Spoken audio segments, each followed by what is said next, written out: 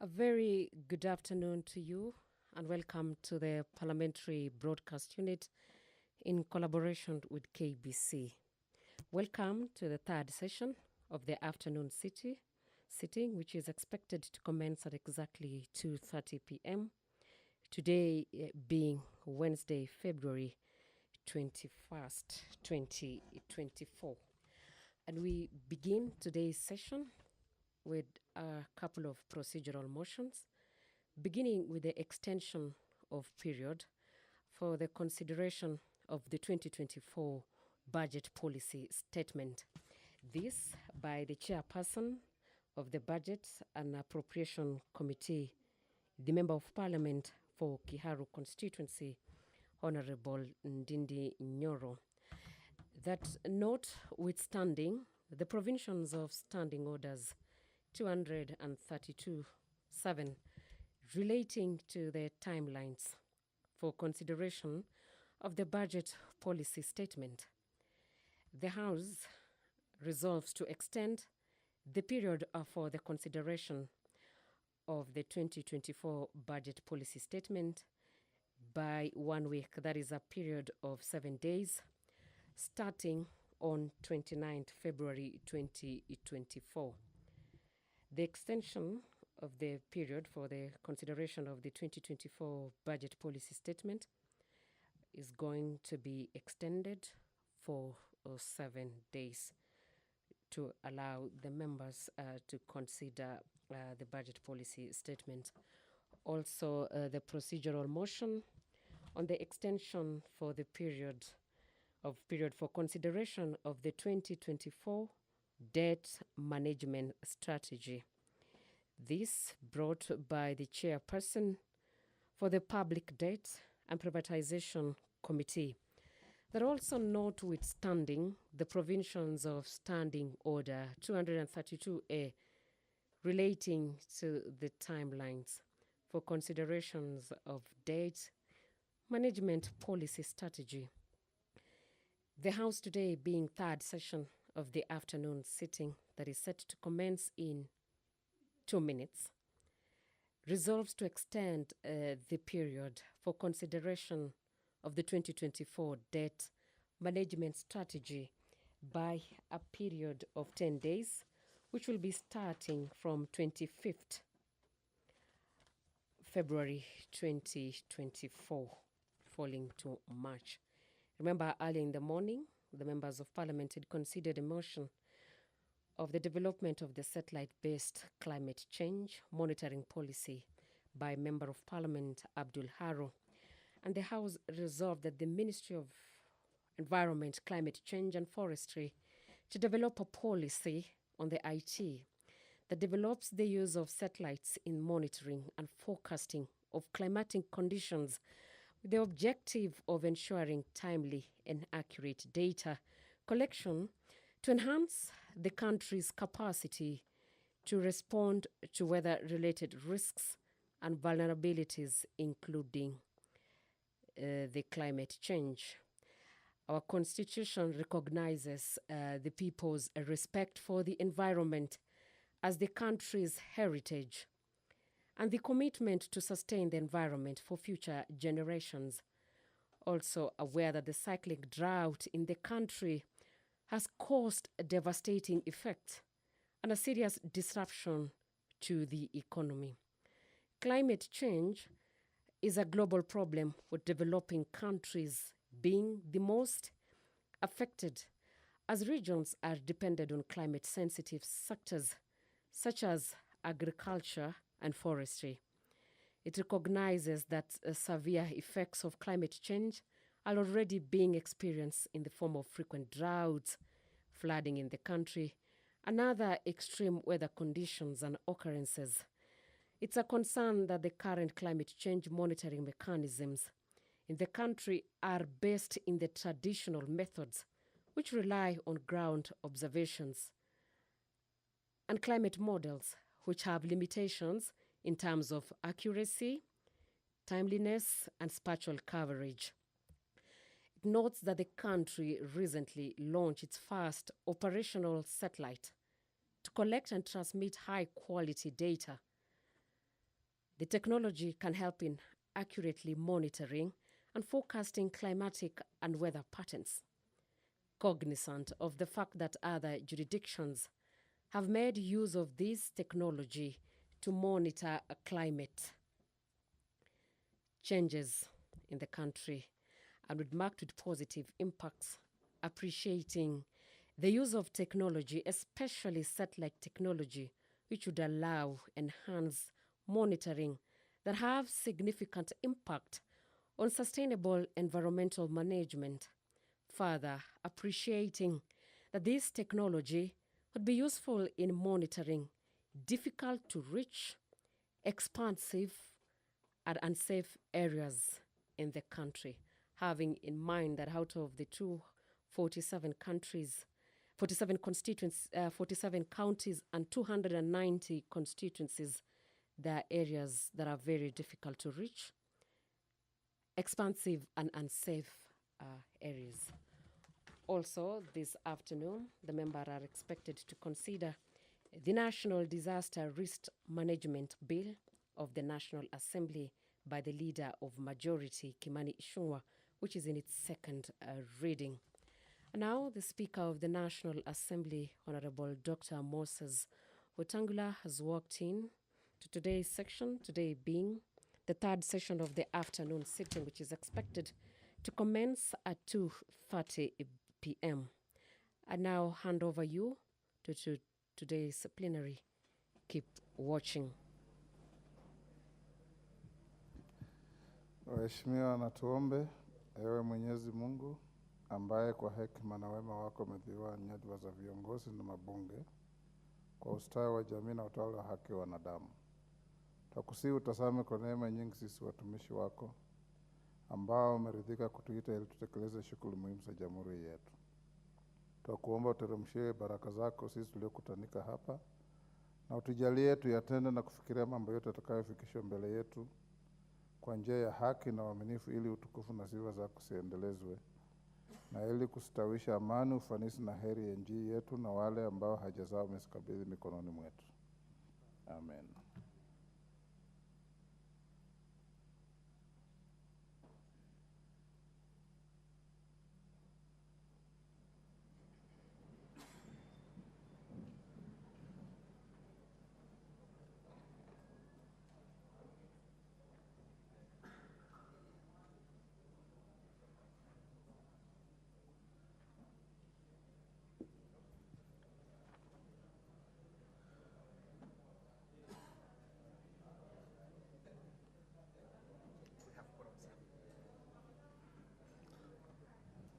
Honorable members, your exemplary conduct is still worth noting. It's excellent. The whole week we have had no quorum hitch at the beginning, although this afternoon I saw something different. Clerk, we have quorum to transact business. Order number 1, administration of oath. Order number 2, communication from the chair. Order number 3, messages. Order number 4, petitions. Order number 5, papers. Majority Leader.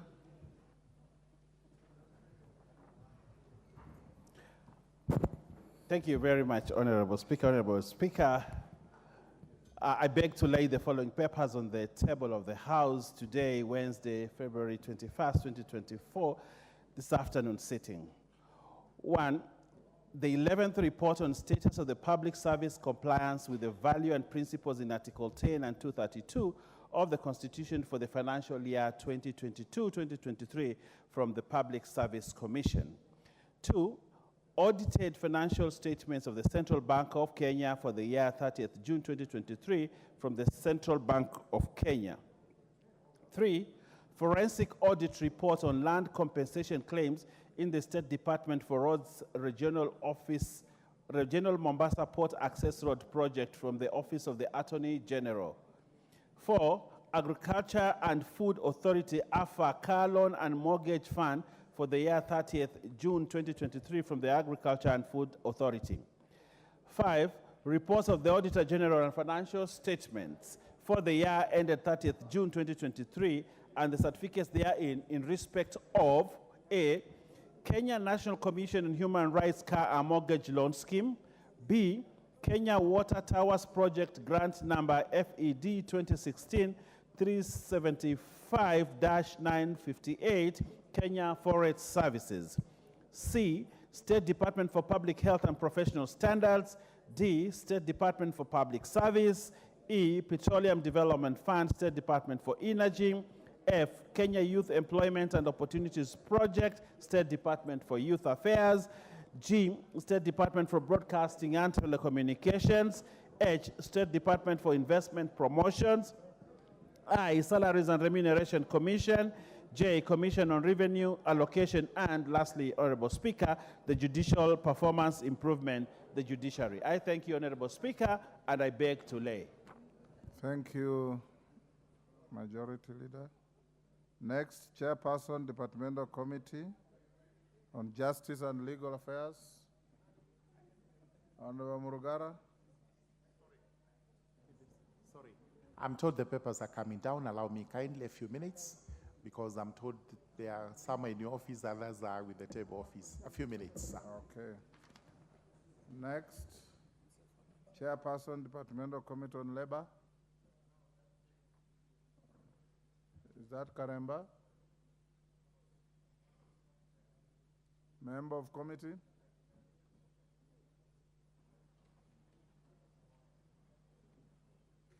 Are you ready?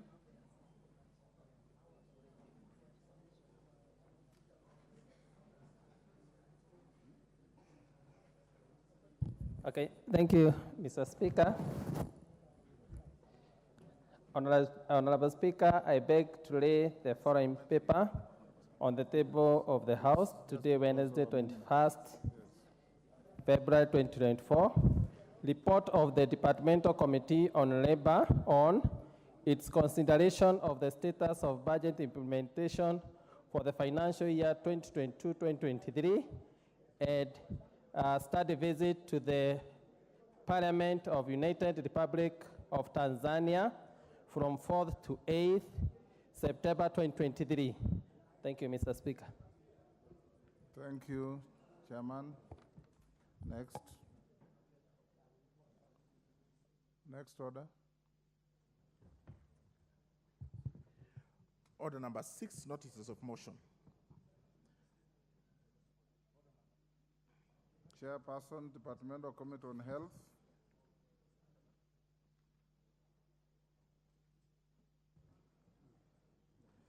Thank you, Honorable Speaker.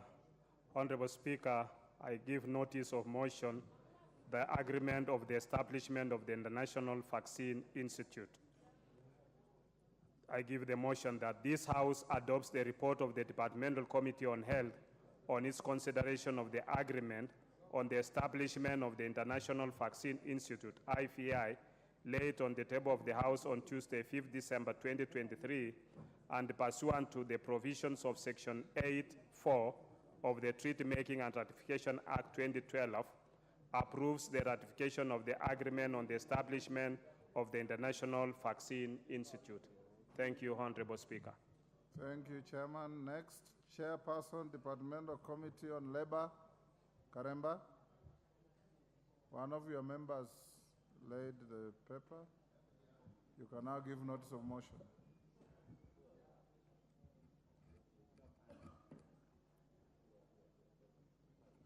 Honorable Speaker, I beg to give notice of the following motion, that this House adopts the report of the Departmental Committee on Labor on the budget implementation monitoring for the financial year 2022-2023, laid on the table of the House on Wednesday, 21st February 2024. Thank you.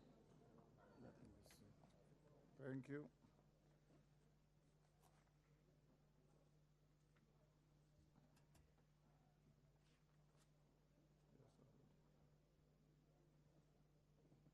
Do we have any statements? We don't have any statements. None is listed, so tomorrow. Yeah. Tomorrow. Next order.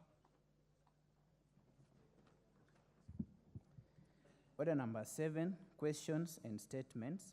Before we go to order number 7, Murugara, do you have your papers now? So I did ask the clerk to bring the papers, and still I'm checking for the sergeants. I expected the time you made that same excuse to have sent one of your members to run to the table office. Absolutely.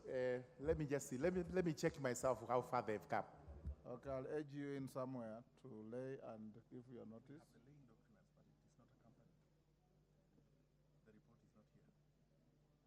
Yes, sort out with him. Next order, number 7. Order number 7, questions and statements. Order number 8, procedural motion, extension of period for consideration of the 2024 budget policy statement. Dindi Nyoro.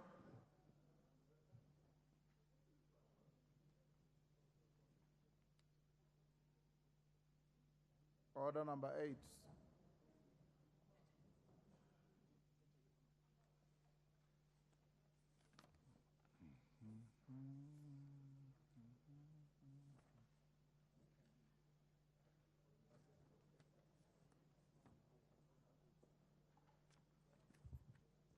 Thank you very much, Honorable Speaker. Honorable Speaker, I wish to request that notwithstanding the provisions of Standing Order 232.7 relating to timelines for consideration of budget policy statement, that this House resolves to extend the period for consideration of the 2024 budget policy statement for a period of 7 days from 29 February 2024. Honorable Speaker, if I can proceed, the reason for doing this, Honorable Speaker, is that, as my colleagues here know very well, that one of our critical roles in this House is budget making. And in that process, Honorable Speaker, every member here plays a very pivotal role.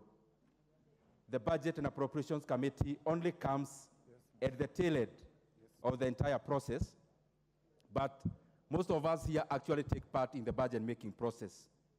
Honorable Speaker, that process started last year because budget making process, even some of us when we were in the first term, it took us some time to appraise ourselves to the fact that budget making process does not start in June. June is usually actually the tail end. It starts much earlier. For example, this budget making process of year 2024-25, it actually started last year, where the government is divided into compact 10 sectors. Those sectors, they form something we call sector working groups. And Honorable Speaker, the same last year we actually did public participation, where the members of public come and actually practically give their views in regards to the budget making process. However, the most critical part is now where we are setting the ceilings in regards to the expenditure that you are going to approve in this House. And therefore, Honorable Speaker, these ceilings then will guide the estimates. Whatever we are setting here as ceilings will determine the number of projects we will have in the various departments and ministries of government, and also agencies. And therefore, Honorable Speaker, the reason for this procedural motion is that we are seeking to extend the statutory timeline by 7 days, because there is a lot that happens after the tabling of BPS, as it was done in the last few days, Honorable Speaker. Then what usually happens is that we forward transmit the same documents to the various 20 departmental committees in this House. And I want to laud all the departmental committees with their leadership and membership in this House, because they have been very forthright before. They have been working very meticulously in terms of making our work pretty easy. And therefore, Honorable Speaker, just as I finish, we have started already through the departmental committees meeting the various accounting officers of ministries, departments, and agencies of government. That started yesterday. Honorable Speaker, some of the departmental committees are also meeting today in the consideration of BPS. They'll also be meeting on Friday, that is tomorrow and Friday. And I just want to make a plea to all the leadership of departmental committees and the memberships that we try to finish up the business of meeting the various MDAs, hopefully by the end of this week. And Honorable Speaker, then thereafter, we are going then to have sittings with all the departmental chairs as the budget committee, and thereafter bring the report to this House. Honorable Speaker, I therefore request my colleagues here, whom we are all equals, that we kindly pass this procedural motion so that we are able to finish up the business of BPS within that reasonable time. And Honorable Speaker, as I sit, I request the Honorable Chairman of Health Committee to second this motion. Honorable Speaker, I second.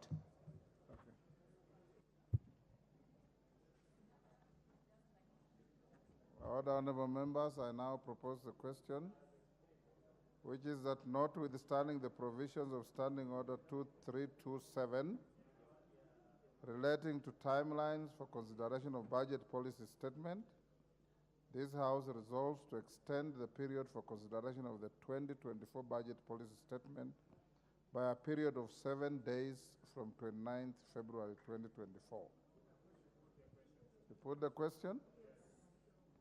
Honorable members, I now put the question, which is that notwithstanding the provisions of Standing Order 2327 relating to timelines for consideration of budget policy statement, this House resolves to extend the period for consideration of the 2024 budget policy statement by a period of 7 days from 29th February 2024. As members of that opinion say aye. Will those of the contrary opinion say nay? The ayes have it. Next order. Order number 9. Order number 9, procedural motion, extension of period for consideration of the 2024 debt management strategy. Chairman, Public Debt and Privatization. Thank you, Honorable Speaker. Honorable Speaker, I beg to move that, notwithstanding the provisions of Standing Order 232A-4 relating to the timelines for consideration of the debt management strategy, this House resolves to extend the period for consideration of the 2024 debt management strategy for a period of 10 days from 25th February 2024. Honorable Speaker, the committee is in the process of reviewing the 2024 medium-term debt management strategy that was laid on the floor of the National Assembly on 15th February 2024. Honorable Speaker, the committee is required to consider the medium-term debt management strategy and table its report to the House for consideration within 10 days of tabling of the strategy. However, Honorable Speaker, this time is insufficient given that the committee is required to undertake extensive engagements with multiple stakeholders and public participation in order to guide the House appropriately. Honorable Speaker, the committee is in the process of engaging stakeholders on critical policies expected to influence the public debt management in Kenya.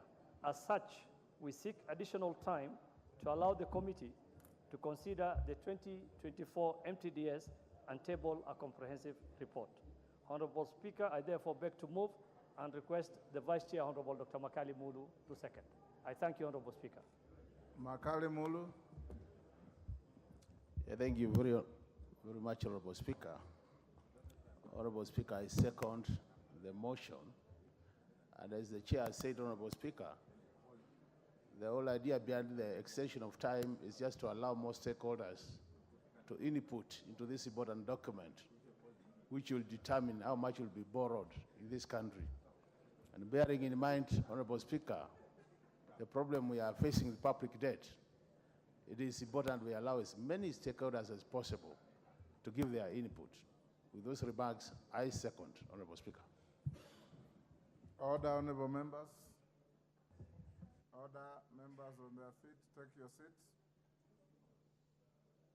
Ijara member, take your seat. Take your seat. Order, honorable members, I now propose the question, which is that notwithstanding the provision of Standing Order 232A-4 relating to timelines for consideration of debt management strategy, this House resolves to extend the period for consideration of the 2024 debt management strategy by a period of 10 days from the 25th February 2024. We put the question. I now put the question, which is that notwithstanding the provision of Standing Order 232A-4 relating to timelines for consideration of debt management strategy, this House resolves to extend the period for consideration of the 2024 debt management strategy by a period of 10 days from the 25th February 2024. As members of that opinion say aye. Will those of the contrary opinion say nay?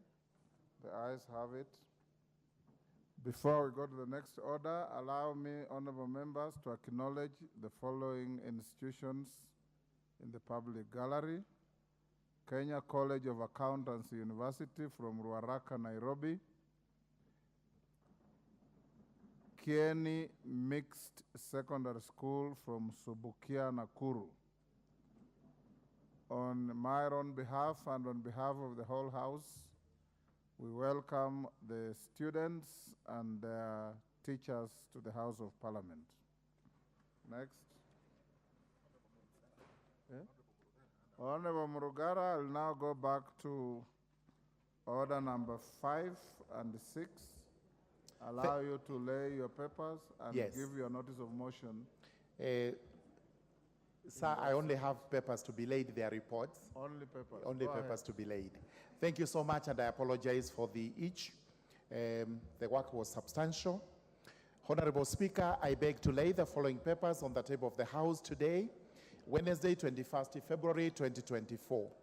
Reports of the Departmental Committee on Justice and Legal Affairs on its consideration of 1, the Statute Law Miscellaneous Amendment, number 2, Bill, National Assembly Bill number 68 of 2023, together with the compendium of reports of the following departmental committees on the consideration of the bill. Roman 1, Labor, Roman 2, Education, Roman 3, Administration and Internal Security, Roman 4, Transport and Infrastructure, Roman 5, Finance and National Planning, and Roman 6, Agriculture and Livestock.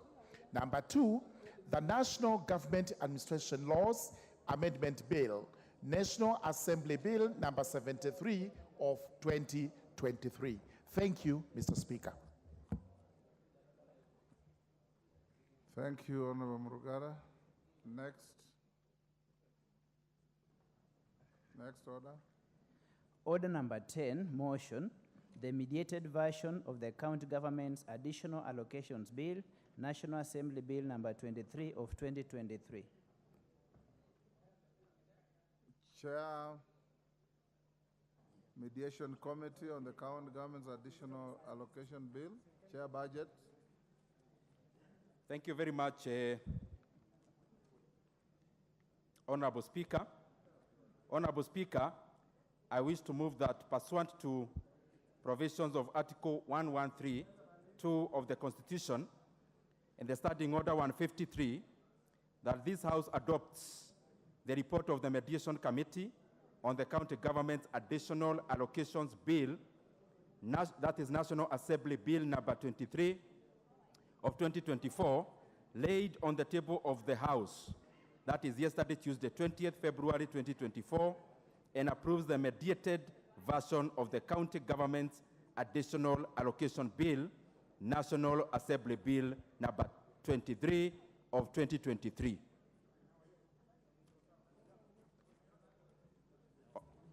Honorable Speaker, just to give a brief background about the motion before us. Honorable Speaker, last year,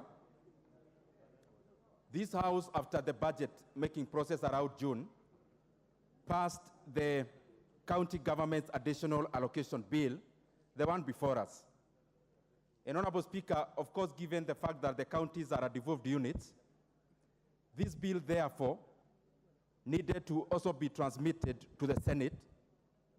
And after we transmitted the same to the Senate, Honorable Speaker, they were either to pass the way it is, and therefore proceed with the signing, and then it becomes an act, or if they had any variations, then it had to come to this House. If we concurred at that moment, then we will have gone ahead again for signing, and it becomes an act. Honorable Speaker, the process usually that when there is variations in terms of opinions between the two houses, as it happened last year, then a mediation committee is formed. Because the proposal by the Senate then, the honorable members of this House felt that they needed to make some changes on them.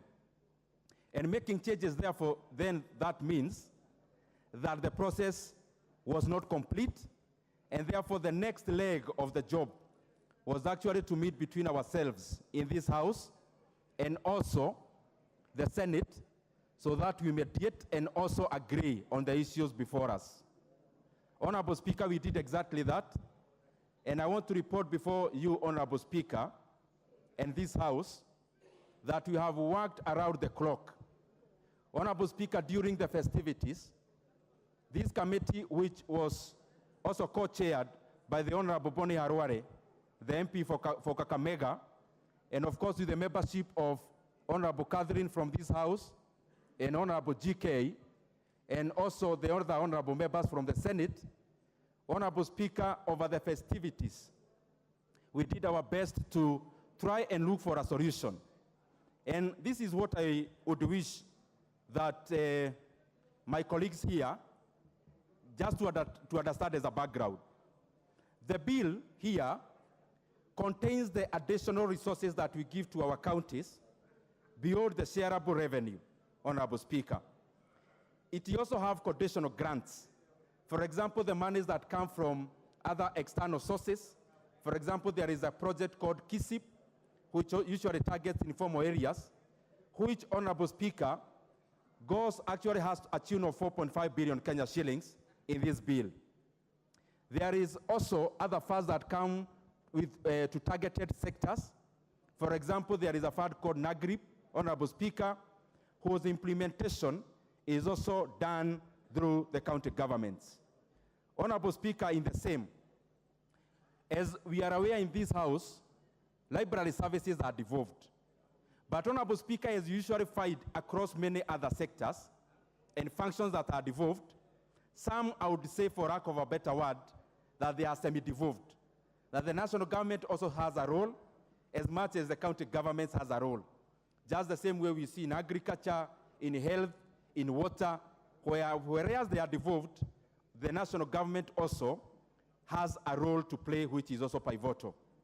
Therefore, Honorable Speaker, there was funds for the library services, which has been a case previously, and we were able to discard with the matter through this mediation committee, Honorable Speaker. Honorable Speaker, this is actually where the rubber meets the road. And it's important that I bring this to the attention of members. And I am doing this, Honorable Speaker, so that we understand why we actually went for mediation. Honorable Speaker, in every scenario, you look for a tool in your hands to be able to also get what you don't have yet. Honorable Speaker, when this matter came before us, there was another outstanding matter in this House, which we thought was critical for us to handle, using this bill also as a tool. Honorable Speaker, there is something called RMLF. That is the Road Maintenance Levy, Honorable Speaker. Roads Maintenance Levy Fund. Honorable Speaker, this is a very important matter because I'm a member of Parliament for Kiharu, and of course, all the members here who are my colleagues, we are all equal. And therefore, Honorable Speaker, in discharging of our duties, it is important for me to put it very categorically, as the Chairman of Budget and also as the Member of Parliament for Kiharu. I know one thing, Honorable Speaker, that because these members care too much about the Kenyan people, there is no bill that will ever come before this House for members, for example, to deduct funds from NGCDF. And I know that can never happen. Because I'm a member of Parliament and I know the kind of patriotism with my colleagues when it comes to serving the people of Kenya through bursaries and other development programs through NGCDF. There is another second fund, Honorable Speaker, which is very critical for every member of parliament. There is a semantic called 22%. There is another semantic called 10%. Those semantics are found around something called RMLF. In layman's terms, Honorable Speaker, these are carer funds. Honorable Speaker, as the chairman of budget and the co-chair of the mediation team, I had to put the interests of the members of this House and the people of Kenya first. And Honorable Speaker, one thing that is very clear, that when it comes to discharging of the duties, NGCDF stands out as a fund that reaches every village in Kenya through these members, Honorable Speaker. The second thing is that, Honorable Speaker, some of our weather roads, the roads that need to be maintained, there is no better way of discharging that role than passing through the Constituency Roads Committee in our Kera regions. And Honorable Speaker, then, when we went for that mediation committee, those were my reference points, Honorable Speaker. We met with the county COG, Honorable Speaker, and when we met with our colleagues, the COG, who are very magnanimous, we met with the chair, Honorable Igoro, we met with Honorable Anga, we met with Honorable Sang, and the other governors, Honorable Speaker. Honorable Speaker, I was very categorical to our brothers and sisters that this House supports devolution, and that is why we keep on pumping more resources to our devolved units. But I also told them that when it comes to Kera roads, there are no better people to oversight that money than the members of parliament, Honorable Speaker.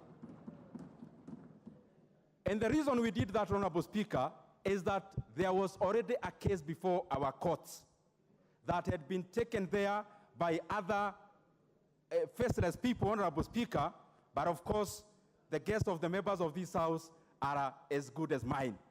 And therefore, we requested them that for us to continue with the harmony of serving the Kenyan people, and for us to continue the way we've been doing in terms of supporting devolution, we requested them, and they were very magnanimous, that that case had to be withdrawn, Honorable Speaker, because, Honorable Speaker, the court had already gone ahead to inject that we were not to continue, Honorable Speaker, planning for the 22% and the 10% in the year 2024-2025. And Honorable Speaker, we will be seated here.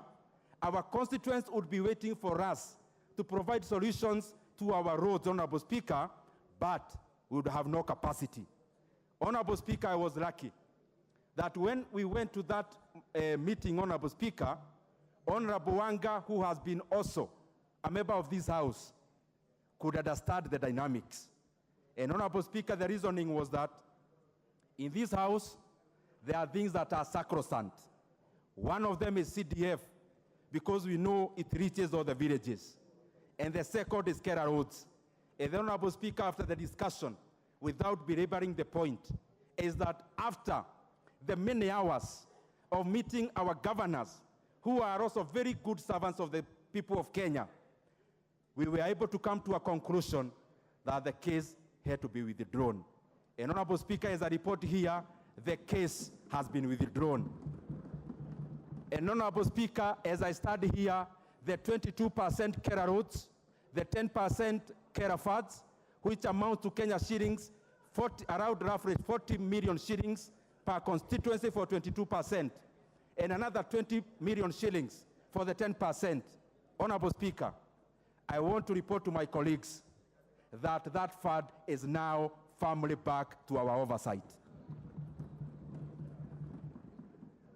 And therefore, Honorable Speaker, I want to thank all these members of this House. We gained a lot of wisdom by the interactions we get. And I consulted many of them so that, Honorable Speaker, we enrich the debate. And that is why the conclusion has been to the favor of the people of Kenya generally. Because the members here do not act on their own behalf. They act purposely because they are very patriotic and they mind about our roads. They might about our development, and I want to laud all the members of the National Assembly in the 13th Parliament. Honorable Speaker, I want to wind up by saying that we have also been able to grant our governors the access to the funds. We have also suspended, Honorable Speaker, the parts of the law that could have handicapped them in terms of accessing this additional allocation, Honorable Speaker. I want to thank all our governors. They are very magnanimous. They are also servants as we are. And Honorable Speaker, we wish them the best even as they continue discharging the other roles through the other funds that we appropriate in this House. Honorable Speaker, I would wish to request the Vice Chairperson of the Budget and Appropriations Committee, the Honorable Mary Amase, to second this motion. Thank you very much, Honorable Speaker.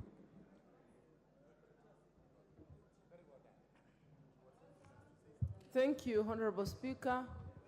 For reasons already alluded to by the Honorable Chair Budget, we unanimously agree to uphold the proposed bill as presented by the Senate. I second. Thank you. I now propose the question, which is that this House, that pursuant to the provisions of Article 1132 of the Constitution and the Standing Order 153, this House adopts the report of the Mediation Committee on the County Government's Additional Allocation Bill, National Assembly Bill number 23 of 2023, laid on the table of the House on Tuesday, 20th February 2024, and approves the mediated version of the County Government's Additional Allocation Bill, National Assembly Bill number 23 of 2023. Honorable members, this is a product of a consensual process of a bill that you passed yourselves.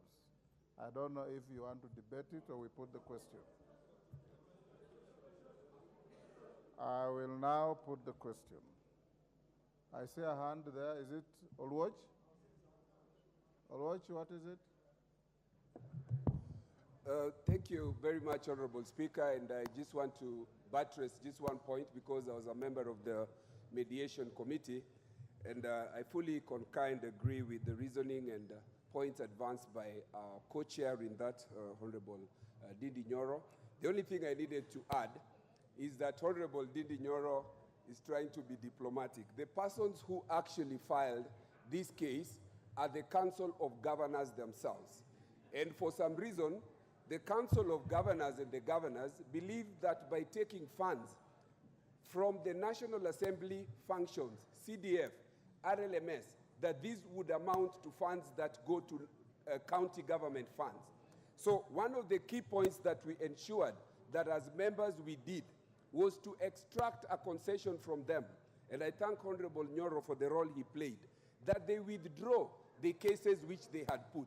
The consequence of that, which I am sure the Chair of Budget will state, is that in the budget policy statement, already there is a negative 10 billion on RLMS, and that would then require to be corrected when the report on the budget policy statement comes before this House.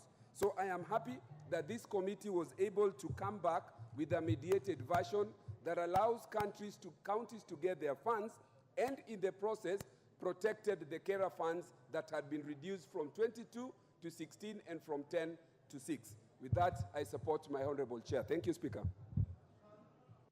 Thank you. Makali Mulu, you want to belabor this?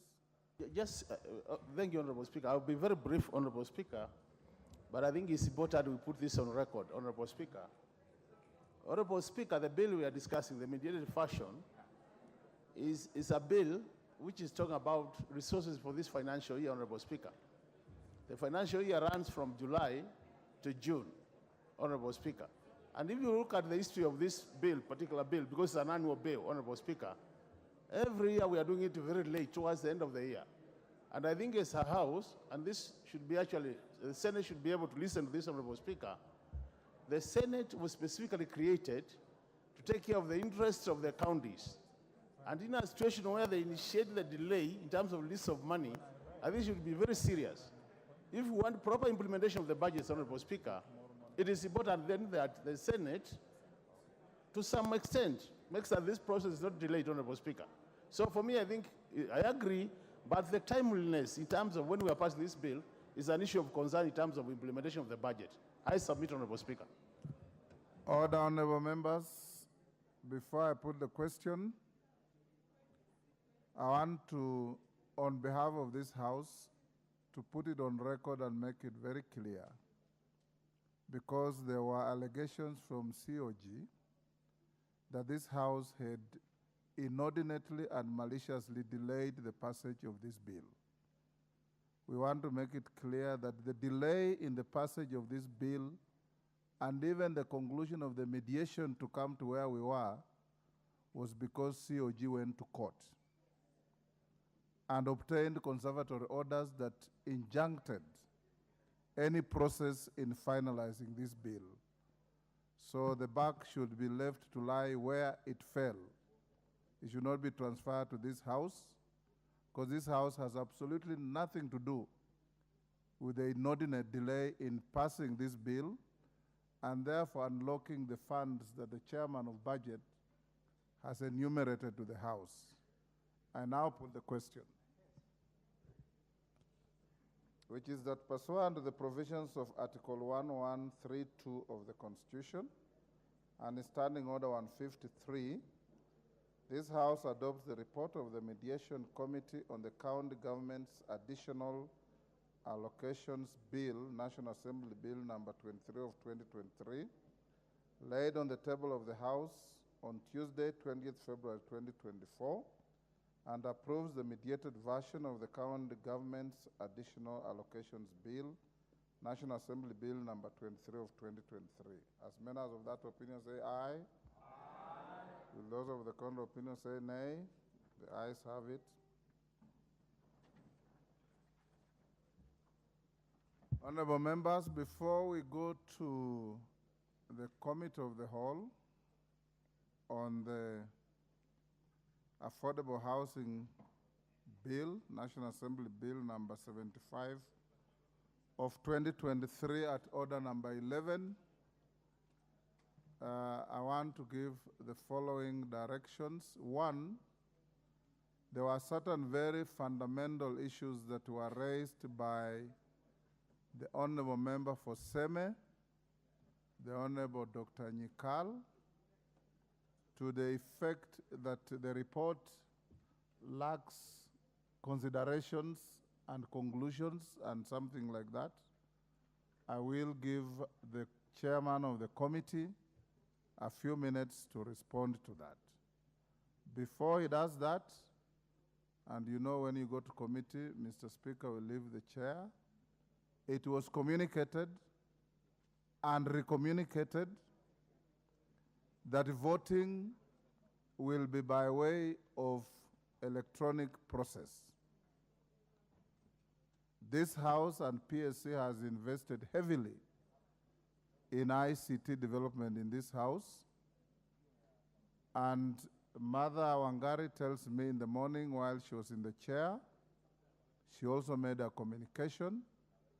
So when you go to committee stage, and I've seen quite a number of amendments to the bill for better management of time, all votes that will be called will be actualized electronically. Members who may have forgotten or lost their cards, you may sojourn to the ICT office and obtain your cloned cards for purposes of your proper participation in the proceedings of the House. Kimani?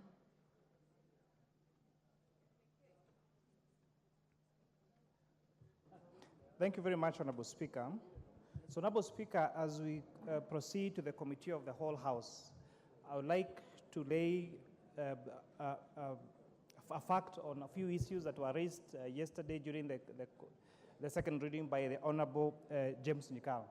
Honorable Speaker, Honorable James Nyikal said, and it's good that we set this record straight, that the Committee of that Finance and National Planning and Housing Public Works in its report did not have observations and recommendations.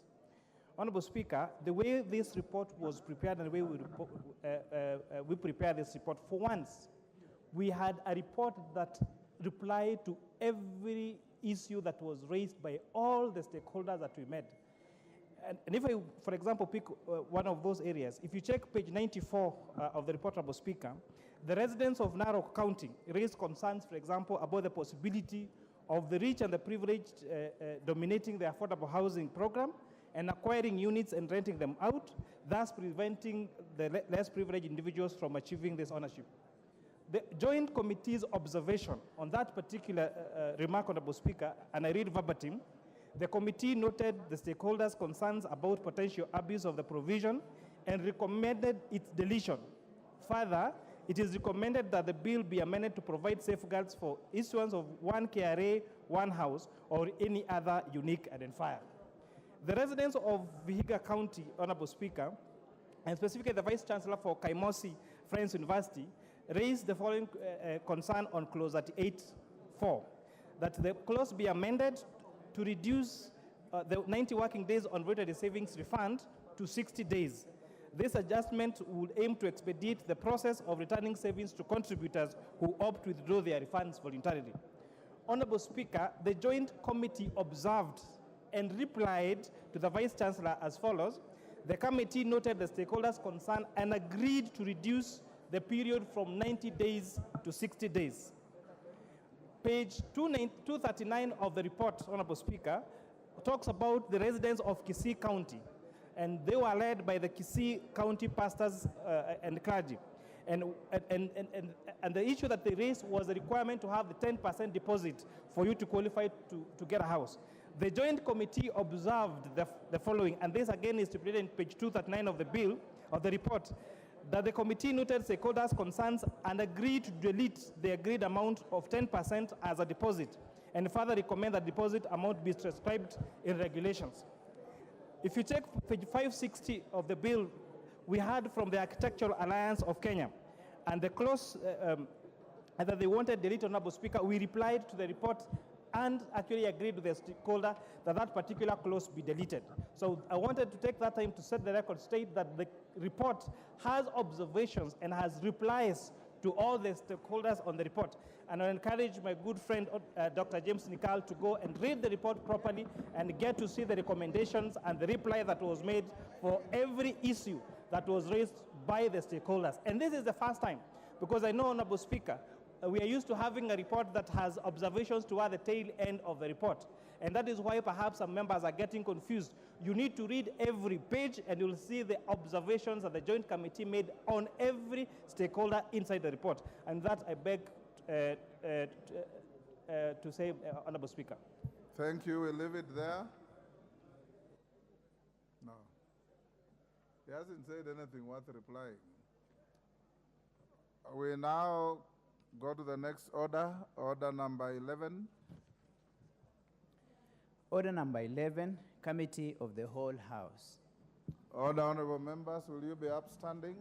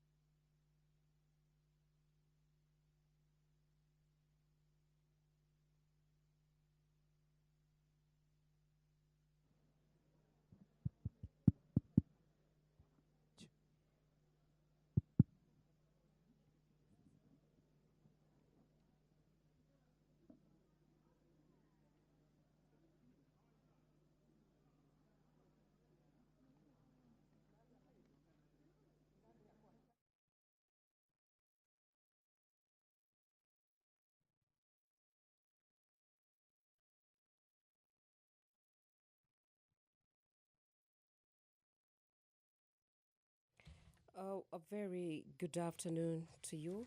And the session of the Wednesday, the third session of the afternoon sitting being February 21st, where the members of parliament began with a procedural motion on the extension of period for the consideration of the 2024 budget policy statement and the extension of the period for the consideration of the 2024 debt management strategy. Members of parliament now are on the committee of the whole house on the considerations of the affordable housing bill, bill number 75 of 2023. I now hand over you to Member for Shukaiga Mangombe, take your seat. Member for Manyata, take your seat.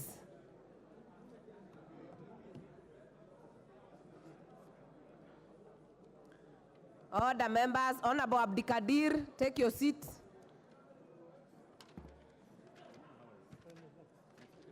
Hi.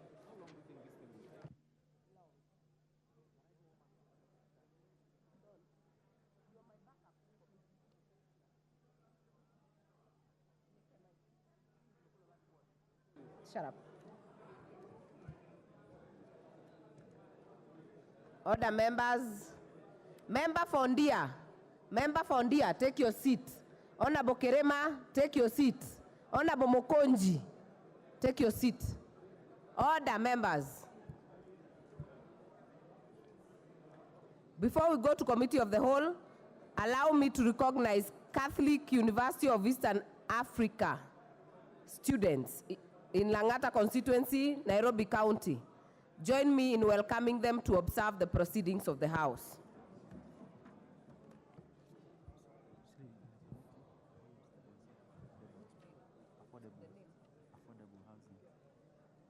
We are now in the Committee of the Whole to consider the Affordable Housing Bill 2023. Clause 3. Clause 3. I propose the question that Clause 3 be part of the bill. Mover.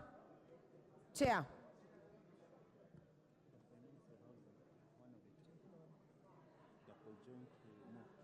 I know this is co-sponsored by Chair Housing and Chair Finance. Who is moving the amendment?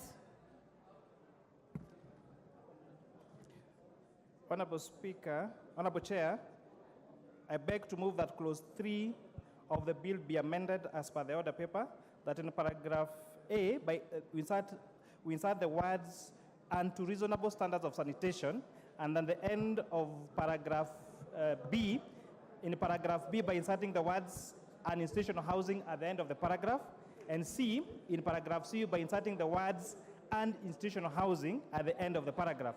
Honorable Speaker, this amendment is to provide to include institutional housing as part of the affordable housing scheme. With that, I beg to move, Honorable Speaker. I therefore propose the question that Clause 3 be amended as proposed by the Chair Finance. I now put the question that Clause 3 be amended as proposed by the Chair Finance Committee. Will as many as are of that opinion say aye? Aye. Will as many as are of a contrary opinion say nay? The ayes have it.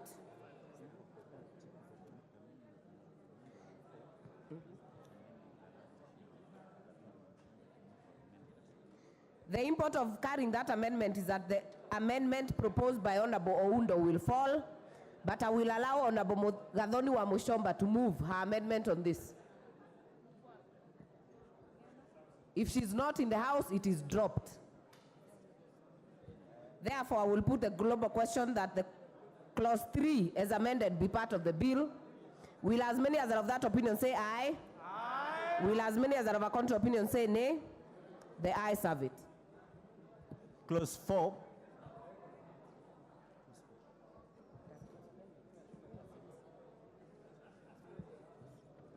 I propose the question that Clause 4 be part of the bill. Mover.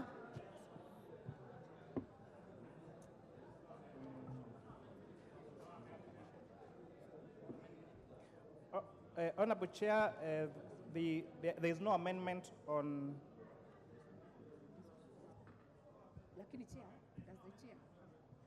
Order members, order Chair. The person with an amendment on this is Honorable Gathonu Amushomba, who is not in the House, so the amendment... No, where is Millie? But you have told me Gathonu has an amendment. Yeah. So who are we moving first? Yeah, that's what I was calling. Yeah. I was doing that. Honorable Gathonu Amushomba is not in the House, so her amendment is dropped. Member for Suba had an amendment. Honorable Millie Odhiambo. The Speaker has allowed Honorable Nyikal to...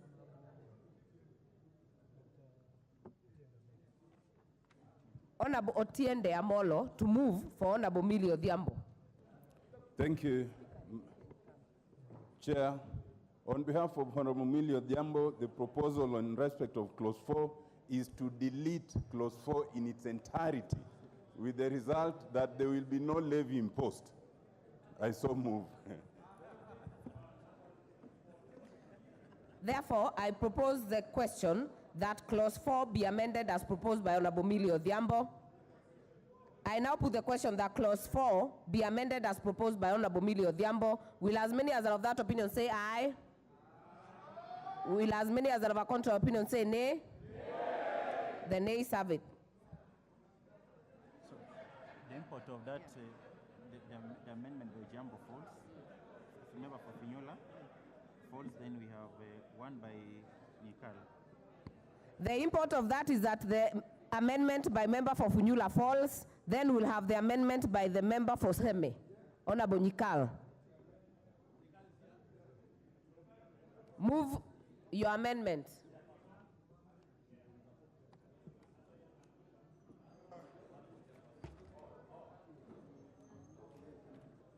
Chair, my amendment is that is the order paper.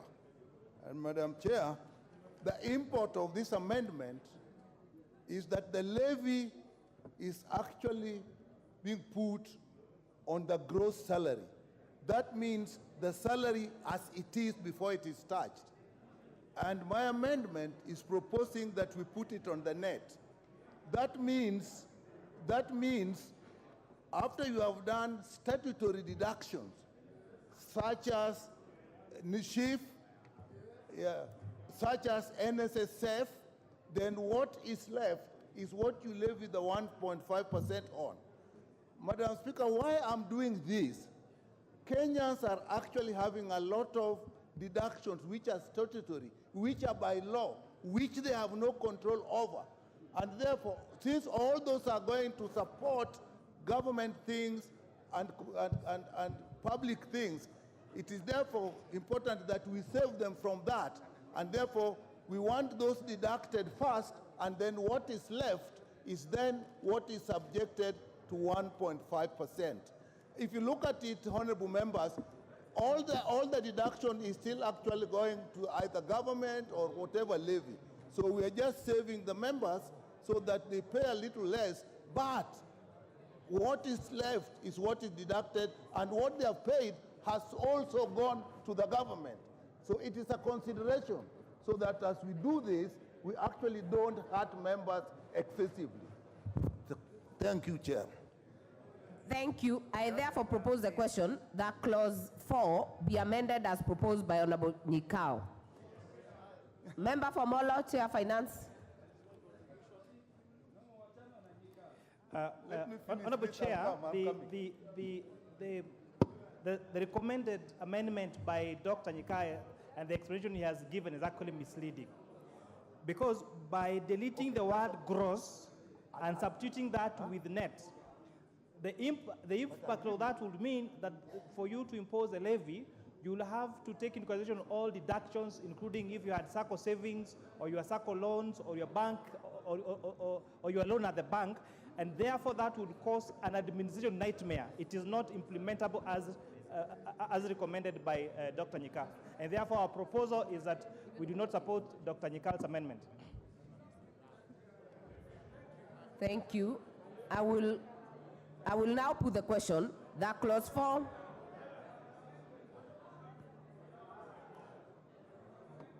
I will indulge a few members. Honorable Oluoch of Mathare. And Chair, maybe you could guide. Do I now move my amendment or wait for No. this to? No, Honorable Member, we prosecute Honorable Nikals first. So, we will come to you. Honorable Chair, I support this amendment because the bill as it is presupposes then that the housing levy becomes a fast charge without taking into considerations that there may be many other items that employees may already have encumbered themselves into. There is no justification why you would put in a hierarchy the housing levy to be a fast charge above other items that an employee has already been encumbered with. Therefore, by removing the word gross, it allows all other things which should share on equal basis so that the employee is not disadvantaged on the basis of an imposition of a fast levy, which it is not. Therefore, I support Honorable Nikal's amendment. Honorable Luoch, I've indulged you because you had a similar amendment, and the fate that will befall Honorable Nikal's amendment will affect your amendment. That also for Honorable Clive and Honorable Ariko. Before then, I will give Honorable CNN. If you're intending to speak to this, you'll put intervention per clause. Yes, Honorable Chair. CNN. Yes, Chair, I rise to support this amendment, Chair. Madam Chair, if you have compared the pay slips of Kenyans who are actually working today, majority of them, if we impose levy based on gross salary, Madam Chair, majority of them have gone to negative territory. That's why I am supporting this amendment, Chair. Thank and you. It will be good for Kenya. Thank you. Member for Keses.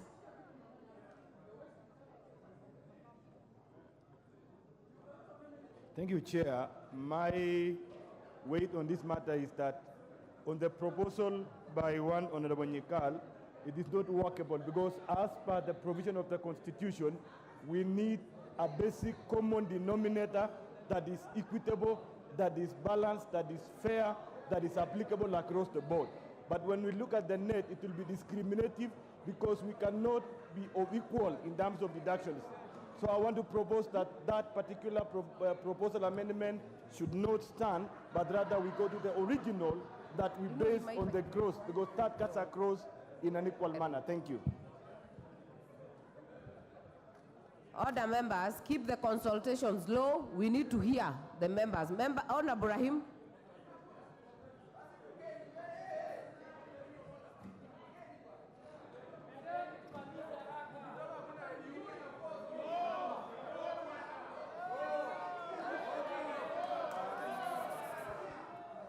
See you.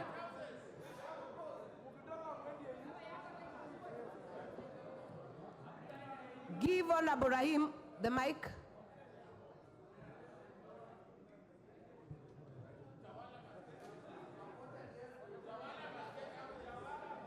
Members, be patient. We'll get to you, Honorable Anjal, but make sure you have your card. We are using the card to speak and to vote. Honorable Rahim.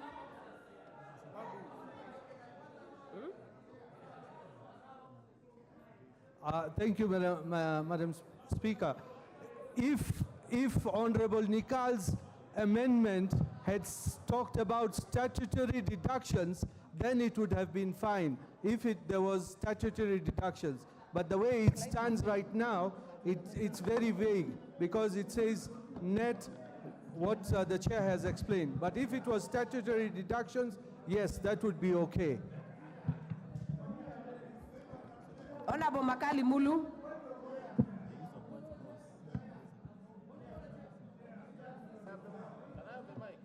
Honorable Makali is on the floor. Nothing is out of order. Honorable Makali. Thank you very much, Honorable Chair. Honorable Chair, I think the issue being raised by the Chair of the Finance Committee is the issue of administrative nature, where you're saying deducting the money might be tricky. What I would propose, Honorable Chair, what Honorable Nikal is saying makes a lot of sense. Deductions should only be after the statutory deductions. That is payee, NHIF, and possibly those who have NSSF. So what I would be proposing, Honorable Chair, is how if the Chair of Finance could make an amendment so that we isolate those three, but then make sure it's not after the circle deductions and all those others. because Kenyans need disposable income, Honorable Chair, for this economy to grow. In a situation where you squeeze all the disposable income, you'll never grow this economy, and what you want to achieve as a country, you'll never achieve it. I'm speaking as an expert in this area. So I wish the chair could make an amendment so that we only deduct after those net deductions. I submit, Honorable Chair. What is out of order, Honorable Junet? Yeah, thank you very much for giving a chair. I want to urge our members on this side to drop all the amendments because it's not making any improvement in the House, and we allow the Kenya Kwanza people to do the amendments as they wish and pass the bill. Sasa nyinyi mnaambiwa mtoka nje, mwendeni nyumbani.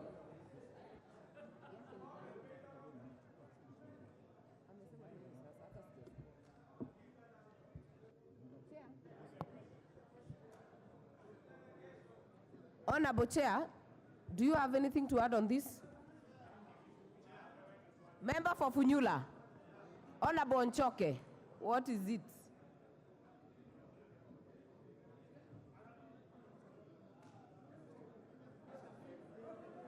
Chair. You have the mic now, Honorable Nchoke. Yeah, can you give me a mic? Honorable Chair, we can cure the chairman's fears by defining what net means. Because if we leave it gross, it's punitive, it's prohibitive. Kenyans are already suffering. So we can define that and remove the fears that the chairman has. Thank you.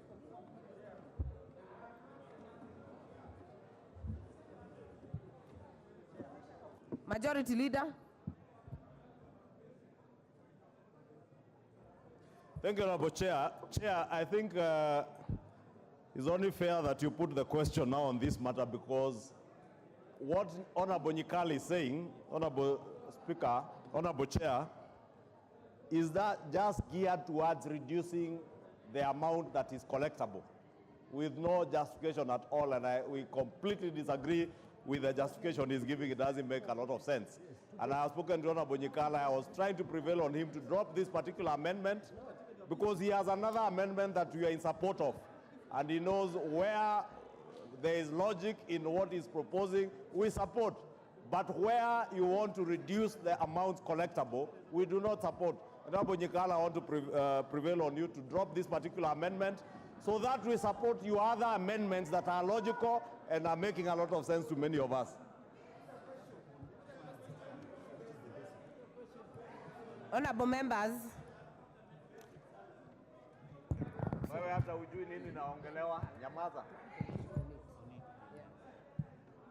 Order members, I will put the question that clause 4 be amended as proposed by Honorable Nyikal. Will as many as are of that opinion say aye? Will as many as are of a contrary opinion say nay?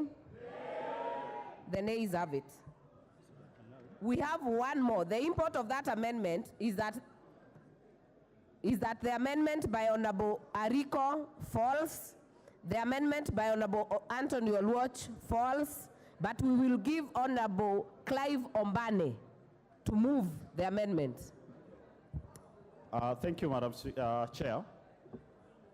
My amendment is as it appears on the order paper, whereby we are seeking that we delete the word gross and replace it with basic. The justification here is that already the taxpayer is overburdened. And by deducting these from the gross is highly punitive and very insensitive. Yes, we may not be supporting this bill at all, but if we have to stuff it down the throat of the people, then let us do it with some humanity in us. So I therefore ask that this House considers that we move it from gross to basic, Chair.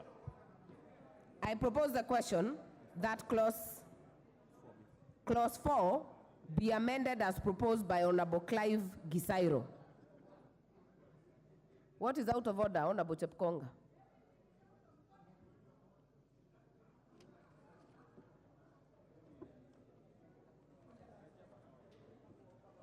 Give him the mic.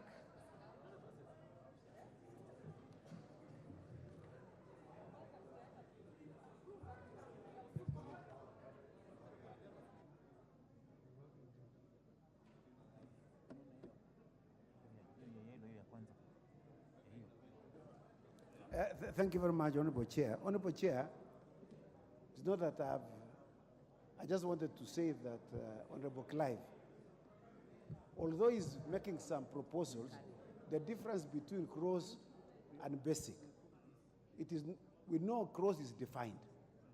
He has not defined basic. So you cannot seek to amend something that's already defined, is in the interpretations, and put in something that is not defined. It is not interpreted. What he should have done was to bring the definition of what basic is. As it is right now, nobody knows what basic is. We hear know you, what Honorable gross is. Chepkonga. I'll give the member for Funyula. Chair, thank you for this opportunity, but I'm thoroughly worried that a whole senior like Honorable Chepkonga does know the difference between basic, gross, and net. It is very telling. At this age, at his age, he does not understand. On that matter, Honorable Chair, really, it becomes very difficult even to have. Basic, Honorable Chair, is very clear. Basic is the basic salary as provided anywhere.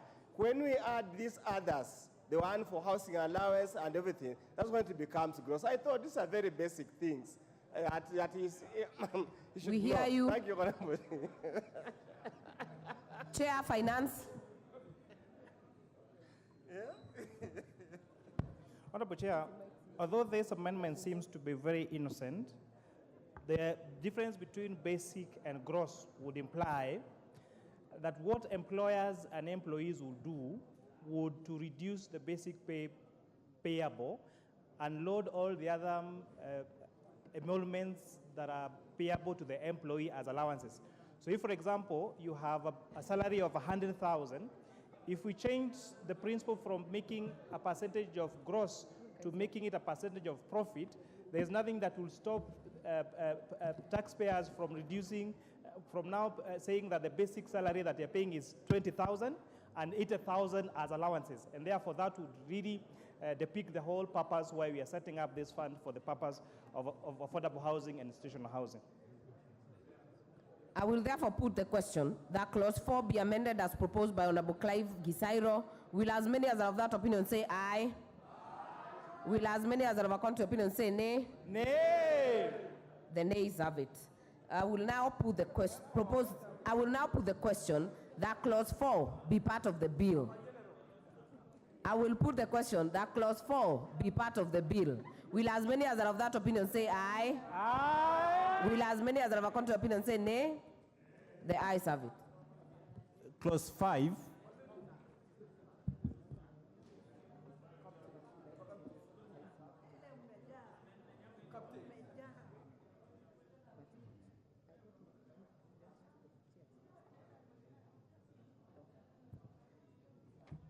I propose the question that clause 5 be part of the bill. Mover, Honorable Gathonu Amushomba, I'm told you're here to prosecute the amendment.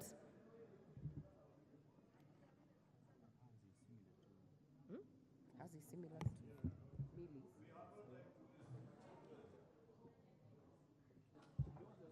The mic is there now.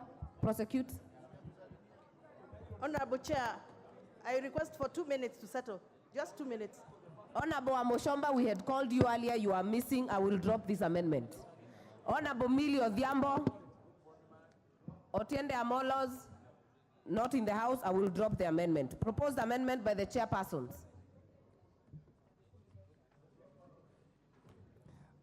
Honorable Chair, I beg to move that clause 5 of the bill be amended as proposed in the order paper, A, by numbering the existing provisions as 1, and B, by inserting the following new subclause immediately after the numbered subclause 1, that without prejudice to the generality of Section 6, any business or company which complies with the provisions of Section 5 shall not be liable to pay the levy under Section 4(2)(b). Honorable Chair, the import of this is to avoid double taxation for persons who are already paying housing, the affordable housing levy through the 1.5% employer contribution. Because without now making this clarification, it would mean that those businesses and corporations that are already paying 1.5% will now have to again pay 1.5% of their gross income to the affordable housing, as the affordable housing levy. With that, I beg to move on, Honorable Chair. Thank you. I will now propose the question that clause 5 be amended as proposed by the chairs. I put the question that clause 5 be amended as proposed by the chairs. Will as many as are of that opinion say aye? Will as many as are of a contrary opinion say nay? The ayes have it. We have further proposed amendments by member for Seme. If not in the House, it is dropped. Honorable member for Kitutu Masaba, Honorable Gisairo. He's in the House. Give him the mic. You have no right to tell me dropped and I'm here. Chair, I'm seeking an amendment to clause 7 of the bill. We are on clause 5, Honorable Clive.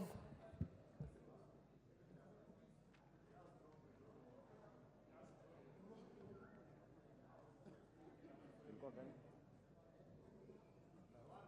5, so.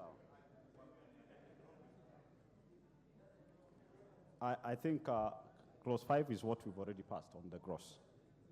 All right, then I drop basic, this right? proposed amendment here. Member for Turkana South, Honorable Ariko. He's in the House. Madam Chair, I think my amendments under clause 4 is the same as amendment clause 5. And Prosecute clause 5. I'm not ready to prosecute. Let me If wait you're for not other ready, I will drop it. Yes. And with that, honorable members will conclude clause 5. So I'll put the global question that clause 5 be amended, as amended, be part of the bill. Will as many as are of that opinion say aye? Will as many as are of a contrary opinion say nay? The ayes have it. Clause 6. I propose the question that clause 6 be part of the bill. Member for Githunguri.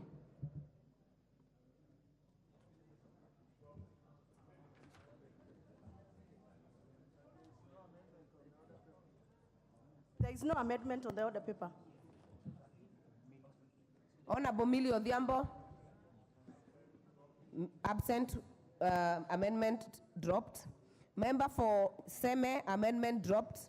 Member for Madare.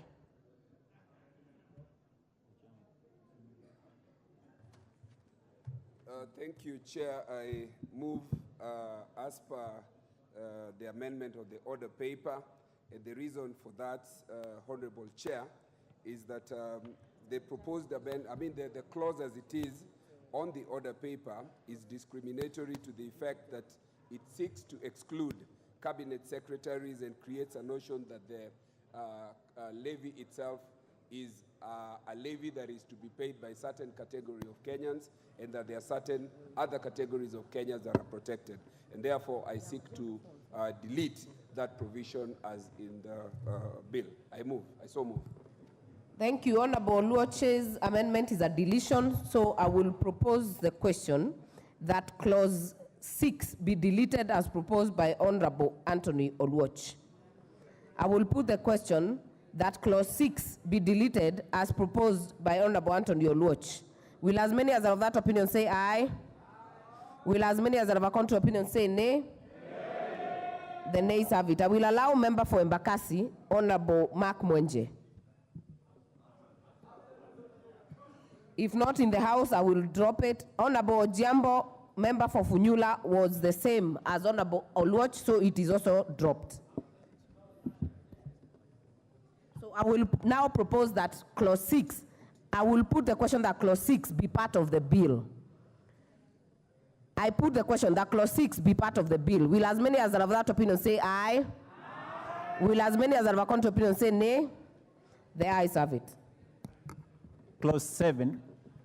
I propose the question that clause 7 be part of the bill. Amendment by Honorable Gathonu wa Mushomba.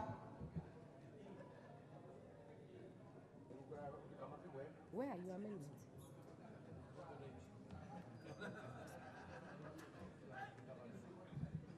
Honorable Gathoni.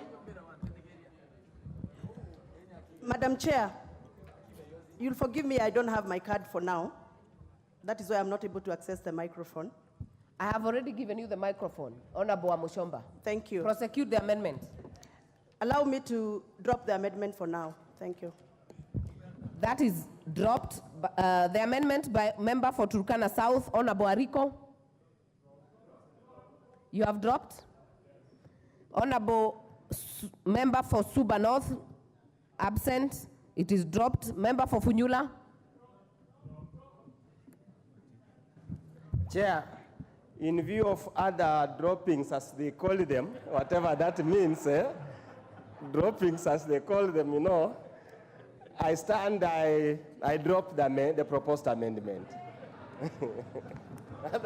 We have proposed amendments by the chairpersons. Move the amendments, Honorable Kimani. Honorable Chair, I beg to move that clause 7 be amended as per the order paper, and this is deleting and substituting therefore the following new clause, that the levy shall be a debt due to the government and shall be recoverable in accordance with the Tax Procedures Act of 2015. This, Honorable Chair, is to make all fines and penalties for payee and for the other statutory deductions to be the same as that of this housing levy. Honorable Chair, I beg to move. I therefore propose the question that clause 7 be amended as proposed by the chairs.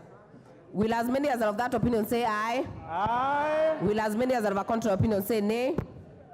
The ayes have it. The implication of that is that the proposed amendment by Honorable Luoch and Clive Ombane falls. So I will put a global question that clause 7 be, as amended, be part of the bill. Will as many as are of that opinion say aye? Aye. Will as many as are of a contrary opinion say nay? The ayes have it. Clause 8. This has no amendment. I propose the question that clause 8 be part of the bill. I now put the question that clause 8 be part of the bill. Will as many as are of that opinion say aye? Will as many as are of a contrary opinion say nay? The ayes have it. Clause 9. I propose the question that clause 9 be part of the bill. Honorable Amushomba, do you take the same route? Chair, Madam Chair, this time I'm not ready to drop. I want to move that we amend clause 9. Justification is that the affordable housing levy are punitive to Kenyans who are faced with the high cost of living and their lives are difficult. Also, the levy increases the cost of doing business in Kenya and may lead to most businesses closing down. Madam Chair, further, there is no direct correlation between... Order members. There is no direct correlation between paying the levy and owning a house. Order, Honorable Amushomba. There is a point of order from the chair. We'll hear it. Honorable Chair, and I want to give Honorable Amushomba benefit of doubt because she has just joined us now. But the moving she's making has nothing to do with clause 9 of the bill. It has completely nothing to do with clause 9, and I think you should rule her completely out of order.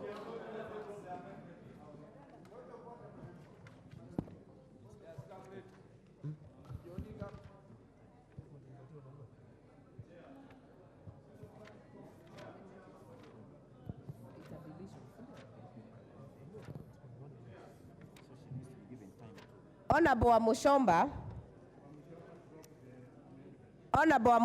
your amendment in clause 9, as per the records, is a deletion. Paragraph A, the entire paragraph A. So kindly move the right amendment as filed by the Speaker.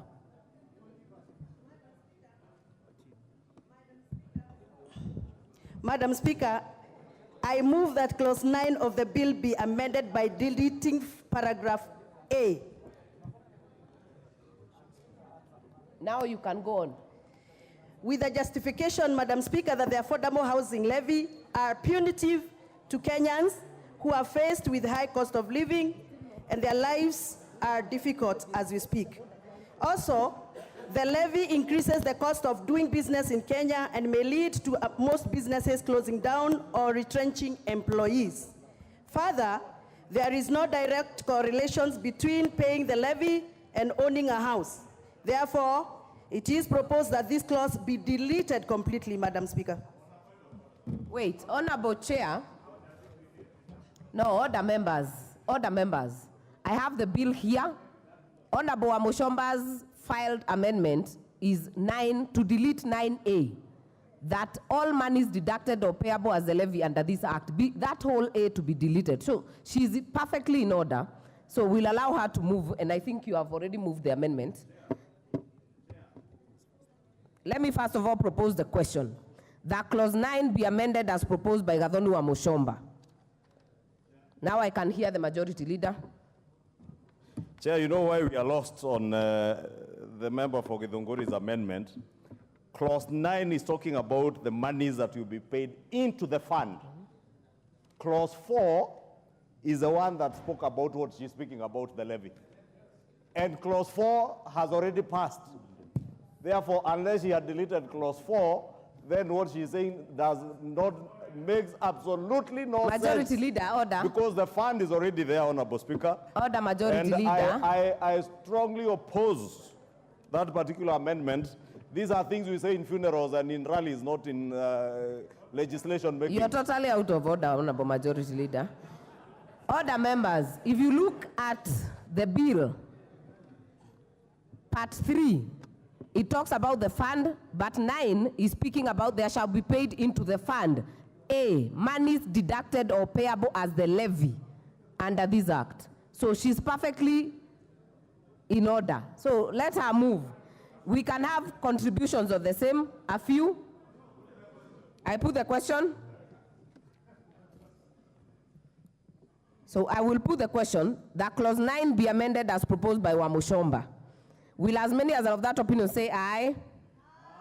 Will as many as are of a contrary opinion say nay? The nays have it.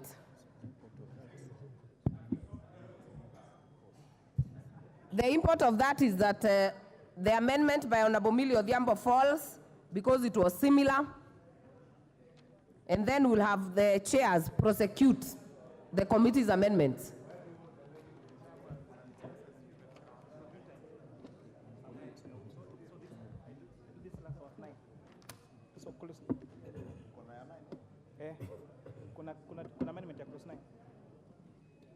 Chair, you have a proposed amendment on clause 9? Yes.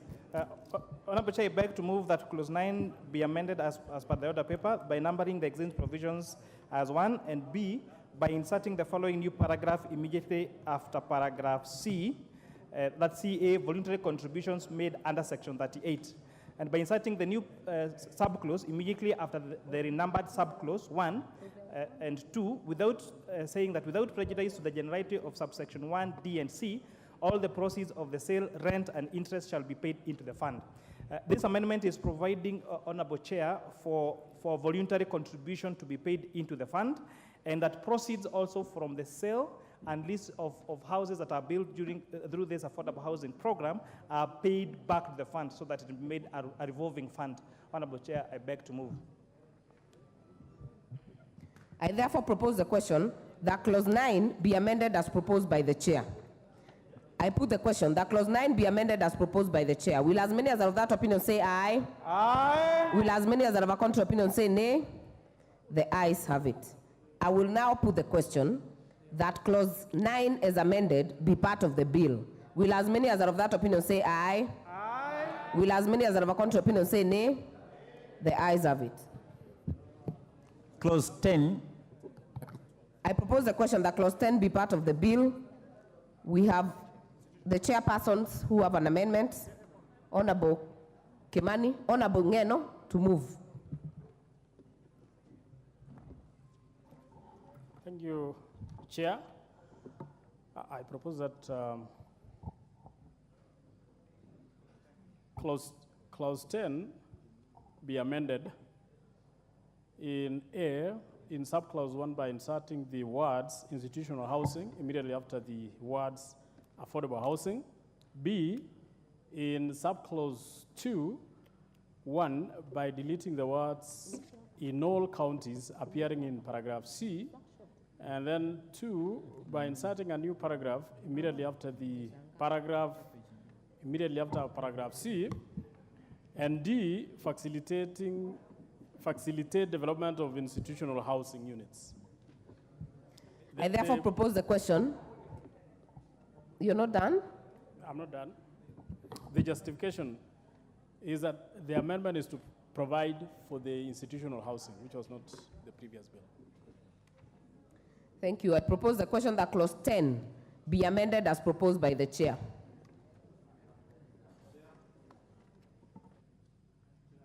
Majority Leader. Chair, I rise to support this particular amendment. And Honorable Chair, you know, out of the public participation, you saw university students appear before the committee. And I see the Honorable Ariko, who is a member of the committee, remembers.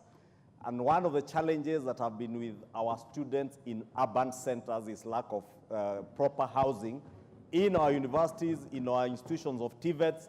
Honorable Speaker, now this creates a forum for our university, TVET, and college students to be able to access institutional housing being built purposely for students. Two, our police force, Honorable Speaker. Our police force has suffered immensely since the change on government policy on housing when they started giving our police officers housing allowance. And they are given a housing allowance, I think, of 5,000 to 9,000 shillings, depending on your rank. Well, you are serving in a town where, on average, rental houses go for 20, 30 shillings. There are 30,000 shillings, Honorable Speaker. Now, with institutional housing, the government can now do institutional housing for police officers, for teachers, for medical care staff around hospitals, and they will be able to afford, since now this is affordable housing being done by under this fund. And I strongly support and thank the chair and the finance and housing committees for having taken into consideration many of the proposals that came through public participation. I say, do you use your cards, members? Put the intervention. Honorable Stephen Mogaka. Thank you so much, Madam Chair. I also want to support that amendment and thank the chair for that very quick thinking, because in particular, I come from a county which suffers a great deal because people working in the county live elsewhere. With this amendment, and when I am pitching to have a university set in Nyamira at Senator Kebaso, this institutional housing is going to solve the problem of the student housing, it's going to solve the problem of the staff, and it is going to save the leakages in incomes of earners within Nyamira County who are spending it in Bomet, Kisii, Homa Bay, and other neighboring counties. I support, Madam Chair. Thank you. Member for Matuga. Are you intending to speak on this one? Honorable Kemei, Justice.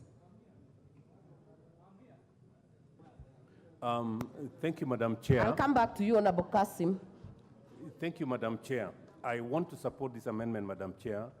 Sigawit Soin constituency doesn't have a single government quarter. The police officers based in that sub-county do not have any single dwelling except dilapidated structures in Sondu. The teachers don't have dwellings, Madam Speaker. The Kenya Medical Training College, which we have just started in Sigawit, there are no residential quarters. So I support, Madam Chair, the amendment so that we who are disadvantaged in terms of housing can be able to host public servants and any other employees. Thank you, Madam Speaker. Thank you. Member for Matuga. Asante, Madam Speaker. Hili ni jambo muhimu kwamba hizi nyumba ziweze kushughulikia sio wale tu ambao wanafanya kazi, lakini wale ambao hawana kazi, hasa kama ilivyotangulizwa kwa watoto wa shule.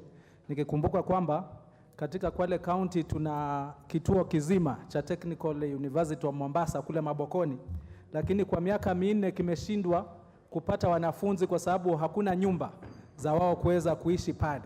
Kwa hivyo mfumo huu moja kwa moja utawezesha sehemu mbalimbali za Kenya kuweza kukua, kwani kutakuwa kuna makazi mema. Asante, Madam Speaker, naunga mkono. Thank you. Member for Tinderet.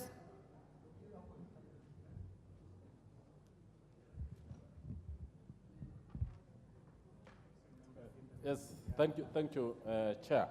Chair, I think this amendment is quite in order because if you go to many universities these days, especially in large cities like Nairobi, students even live in slums, areas where there is very poor planning, very poor water resources, and therefore, by allowing institutions to have these houses, actually it is going to enable the core functions of the institutions to take place, that is teaching and learning, and then houses are going to be there. I support, Madam Chair. Member for Funyula.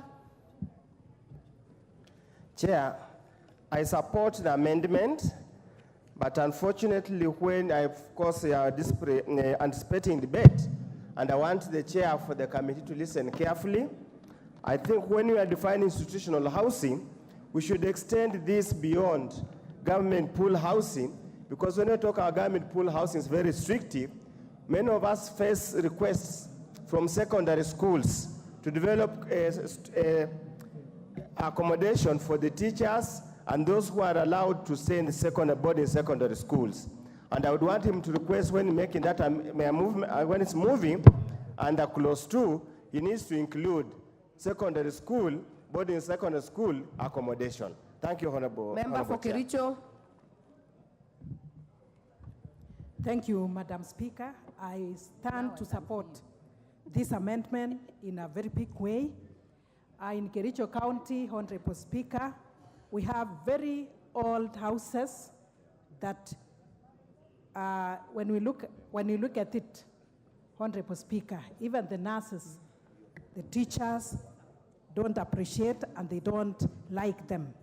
Not forgetting that the University of Kabianga is the main university that we have, but Honorable Speaker, there are no houses even for the students. They live in rental houses around, and it causes a lot of problems. So when we have this institutional housing, it will save us a lot of trouble in Kericho County. Thank you, Honorable Speaker. Honorable Namoit. Thank you, Madam Speaker. Madam Speaker, I raised to support this amendment because these amendments came out from the pastoral community and specifically the people of Turkana County. Madam Speaker, the institutions in Turkana do not have these houses. So I'm requesting that when the Ministry of Education admitted 900 students in one of the secondary schools, we do not have the right structures to accommodate these students. The people of Turkana do not need these houses, but our institutions, like the Turkana University College, we do not have houses to house our students. So basically, Madam Speaker, this amendment will support the people of Turkana County, and I again support this amendment. Thank you, Madam Speaker. Other members, I now put the question that clause 10 be amended as proposed by the chair. Will as many as are of that opinion say aye? Will as many as are of a contrary opinion say nay? The ayes have it. I'll allow the next proposed amendment by the member for Mandera South, Honorable Abdul Haro. Thank you. Prosecute the amendment. Thank you, Chair. I'll move an amended version of my earlier amendment. I move that the bill be amended in clause 10(2)(b) by inserting the following words: or low monthly payment home loans where applicable, immediately after the words low interest loans. Thank you, Chair. I therefore propose the question that clause 10 be amended as proposed by Honorable Abdul Haro. Chair. Honorable Chair, we have consulted and we agree with the amendment as proposed by Honorable Abdul Haro. This is to be able to provide for our Muslim brothers and sisters to be able to access this fund by being Sharia compliant. I therefore will put the question that clause 10 be amended as proposed by Honorable Abdul. Will as many as are of that opinion say aye? Will as many as are of a contrary opinion say nay? The ayes have it. I will now put the global question that clause 10 as amended be part of the bill. Will as many as are of that opinion say aye? Will as many as are of a contrary opinion say nay? The ayes have it. Clause 11. I propose the question that clause 11 be part of the bill. We have a proposed amendment by the chairs moved by Honorable Ngeno. Clause 11 be amended, the bill be amended by deleting the clause 11, the whole of clause 11 of the bill, and substituting therefore, the following new clauses. 11.1, the board may allocate out of the fund monies for the development and offtake of affordable housing programs and projects, and B, development of institutional housing, and C, social and physical infrastructure. 2, the monies may be allocated subject to the annual investment programs under Section 11B and the provisions of Part 3A to the agencies set out in Schedule 3. Third schedule. And in that third schedule, Madam Chair, these are the list of the agencies in that schedule. 1, county governments. 2, Order, Chair. Are you moving on the schedule? Yes. Do not move the schedules yet. Number 3, the monies may be allocated to county governments in accordance with the Public Finance Management Act 2012 and on such conditions as may be prescribed by the Cabinet Secretary for the time being responsible for the National Treasury. 4, despite the provisions of subsection 2, the board shall allocate out of the fund A, up to 2% of the monies to the collector for the collection of the levy as may be approved by the Cabinet Secretary for the time being responsible for the National Treasury on the recommendation of the Cabinet Secretary, and B, up to 2% of the monies to the board for the administration of the fund as may be approved by the Cabinet Secretary for the time being responsible for the National Treasury on the recommendation of the Cabinet Secretary. 5, the third schedule may be amended by notice in the Gazette.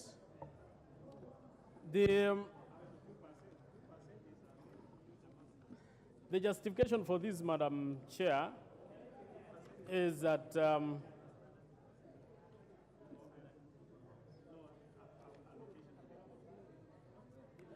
as you can see, Madam Chair, there should be a prescribed formula of subdividing this money according to the agencies which are supposed to implement this particular fund. Thank you. I therefore propose the question that clause 11 be amended as proposed by the chair. I put the question that clause 11 be amended as proposed by the chair. Will as many as are of that opinion say aye? Will as many as are of a contrary opinion say nay? The ayes have it. The import of this amendment is that the proposed amendments by Honorable Gathoni Wamuchomba, Honorable Ariko Namoit, and Honorable Member for Funyula fall. So I will put the global question that clause 11 is amended be part of the bill. Will as many as are of that opinion say aye? Will as many as are of a contrary opinion say nay? The ayes have it. Clause 12. I propose the question that clause 12 be part of the bill. Honorable Gathoni Wamuchomba. Madam Chair, I rise to move that the clause 12 of the bill be deleted. With your permission, Madam Chair, the National Housing Corporation should be the one that should administer the fund, owing to its unique and long experience in the management of such funds. Further, Madam Chair, this should be cheaper instead of establishing another board.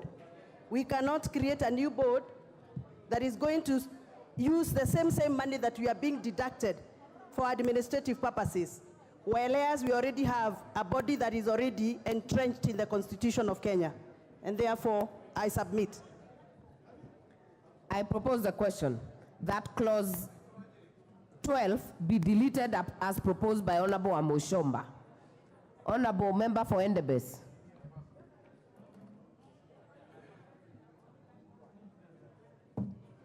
Thank you, Madam Speaker. Madam Speaker, You know the amendments the Honorable Mushomba has been moving was that there should be this, she was opposing. Now I wonder why she's collecting now the money and wants to give it to a certain board. You know, it is it is kind of rhetorical. It is funny, Madam Speaker. And I want to oppose on that Member basis. for Endebess.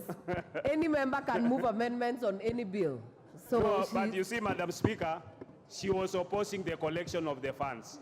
She is saying this issue of the housing fund is punitive. It is costly to the taxpayer. Member for Now, Endebess. she wants the same Member money. for Endebess. Contribute, oppose Yes, the I'm opposing. amendments, I'm but giving do the not reasons why say I'm that she opposing. cannot bring an amendment. I'm giving the reasons why I'm opposing. And she was saying the fund is scandalous. Now the scandalous fund, she wants to give the same fund to the housing corporation. So I oppose, Madam Speaker. We hear you. Member for Buri, are you on this?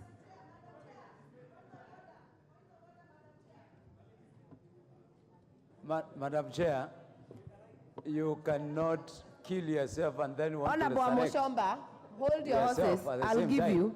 Member for Buri, Yes, Madam Chair, I'm saying you cannot kill yourself and then you want to resurrect and come back to light again. I oppose that amendment.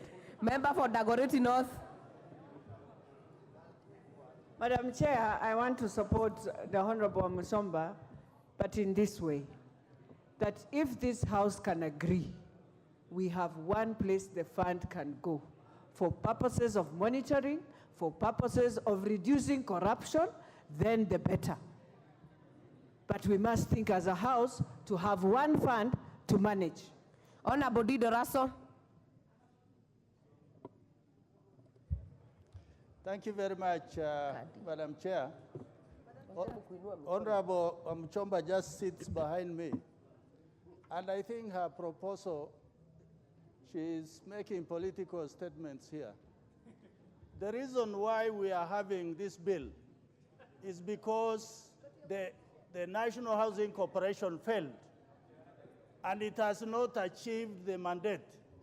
And that is why we are coming up with a new law. For that reason, I oppose. Other members, I said I'll give the ones who have put for intervention. Member for Mosop. Madam Chair, I stand to oppose that amendment specifically because Housing Corporation has actually failed, and I support the member. And so coming up with an independent body to just to monitor this fund is the right thing to do. So I oppose the proposal. Majority Leader. Chair, I rise to oppose. Honorable Chair, you know what Honorable Pukosa was saying. We have already collected the levy. The money is going to a fund that is also giving money to other implementing agencies, including county governments.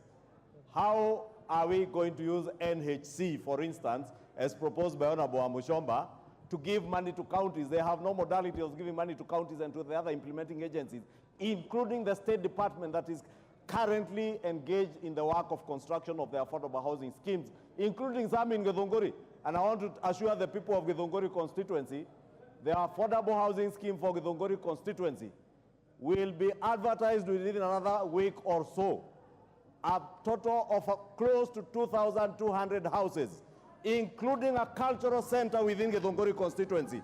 And I must thank the former member of parliament for Githunguri, the Honorable Kago Alidia, who has gone out of his way to make sure that the people of Githunguri will not miss out on this opportunity to access jobs for the people of Githunguri and to make sure the people of Githunguri also access affordable and social. Other members. Other members, I will hear Honorable Nyamai. Honorable Amushomba, I'll give you a minute. Just hold your horses. Honorable Nyamai. Thank you, Madam Chair. I oppose this amendment by the Honorable Gathoni. First of all, funds have already been collected. And I think we will be over-legislating by identifying an institution, a specific institution where this money should go. 2, Honorable Chair, it's about the moral authority. In the earlier amendment, the Honorable Gathoni totally rejected the collection of money. So morally, this amendment is morally wrong for her to bring it. Thank you, Chair.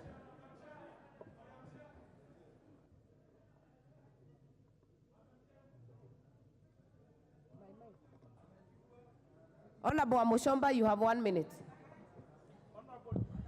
Madam Chair, I rise to, first of all, clear the air that the people of Githunguri who elected me so overwhelmingly have a right to be represented in this house.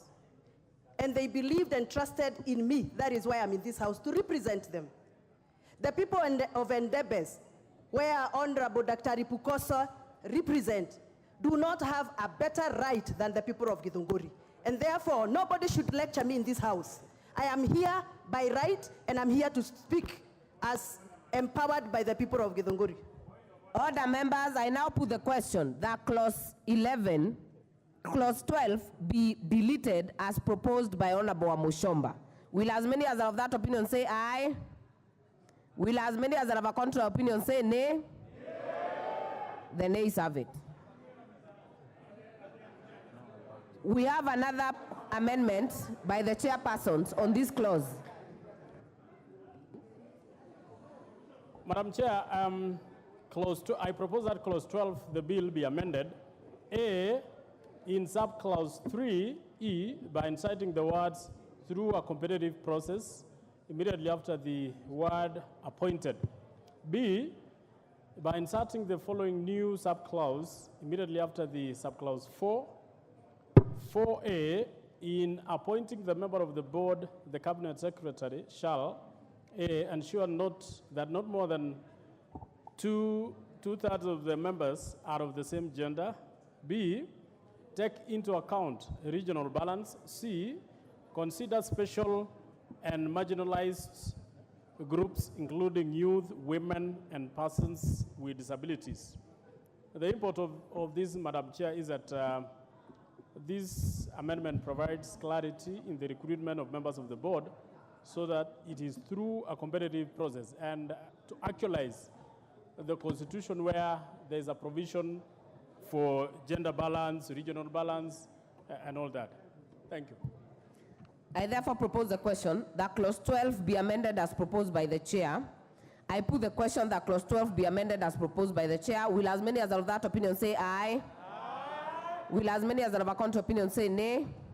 The ayes have it. I now put the question that clause 12 as amended be part of the bill. Will as many as are of that opinion say aye? Will as many as are of a contrary opinion say nay? The ayes have it. Clause 13. I propose the question that clause 13 be part of the bill. Mover, Honorable Mushomba. Madam Speaker, I drop it because you have already made an amendment for the previous clause. Thank you. The amendment is dropped. Proposed amendment by the chairpersons on clause 13. I propose that clause 13 be amended as per the order paper. I propose the question that clause 13 be amended as proposed by the chair. Are you still on your feet, Chair? I've already proposed the question, and I want to put the question. I put the question that clause 13 be amended as proposed by the chair. Will as many as are of that opinion say aye? Will as many as are of a contrary opinion say nay? The ayes have it. The import of that amendment is that the proposed amendment by Honorable Millie Odhiambo is dropped. So I will put the global question that clause 13 as amended be part of the bill. Will as many as are of that opinion say aye? Will as many as are of a contrary opinion say nay? The ayes have it. Clause 14. I propose the question that clause 14 be part of the bill. Mover, member for Githunguri.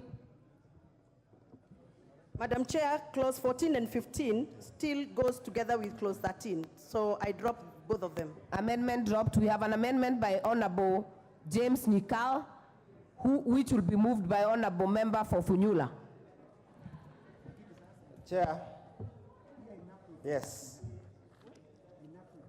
I propose that clause 14 is amended as provided for in the order paper. And the import of it is to professionalize the management of the fund. Thank you, Chair. I propose the question that clause 14 be amended as proposed by Honorable Member for Funyula. I'll give the chair the first chance.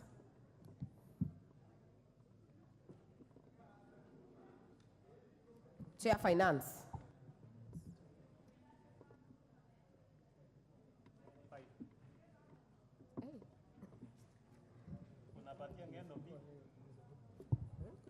So, Okay, thank you. Honorable Chair, what Dr. Nyikali is recommending and what has been moved by our good friend, as co-chairs we've consulted and they agree with those amendments. This is to professionalize the academic qualification and the experience needed for the chairperson and for the members of the board, and therefore we support that amendment as proposed. Member for Endebess, did you want to speak to this?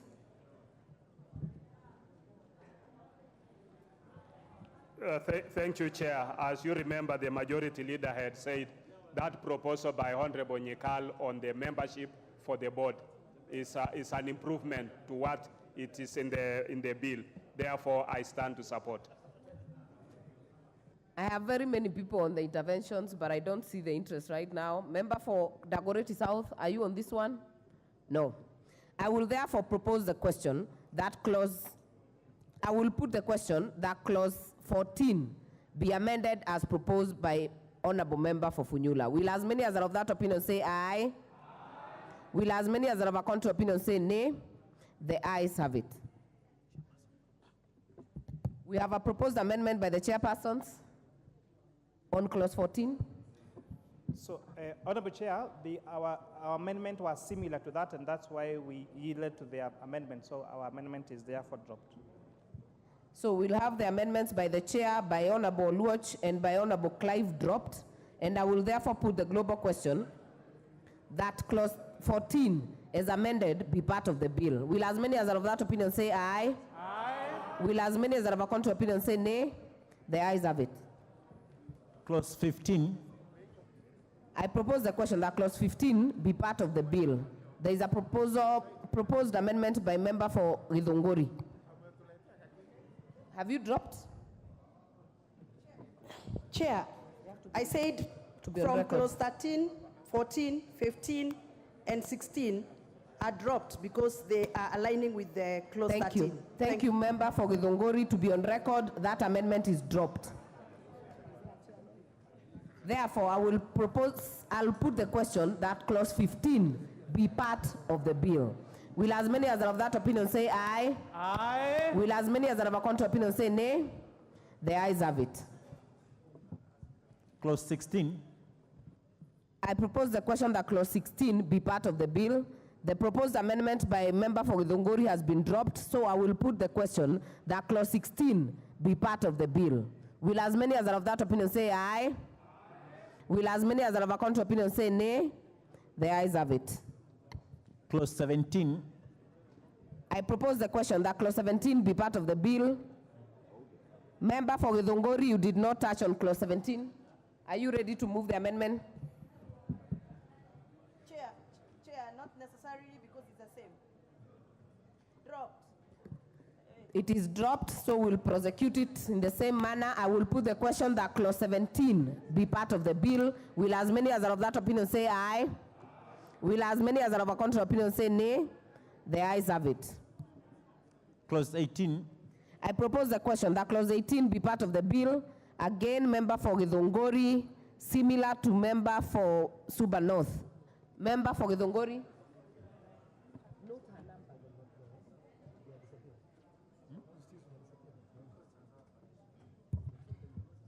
Chair, dropped. I will therefore prosecute it in the same manner and put the question that clause 18 be part of the bill. Will as many as are of that opinion say aye? Will as many as are of a contrary opinion say nay? The ayes have it. Clause 19. I propose the question that clause 19 be part of the bill. Again, member for Githunguri. Is it the similar fate? Thank you. So I will put the question that clause 19 be part of the bill. Will as many as are of that opinion say aye? Will as many as are of a contrary opinion say nay? The ayes have it. Clause 20. I propose the question that clause 20 be part of the bill. Member for Githunguri, be on record. Dropped, Chair. Thank you. I therefore put the question that clause 20 be part of the bill. Will as many as are of that opinion say aye? Will as many as are of a contrary opinion say nay? The ayes have it. Clause 21. I propose the question that clause 21 be part of the bill. Proposed amendment by member for Githunguri.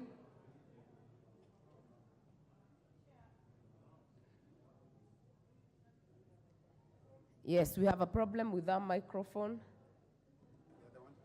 Thank you. Chair, I move that the bill be amended by deleting clause 21 and substituting it therefore with the following new clause. 21A, there shall be an administrator of the fund who shall be competitively recruited and appointed by the National Housing Corporation. But because already we have made conclusions on the other clauses touching on the National Housing Corporation, and therefore drop the amendment. It is well noted. We have a proposed amendment by the chairpersons. Honorable Kuria. Honorable Chair, I beg to move that clause 21 be amended as per the order paper, and this providing for qualification of the CEO. I therefore propose the question that clause 21 be amended as proposed by the chair. I put the question that clause 21 be amended as proposed by the chair. Will as many as of that opinion say aye? Aye. Will as many as are of a contrary opinion say nay? The ayes have it. The import of that is that proposed amendment by Honorable Oluoch and Honorable Ombane falls. So I will put the global question that clause 21 as amended be part of the bill. Will as many as are of that opinion say aye? Aye. Will as many as are of a contrary opinion say nay? The ayes have it. Clause 22. I propose the question that clause 22 be part of the bill. Chairpersons. Chair, I beg to move that clause 22 be amended as per the order paper, and this is seeking to align the functions of the administrator of the fund to the previous amendment, providing for submission of annual affordable housing investment programs by the board to the National Assembly for approval. And further, that the amendment seeks to harmonize the roles of the administrator with Section 24 of the PFM Act of 2012. I therefore propose the question that clause 22 be amended as proposed by the chair. I now put the question that clause 22 be amended as proposed by the chair. Will as many as are of that opinion say aye? Aye. Will as many as are of a contrary opinion say nay? The ayes have it. Member for Githunguri, you have a proposed amendment on the same?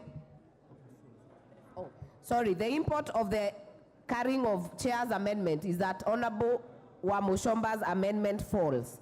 So I will put the global question that clause 22 as amended be part of the bill. Will as many as are of that opinion say aye? Aye. Will as many as are of a contrary opinion say nay? The ayes have it. Clauses 23 and 24. These have no amendments. I propose the question that clauses 23 and 24 be part of the bill. I now put the question that clauses 23 and 24 be part of the bill. Will as many as are of that opinion say aye? Aye. Will as many as are of a contrary opinion say nay? The ayes have it. Clause 25. I propose the question that clause 25 be part of the bill. The proposed amendment is by Honorable Millie Odhiambo, who is not in the House, so it is dropped. So I will put the question that clause 25 be part of the bill. Will as many as are of that opinion say aye? Aye. Will as many as are of a contrary opinion say nay? The ayes have it. Clause 26. I propose the question that clause 26 be part of the bill. Honorable Wamushomba.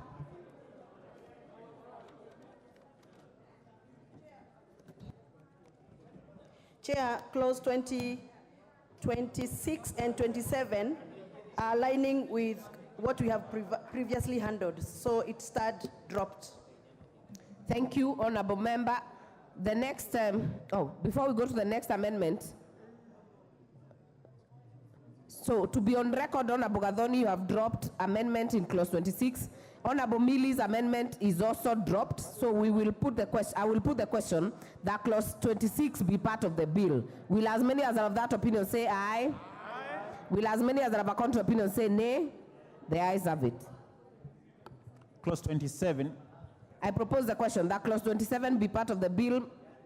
I think Honorable Amushomba, you're on record that this is also dropped. Member for Seme is not in the house, it's also dropped. So I will put the question that clause 27 be part of the bill. Will as many as are of that opinion say aye? Aye. Will as many as are of a contrary opinion say nay? The ayes have it. Clause 28. I propose the question that clause 28 be part of the bill. Honorable Gathonu Amushomba, is this also affected? Chair, clause 28 and 29 are affected, so they stand dropped. Thank you. To be on record, that amendment is dropped, so I will put the question that clause 28 be part of the bill. Will as many as are of that opinion say aye? Aye. Will as many as are of a contrary opinion say nay? The ayes have it. Clause 29. We will treat this as I will propose the question that clause 29 be part of the bill. The amendment by Honorable Member for Githongori is dropped, so I will put the question that clause 29 be part of the bill. Will as many as are of that opinion say aye? Amendments. Yeah, we have an amendment to clause 29. Eh?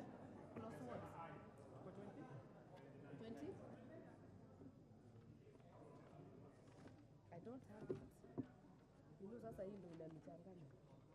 I don't have it. Chair, you have amendments. Oh, these are new clauses. These are new clauses.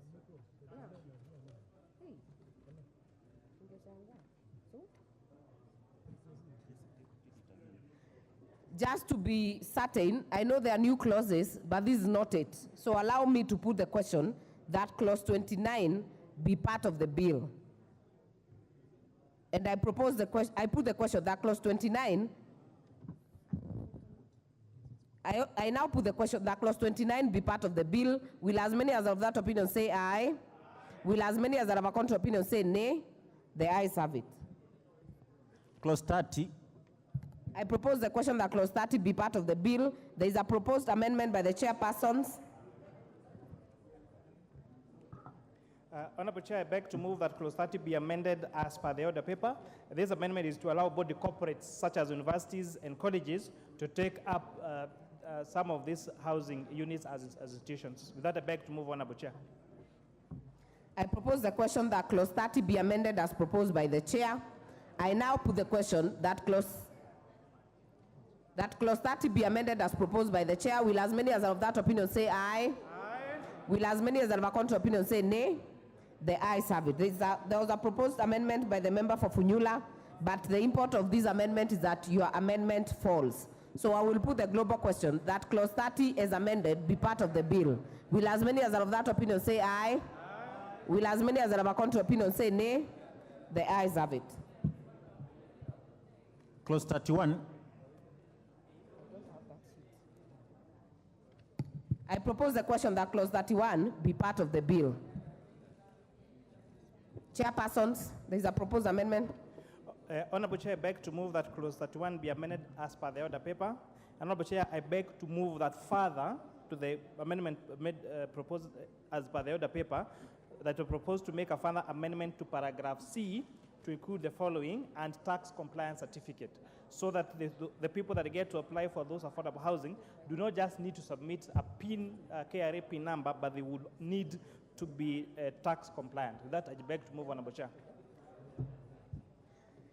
I will propose the question that clause 31 be amended as proposed by the chair. I now put the question that clause 31 be amended as proposed by the chair. Will as many as are of that opinion say aye? Will as many as are of a contrary opinion say nay? The ayes have it.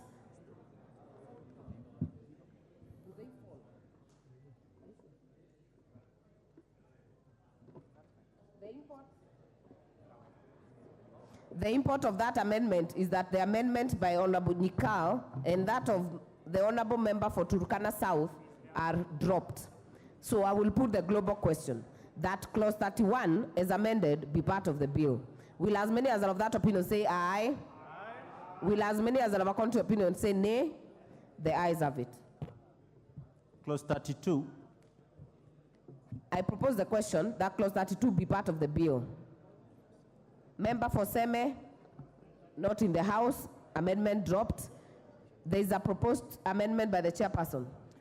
Honorable Chair, beg to move that clause 32 be amended as per the order paper, and this, Honorable Chair, is to remove the agencies so that the board becomes the one ultimately responsible for the functions relating to matters of affordable housing. I propose the question that clause 32 be amended as proposed by the chair. I put the question that clause 32 be amended as proposed by the chair. Will as many as are of that opinion say aye? Aye. Will as many as are of a contrary opinion say nay? The ayes have it. Clause 33. I propose the question that clause 33 be part of the bill. Chairperson. Clause 33 is amended as per the order paper. By deletion of these clauses 33, 34, and 35 is because these contractual matters... Chair, you must prosecute per. As per. Yeah, this is on 33 only. Clause 33 is amended as per the order paper. I propose the question that clause 33 be deleted as proposed by the chair.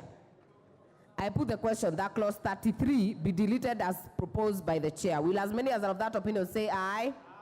Will as many as are of a contrary opinion say nay? The ayes have it. Clause 34. I propose the question that clause 34 be part of the bill. Mover, Chair. I propose that clause 34 be deleted as per the order paper. Thank you, Honorable Chair. I propose the question that clause 34 be deleted as proposed by the chair. And I now put the question that clause 34 be deleted as proposed by the chair. Will as many as are of that opinion say aye? Aye. Will as many as are of a contrary opinion say nay? The ayes have it. Clause 35.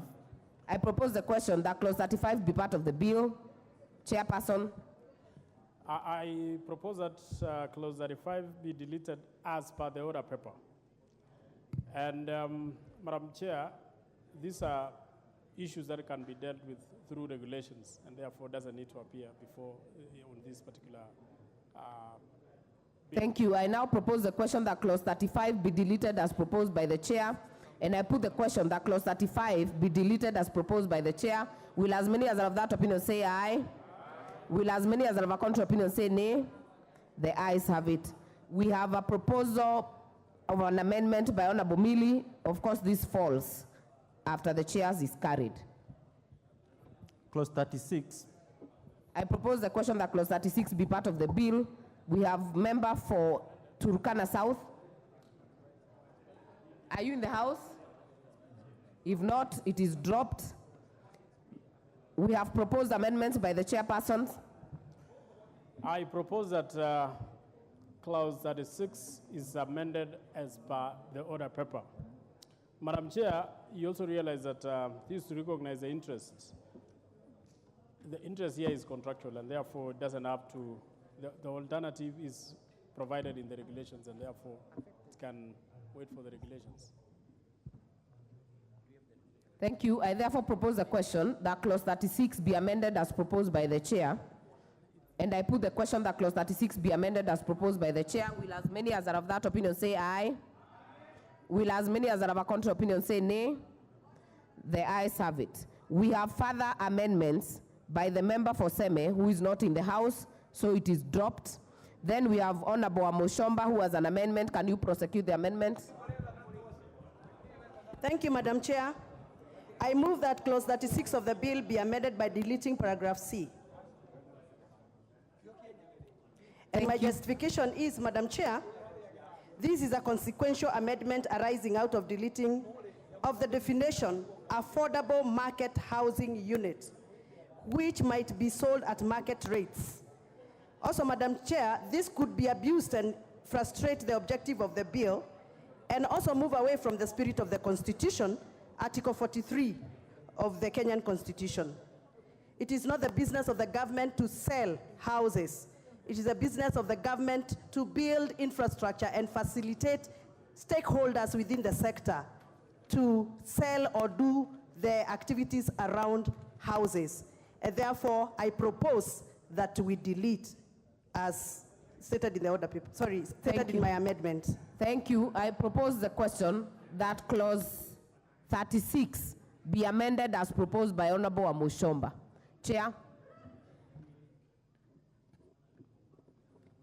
Honorable Chair, the amendment again as proposed by the Honorable Amushomba, if I read verbatim what the bill says on clause 36, that the interest rate or administration fee for a loan issued under this act shall be payable on a reducing balance as follows.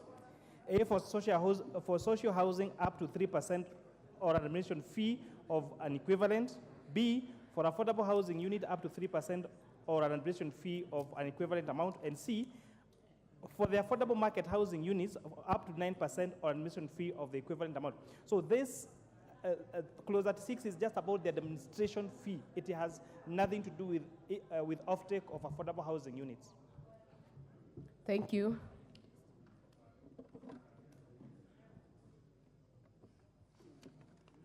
I will therefore propose the question. I will put the question that clause 36 be amended as proposed by Honorable Gathoni Amushomba. Will as many as are of that opinion say aye? Will as many as are of a contrary opinion say nay? Nay. The nays have it. There is a proposed amendment by member for Suba North. It is dropped. There is a proposed amendment by the member for Mandera South. Honorable Haro. Yeah, I propose that clause 36 of the bill be amended as per the order paper by inserting the words where applicable immediately after the words under these acts.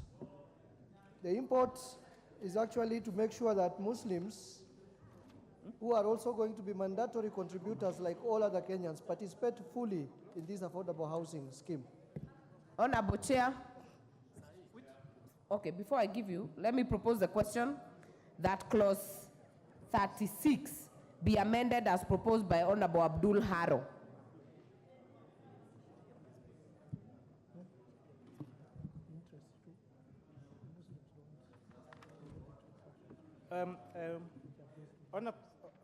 Chair.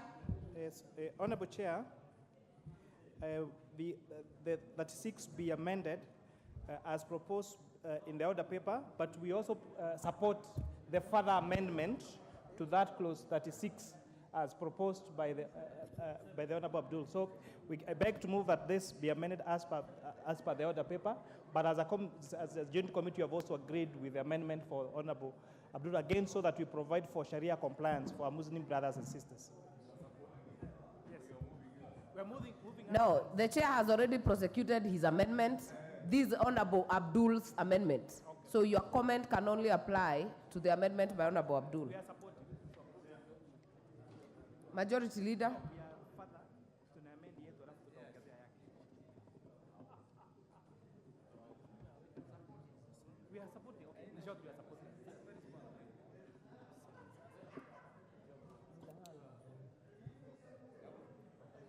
Do you have the mic?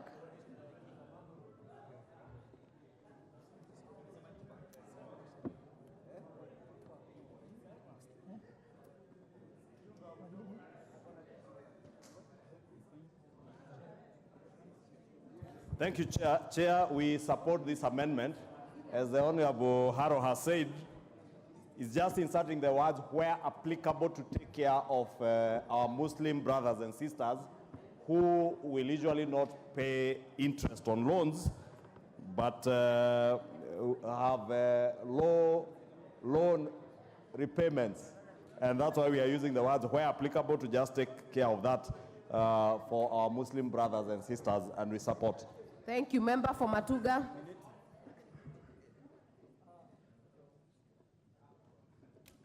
Asante, mwenyekiti. Naunga mkono hiyo marekebisho kwa sababu kwa sisi jamii ya Kiislamu sio kwamba ni haramu, lakini ni dhambi kubwa ikija wakati wa kutoa riba, aidha kupeana ama kupatiwa riba.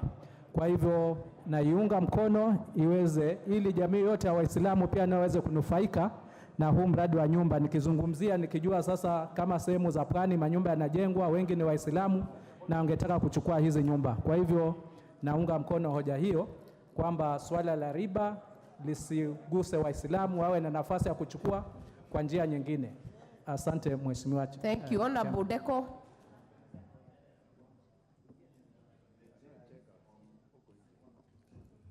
Sema kitu hapa. Thank you very much, Madam Chair, in support of the amendment by Honorable Abdul Haro from Mandera South. We are in total support, and I want to thank the Chair and the Majority Leader for supporting this amendment to take care of the interests of the Muslim community who are also paying for this, to this fund. So I support. Thank you very much. I now put the question that clause 36 be amended as proposed by Honorable Abdul Haro. Will as many as are of that opinion say aye? Aye. Will as many as are of a contrary opinion say nay? The ayes have it. I now put the global question that clause 36 as amended be part of the bill. Will as many as are of that opinion say aye? Aye. Will as many as are of a contrary opinion say nay? The ayes have it. Clause 37. I propose the question that clause 37 be part of the bill. Chairperson. Honorable Chair, I beg to move that clause 7 be amended as per the order paper, and this amendment is to recognize that loan repayment is a contractual payment, and therefore there is no need to put this in law. It can be dealt with in the regulations.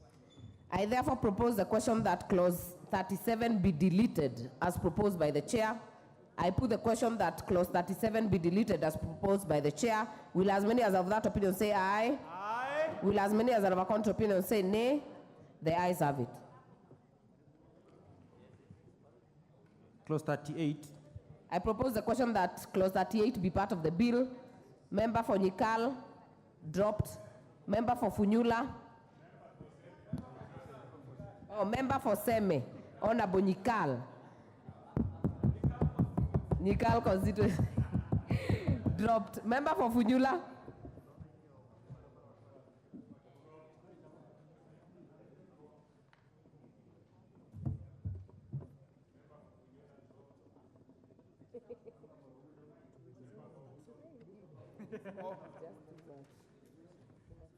Chair, in view that my amendments under clause 4 failed to proceed, I therefore drop amendments under clause 38. Droppings.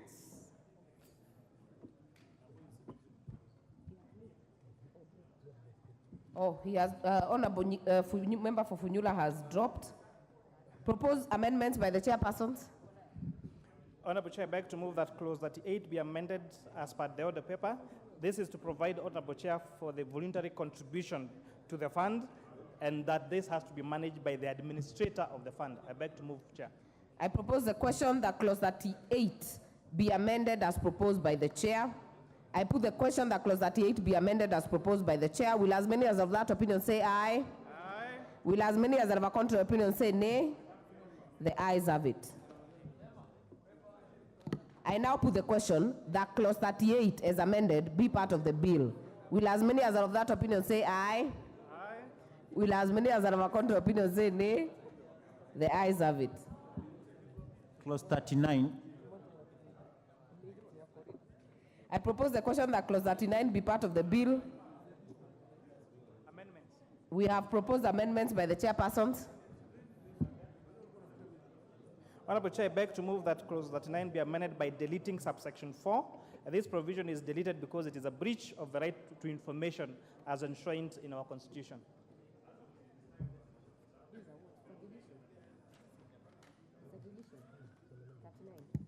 I propose the question that clause 39 be amended as proposed by the Chair. I now put the question that clause 39 be amended as proposed by the Chair. Will as many as are of that opinion say aye? Aye.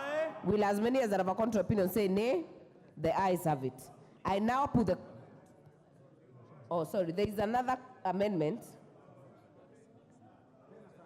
Oh, the amendment by Honorable Wamushomba is similar with the Chair, so it falls by the carrying of this one. So I'll put the global question. I put the question that clause 39 as amended be part of the bill. Will as many as are of that opinion say aye? Aye. Will as many as have a contrary opinion say nay? The ayes have it. Clause 40. I propose the question that clause 40 be part of the bill. Proposed amendment by the chairpersons. Honorable Chair, I beg to move that clause 40 be amended as per the order paper. This amendment, Honorable Chair, is seeking to provide for the commensurate penalty for misappropriation of funds and assets of the fund. And therefore, the bill provides for a period, provides for a penalty that does not consider the amount misappropriated. So this clause is supposed to make it very punitive for anybody who attempts to misappropriate funds into this fund. I therefore propose the question that clause 40 be amended as proposed by the chair. I now put the question that clause 40 be amended as proposed by the chair. Will as many as are of that opinion say aye? Aye. Will as many as are of a contrary opinion say nay? The ayes have it. We have another amendment. The import is that this amendment by Honorable Gathoni also falls by carrying of this amendment. So I will put the question that clause 40 as amended be part of the bill. Will as many as are of that opinion say aye? Will as many as are of a contrary opinion say nay? The ayes have it. Clause 41. I propose the question that clause 41 be part of the bill. The proposed amendment by member for Seme is dropped, so I will put the question that clause 41 be part of the bill. Will as many as are of that opinion say aye? Aye. Will as many as are of a contrary opinion say nay? The ayes have it. Clause 42. I propose the question that clause 42 be part of the bill. There is an amendment to Member for Githunguri. Madam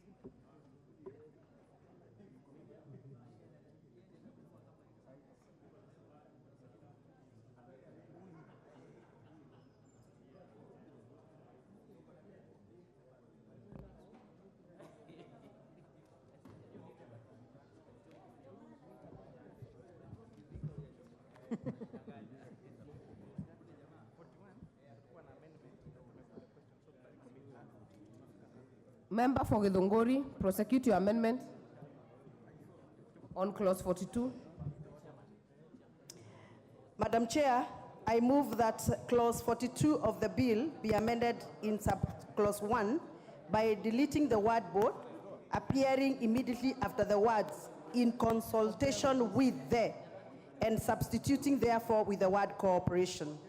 This is because the National Housing Corporation should be the one that should administer the fund, owing to its unique and long experience. Further, this should be a cheaper way instead of establishing another board. Thank you, Madam Chair. I therefore propose the question that clause 42 be amended as proposed by Honorable Gathoni wa Mushomba.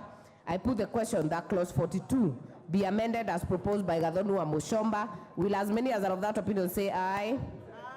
Will as many as are of a contrary opinion say nay? Nay. The nays have it. We have further proposed amendments. Member for Seme, amendment dropped. Member for Funyula.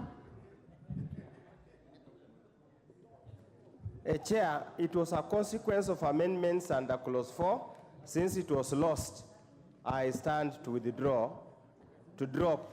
This amendment is dropped. Proposed amendment by chairpersons on 42. Honorable Chair, I beg to move that clause 42 be amended as per the order paper. This is the provision for regulations being amended to deal with the issue of deposits, the 10% deposit that was needed. After listening to the members of the public through our public hearings, the Joint Committee resolved to delete the requirement that those people who want to be allocated housing need to deposit 10% into the fund. So this is a deletion of that clause that require 10% deposit for you to be given a chance to acquire the affordable houses. Thank you. I therefore propose the question that clause 42 be amended as proposed by the chair.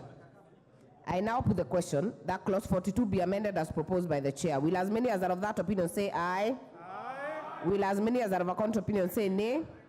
The ayes have it. I now put the question that clause 42 as amended be part of the bill. Will as many as are of that opinion say aye? Aye. Will as many as are of a contrary opinion say nay? The ayes have it. Clause 43. I propose the question that clause 43 be part of the bill. Proposed amendment by the chair. Honorable Chair, I beg to move that clause 43 be amended as per the order paper. Honorable Chair, this amendment is to make additional consequential amendments to the other act so that to give, so that we allow the collector of the levy on a temporary basis to be the one administering this fund as we wait for the operationalization of the fund and the getting into office of the board. You do not want to ask where you went to primary or primary school. Honourable members, I propose the question that clause 43 be amended as proposed by the chair. I now put the question that clause 43 be amended as proposed by the chair.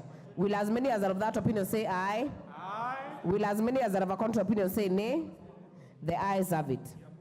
I now propose the question. I now put the question that clause 43 as amended be part of the bill. Will as many as are of that opinion say aye? Aye. Will as many as are of a contrary opinion say nay? The ayes have it.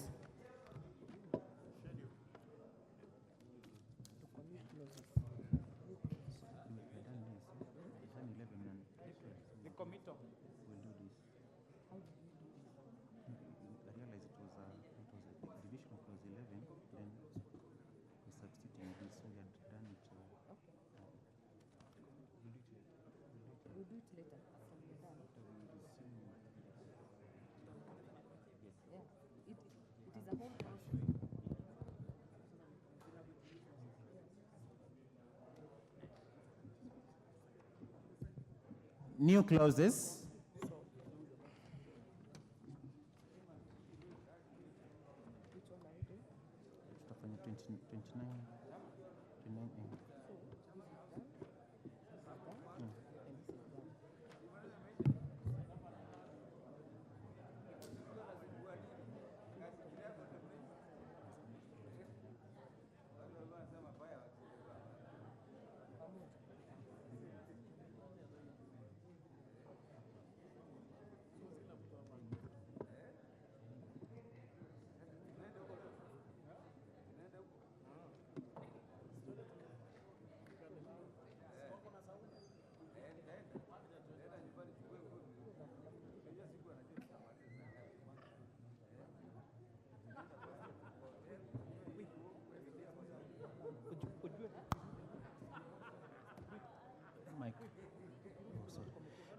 New part 3A, new clause 29A. Mover, move the second reading of the new clause. Honorable Chair, I beg to move that clause 29A, B, C, D, E, and F be read. No, you will have to do one by one. Start by with 29A. Honorable Chair, I beg to move that clause 29A be read a second. Yes. A second time. And this is the provision of the Land Act of the provisions of the Land Act 2012 shall apply with regard to allocation of national or county government land. I propose the question that new clause 29A be now read a second time. I put the question that new clause 29A be now read a second time. Will as many as are of that opinion say aye? Aye. Will as many as are of a contrary opinion say nay? The ayes have it. I now propose the question that clause 29A be part of the bill. I put the question that new clause 29A be part of the bill. Will as many as are of that opinion say aye? Aye. Will as many as are of a contrary opinion say nay? The ayes have it. New clause 29B. Chair, move the second reading. Chair, beg to move that clause 29B be read a second time, and this is the establishment of the other agencies, including government agencies, that can be used to implement the affordable housing programs. I propose the question that new clause 29B be now read a second time. I put the question that new clause 29B be now read a second time. Will as many as are of that opinion say aye? Aye. Will as many as are of a contrary opinion say nay? The ayes have it. I now propose the question that new clause 29B be part of the bill. I put the question that new clause 29B be part of the bill. Will as many as are of that opinion say aye? Aye. Will as many as are of a contrary opinion say nay? The ayes have it. New clause 29C. Mover, move the second reading. Honorable Chair, beg to move that clause 29C be read a second time. This, Honorable Chair, is a provision of institutional housing units. I therefore propose the question that new clause 29C be now read a second time. I put the question that new clause 29C be now read a second time. Will as many as are of that opinion say aye? Aye. Will as many as are of a contrary opinion say nay? The ayes have it. I now propose the question that new clause 29C be part of the bill. And I put the question that new clause 29C be part of the bill. Will as many as are of that opinion say aye? Aye. Will as many as are of a contrary opinion say nay? The ayes have it. New clause 29D.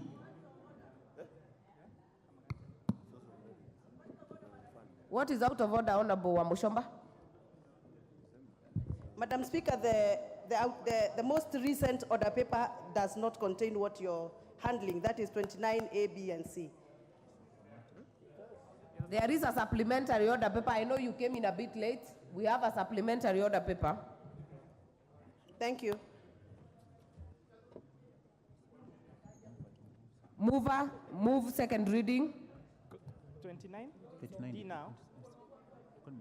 29? Mover, move 29D. Second reading. Honorable Chair, beg to move that clause 29D be read a second time. This is provision of giving the fund mandate to enter into contract with private institutions and private developers for construction of affordable housing. Thank you. I propose the question that new clause 29D be now read a second time. I now put the question that new clause 29D be now read a second time. Will as many as are of that opinion say aye? Will as many as are of a contrary opinion say nay? The ayes have it. I therefore propose the question that new clause 29D be part of the bill. I put the question that new clause 29D be part of the bill. Will as many as are of that opinion say aye? Will as many as are of a contrary opinion say nay? The ayes have it. New clause 29E. Mover to move second reading. Honorable Chair, beg to move that clause 29E be read a second time. And again, this is a provision of that the fund may enter into agreement with mortgage institutions for provision of affordable housing units. I propose the question that new clause 29E be now read a second time. I put the question that new clause 29E be now read a second time.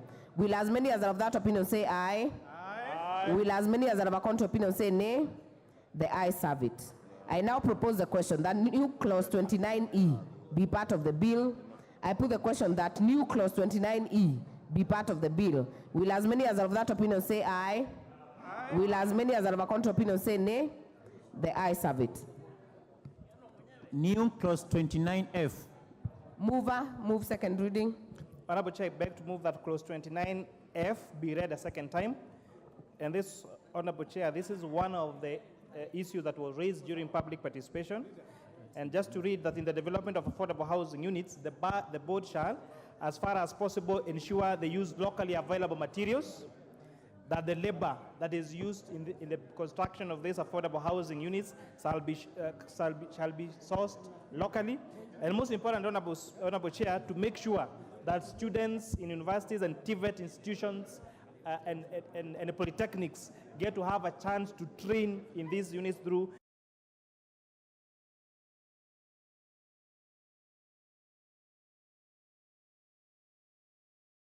be now read a second time.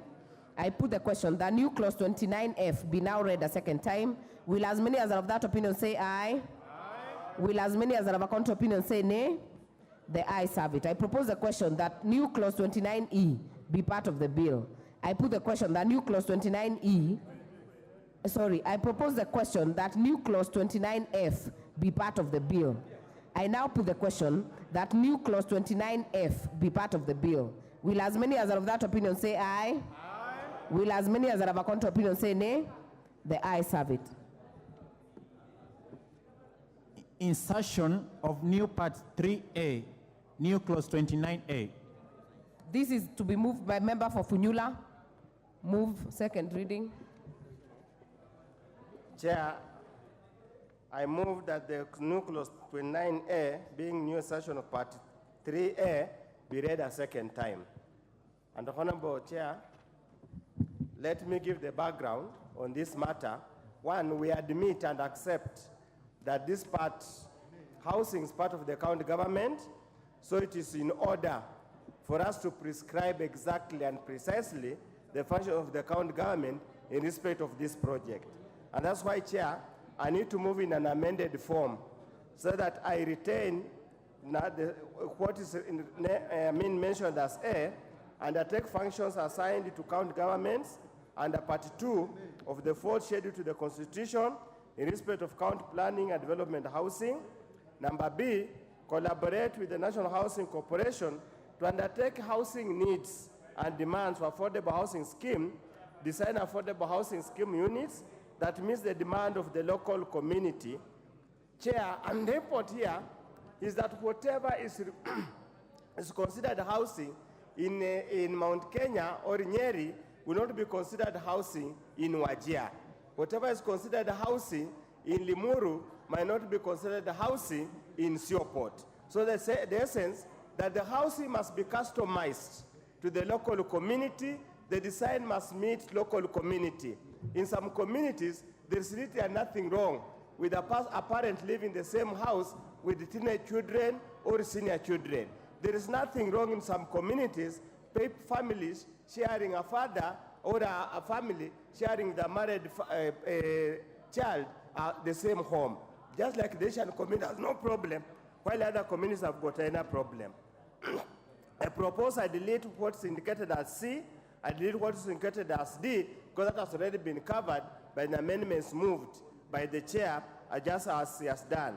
But again, I request that we allow amendment recorded as E, whereby we are embodying that the county government, whatever funds they are given, because if you look at the housing policy, Sessional Paper on Housing Policy, Chair, of 2015, we identified rural housing as one of the most challenges that we have, of inadequate quality, of poor quality. So we are saying, I move in amended form, that the county government should set aside funds.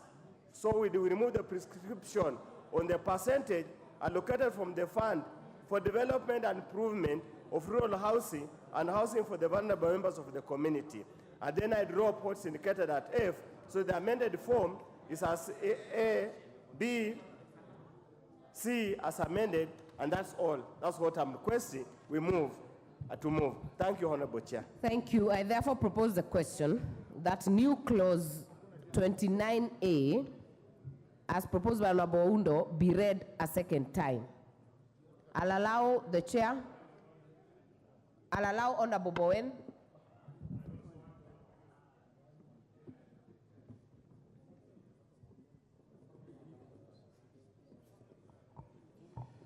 Madam Chair, I would want to oppose the amendment by Honorable Undo, especially when he says that the housing should be done or customized in such a way that a housing in Garissa or in Mombasa is different. I think, Madam Speaker, that is very, very awkward, because we are seeking to standardize some, even including manufacturing of housing building materials, Madam Speaker. So we cannot have, say, for instance, a door of this different size in Busia, and we have a different door size in Elgeyo Marakwet. We need standardization in entire housing project in Kenya, Madam Speaker, and I oppose. Member for Endebess.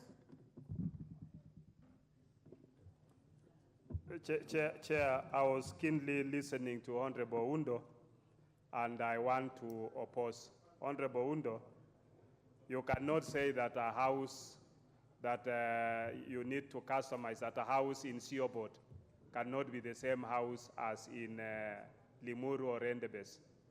It's unfair, because when we talk of any housing, the houses must be standardized. Even when you are here in Nairobi, you don't live in a house similar to the one you live in Siobot. You live in a house that here is that you want to make it habitable, that a house that is standard and is built in a modern way. So I want to oppose it. Honorable Nyamai. Thank you, Madam Chair. Chair, I've also listened to Professor very keenly, but I think it is quite complicated, the way that he has put these amendments, because it is going to affect the two layers of government, and it is putting more and more bureaucracies in a matter that we would like it to be simplified. Two, about having specific kind of houses in different places. The housing issue is about bringing dignity and making people equals by providing a facility which has not been existing. So, Honorable Chair, I oppose and call for standardization. Thank you, Chair. Honorable Ferdinand Wanyonyi. Having listened to my good brother, I think maybe he missed something. You cannot have houses different. So, like now, if you go to Masai, you build a house like a Manyata. You go to my place, which is actually, there are too many Wazungus that were staying in my place. You build a different one. That one will not be possible. I think it was a slip of the tongue. But I think I want to request him to drop that amendment, and please let's move forward. You are going to vote on it, Honorable Owen Bayam. So I actually oppose.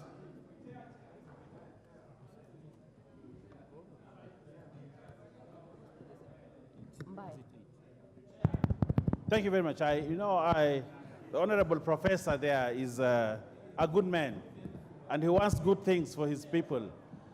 But his people also want better things than he wants for them. They want good houses, like the houses in Nairobi.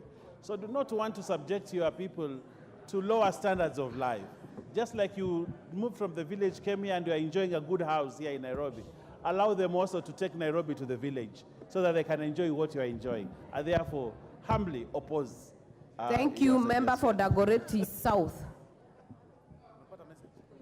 Madam Chair, the last person I'd like to stand up and oppose is the Honorable Oundo. But, Honorable Chair, the magic of affordable housing rests on three things: aggregation, standardization, and specialization. And it goes beyond the construction and the occupation of the houses. Remember, we want to engage our artisans to be the ones furnishing these houses. When you get an order for the building of such houses, and you get an order for the entire project, if they are standardized, it means a better delivery by the artisans who shall be doing the work. And in fact, in the pilot that was at Park Road, it was proven that standardization works magic in the delivery of the furnishing, the woodwork, and the fittings, because when they are all standardized, the order is given to an entity that can deliver and earn out of this affordable housing. So it goes beyond the construction and occupation. So, Honorable Oundo, unfortunately, I oppose your amendment. Thank you. Honorable Tongoyo.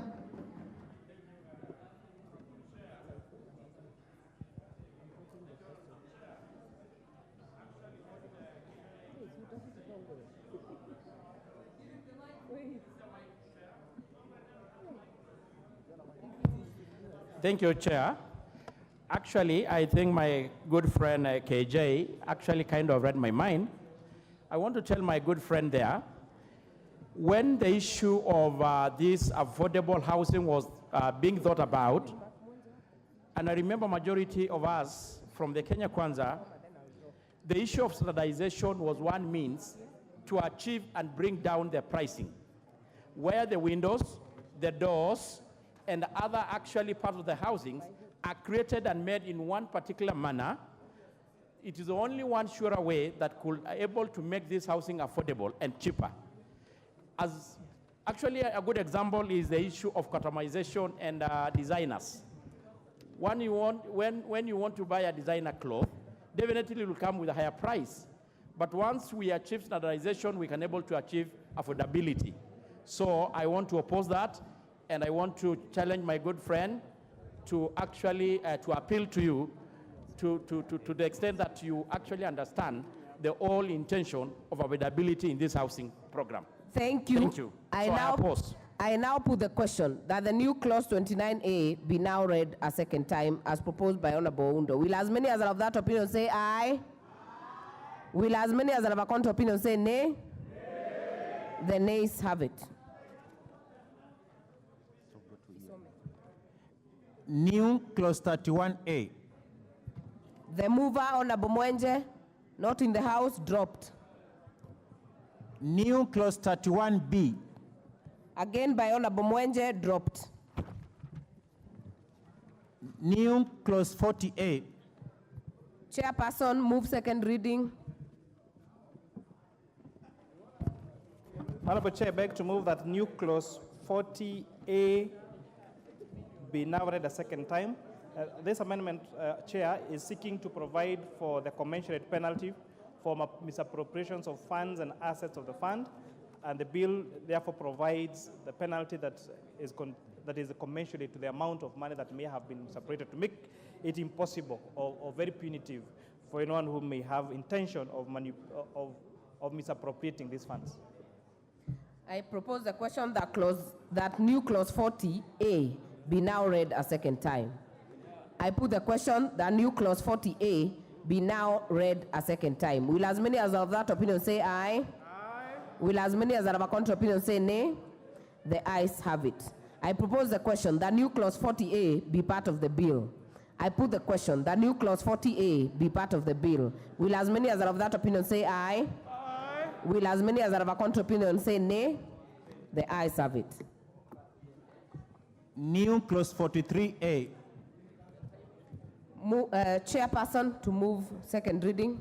Honorable Chair, I beg to move that the new clause 43A be read a second time, that all regulations that is in force immediately for the commencement of this act and applicable to affordable housing and regulatory contributions will be revoked, will now be revoked. Two, that all monies which immediately before the commencement of this act were held by the National Housing Corporation under the Housing Fund Regulations of 2018 shall vest in the fund and shall be deposited into the fund. And three, the National Housing Corporation shall account for and give a record of all contributions made under the Housing Fund Regulations of 2018. And four, that the administration of the fund shall notify the contributors and create an account for each contributor. So the import of this, Honorable Speaker, Honorable Chair, is that funds, for example, that have been held in Bomayango platform will now have to all fall into the new fund. With that, I beg to move, Honorable Chair. I therefore propose the question that new clause 43A be now read a second time. Honorable Oundo. Chair, as the amendment is well intentioned, because normally a consequence of such kind of changes when you make to the law. But I'm apprehensive, Chair, that asking National Housing Corporation, to transfer the funds they collected as a consequence of the regulation of 2018, you are essentially incapacitating and killing a National Housing Corporation. That's the long-term consequence of the amendment. By the time you reorganize and put them funds to continue to undertake their functions, you have literally put them in the limbo, yet they already have ongoing contracts, they already have ongoing arrangements. Indeed, we have essentially killed one of the jewels that has transformed the urban residential landscape in this country. I'm afraid we might do it for political expedience, but we have essentially disorganized the housing sector in this country. So on that score, I stand to oppose. Member for Buri. I think with all due respect to Professor, he did not get the gist of that amendment. It simply says There are some money that were collected before this act, and which need now to be regularized. And that's why the chair gave an example of the Bomayangu. So that's the fund that he's talking about. It has nothing to do with incapacitating. That money is not being used by National Housing Corporation at the moment. It's just there. That's what he's talking about. So please get it right, Professor. For the first time, I have seen you go down the history of not getting the correct statement for the student. Thank you. I now put the question, the new clause 43A be now read a second time. Will as many as are of that opinion say aye? Will as many as are of a contrary opinion say nay? The ayes have it. I propose the question, the new clause 43A be part of the bill. I put the question, the new clause 43A be part of the bill. Will as many as are of that opinion say aye? Aye. Will as many as are of a contrary opinion say nay? The ayes have it. Schedule.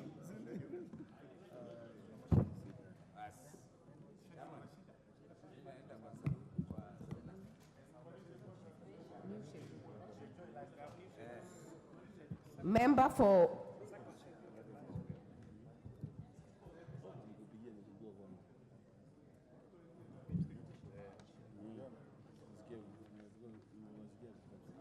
I propose the question that the schedule be the schedule of the bill.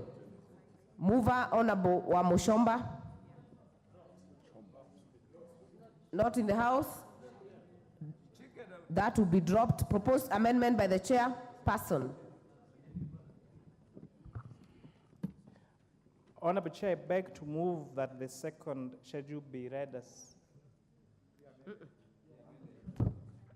be amended.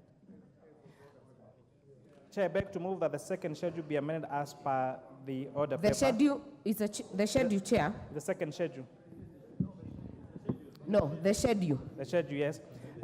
And the amendment to the, so this has several inputs. One is the amendment of the Income Tax Act so that we make housing levy a deductible expense for companies.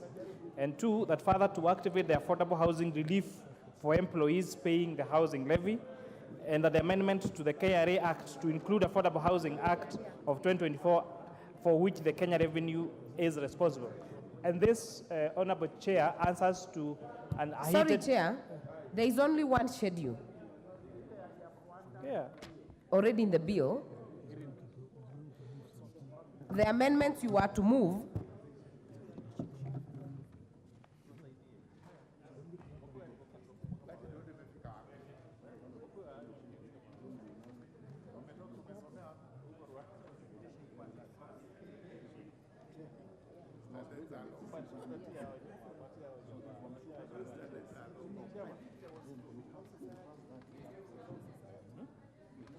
Karibu.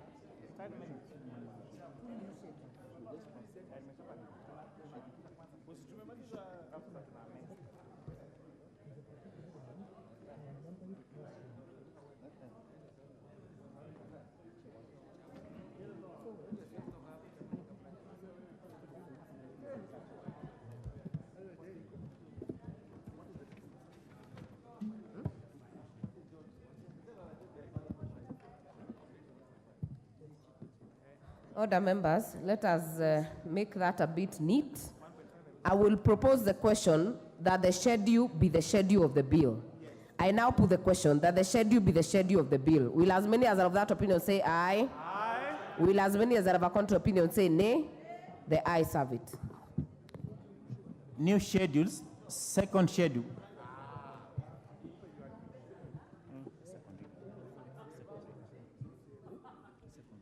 Mover to move second reading of the second schedule. Honorable Chair, I beg to move that the second schedule be read a second time.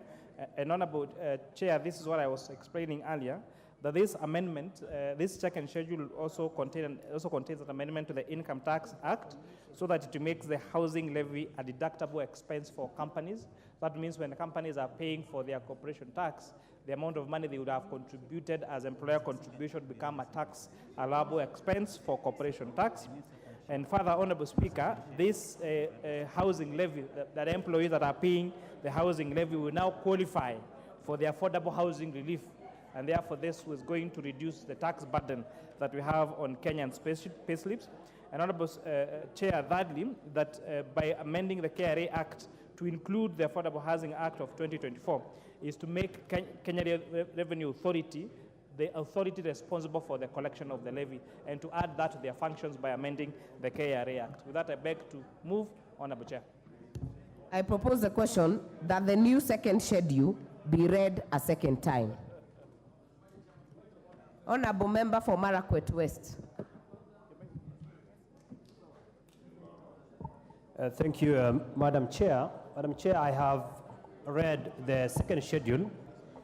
On the first column, it talks of consequential amendment on Section 31B and 31C of the Employment Act number 11 of 2007. Honorable Speaker. Chair, kindly pay attention. Chair. Honorable Speaker, that provision, that is Section 31 of Employment Act. The purpose of this is to repeal Section 31 of the Employment Act of 2007. Honorable Speaker, if you read closely, Section 31 of the Employment Act provides for housing.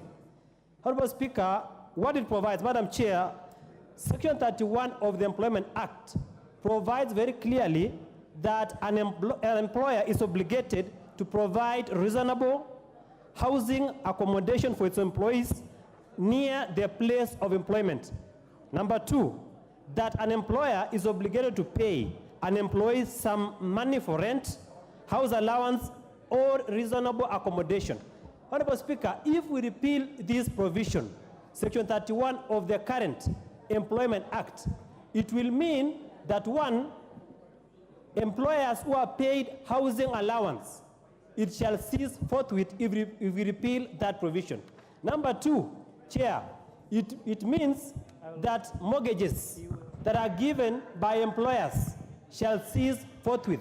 So, Honorable Chair, this amendment will bring dire consequences to those in public service who are enjoying housing allowance and who are enjoying mortgages because they will no longer benefit from it.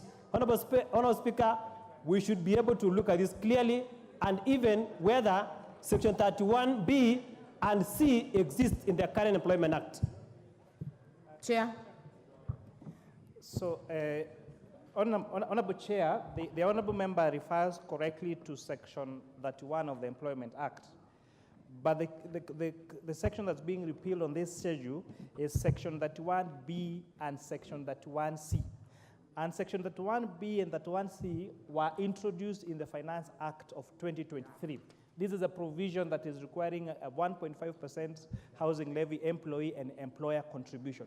So the Honorable Member should not be worried at all. We are not repealing Section 31. We are repealing Section 31B and 31C as a consequence, now that the new housing levy is anchored now through this affordable housing bill.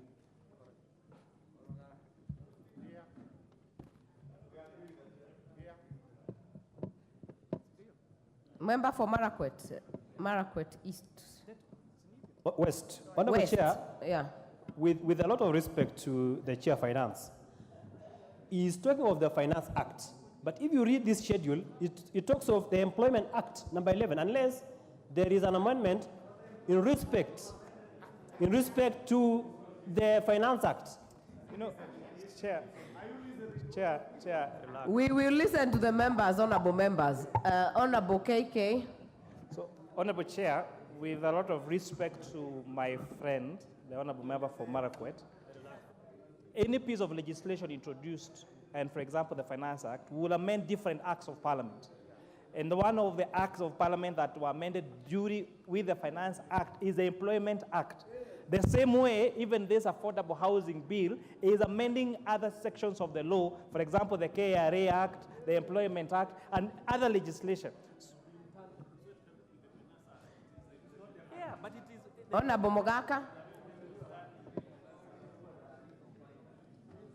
Yeah, thank you so much, and I want to support the proposal and explanation given by the Chair of Finance, because indeed Section 31B and C were a creation of the Finance Act that we passed here in June, and which contain the housing levy, which is now the subject before this House.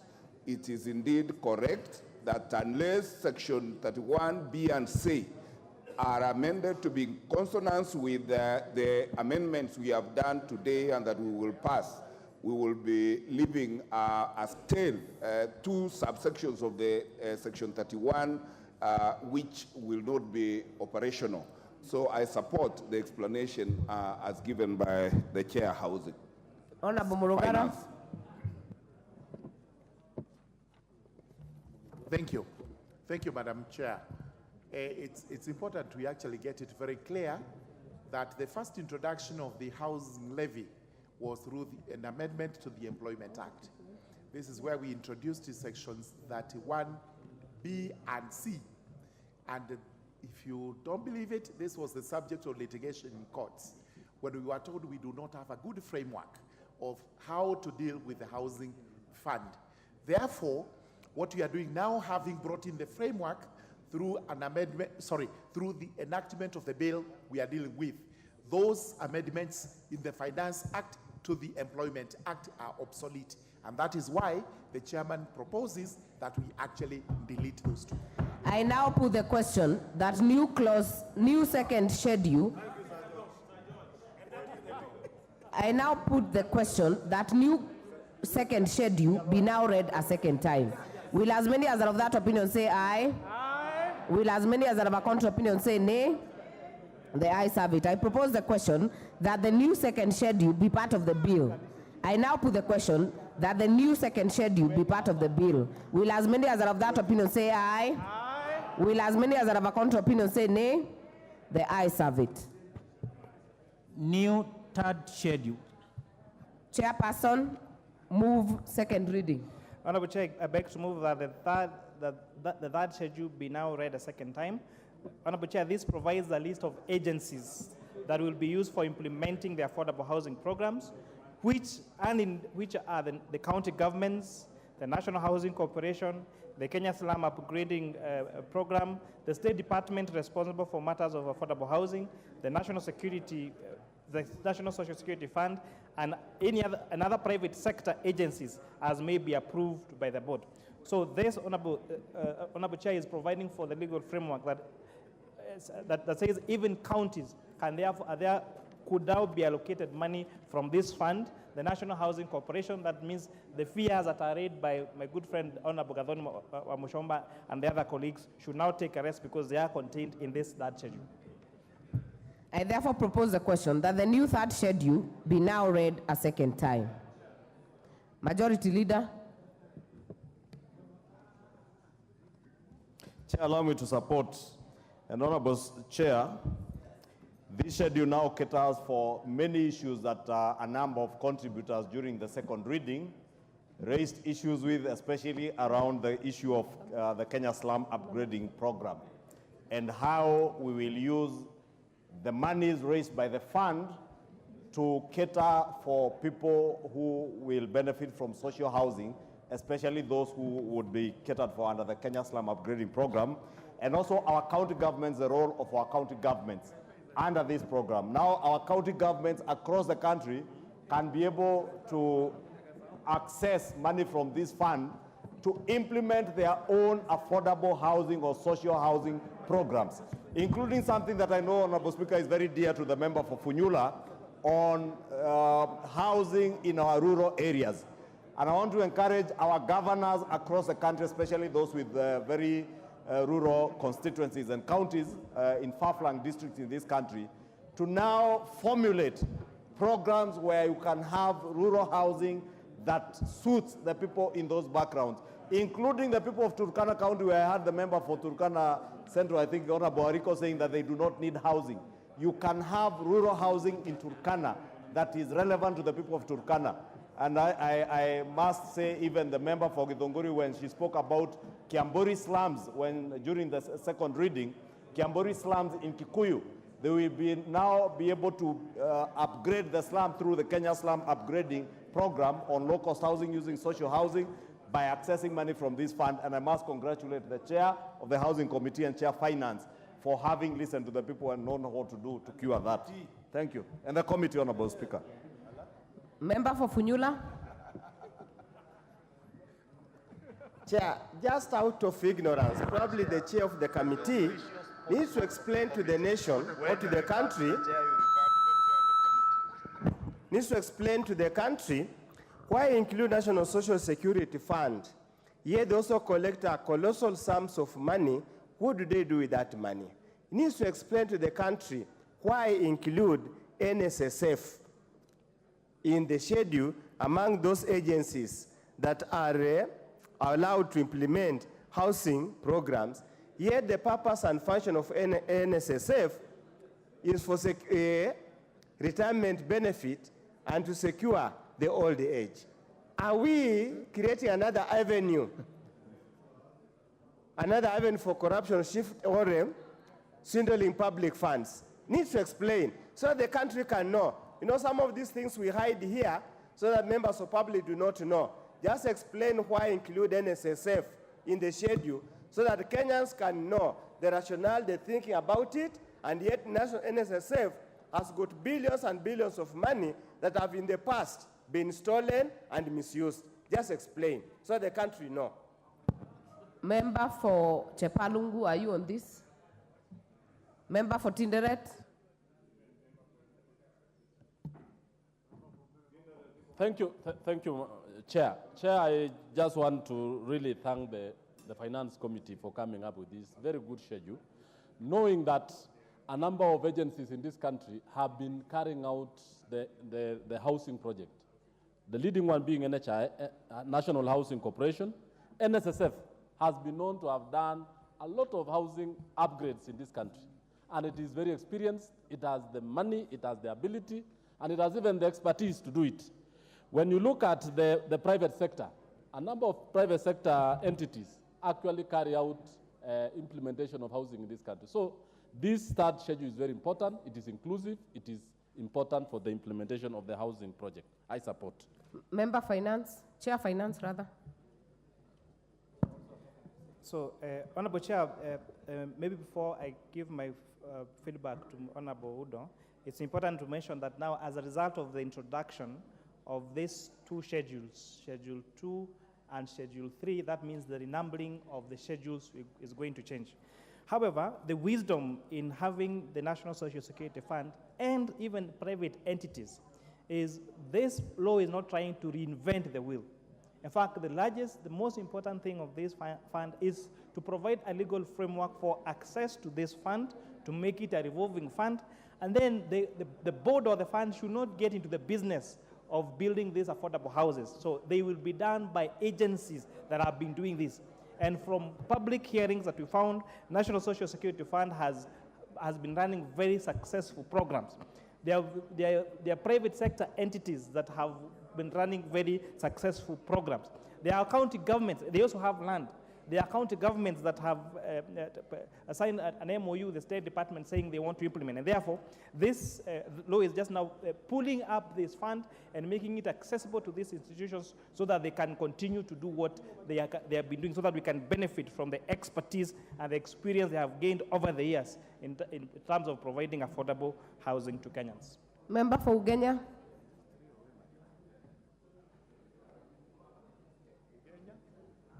No, thank you so much, Madam Chair.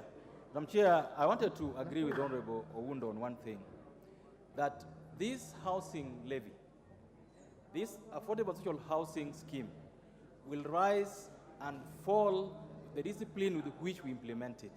And that's why I agree with this advice to the Chair, that once we pass this, we as a house must ensure that our oversight is lesser focused, that no single cent is lost. Because if you look at how this thing was done in Singapore, or Malaysia for that matter, if you even deviated by a single cent, by a single point, you lost your life. You went to jail for the whole of your life. So I want to request those who are listed now in that schedule and those who are going to implement this particular law and its consequences, that we will come for you. And I want to also request all of us in this house let us not go looking for 2, 3 allocations. Ukipata nyumba yako, sorry about that. If you get 1 allocation, be content with that. And Kenyans also, once you get your single house, let the rest of the country also get theirs. Let's not be greedy and start amassing because we can. Thank you. I now put the question that new third schedule be now read a second time. Will as many as are of that opinion say aye? Aye. Will as many as are of a contrary opinion say nay? The ayes have it. I propose the question that the new third schedule be part of the bill. I put the question that the new third schedule be part of the bill. Will as many as are of that opinion say aye? Aye. Will as many as are of a contrary opinion say nay? The ayes have it. Clause 2. I propose the question that clause 2 be part of the bill. Chairperson, you have proposed amendments. Honorable Chair, I beg to move that clause 2 be amended as per the order paper. And this, Honorable Chair, is to remove the discretion of the Cabinet Secretary to appoint another collector other than the Kenya Revenue Authority. And this also amendment on clause 2 is also providing for definition of institutional housing. I therefore propose the question that clause 2 be amended as proposed by the chair. I now put the question that clause 2 be amended as proposed by the chair. Will as many as are of that opinion say aye? Aye. Will as many as are of a contrary opinion say nay? The ayes have it. Member for Turkana South, you had a similar amendment to the chairs. It is dropped. Member for Kitutu Masaba, it is also dropped. Member for Githongori.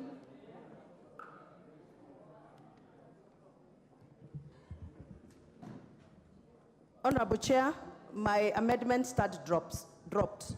Thank you. Member for Madare, not in the House, amendment dropped. Member for Funyula. Chair, I propose to amend the definition of affordable housing as provided in the bill, and the definition, Honorable Chair, is to align the definition of affordable housing as provided for in the National Housing Sessional Paper or National Housing Policy of 2003, and to align with international best practices, UN Habitat and the rest, on how we define affordable housing.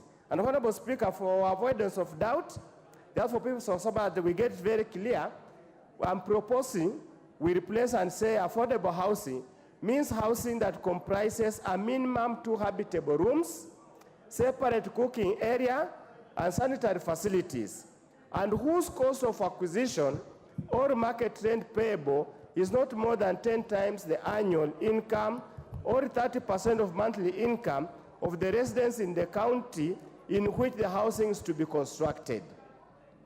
And this, Chair, we borrow this from international best practices, we borrow from literature, and we borrow the classical definition of UN Habitat. That's all that we are making, is just to expand what already exists here, to incorporate the new terminologies of determining of affordable housing.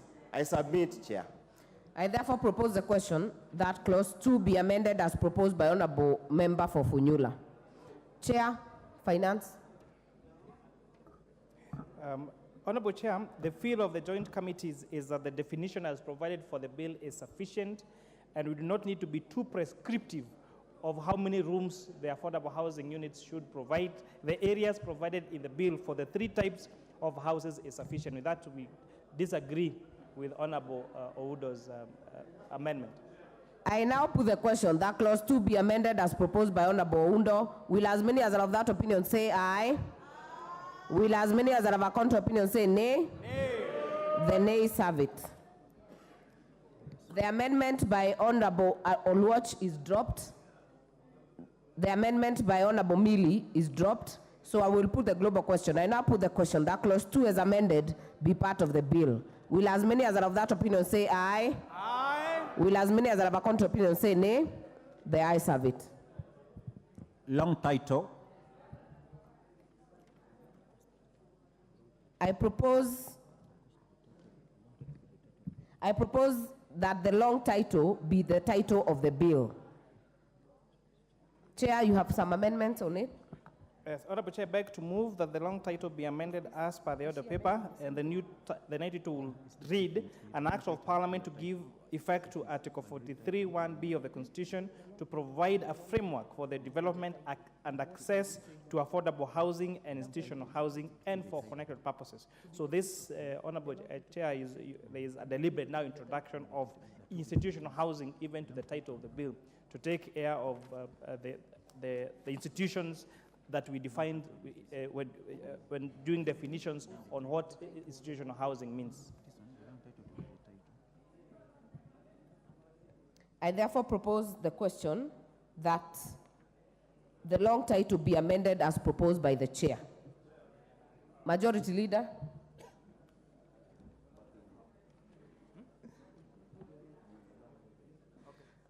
Thank you, Honorable Speaker.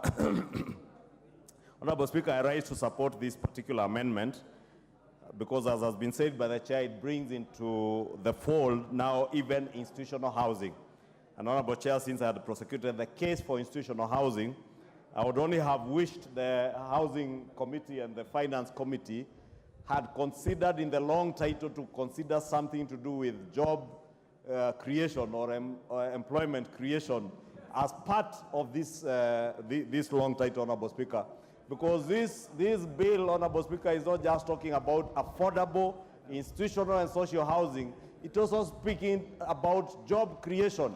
Honorable Speaker, how I wish the chair and the committee had considered to be ingenious in how they will bring in the question of wealth creation, the creation of new home owners, and of course, the value addition that will come with manufacturing, Honorable Speaker, especially in manufacturing around the implements or inputs into the housing projects. But more importantly, Honorable Speaker, is the agenda of job creation.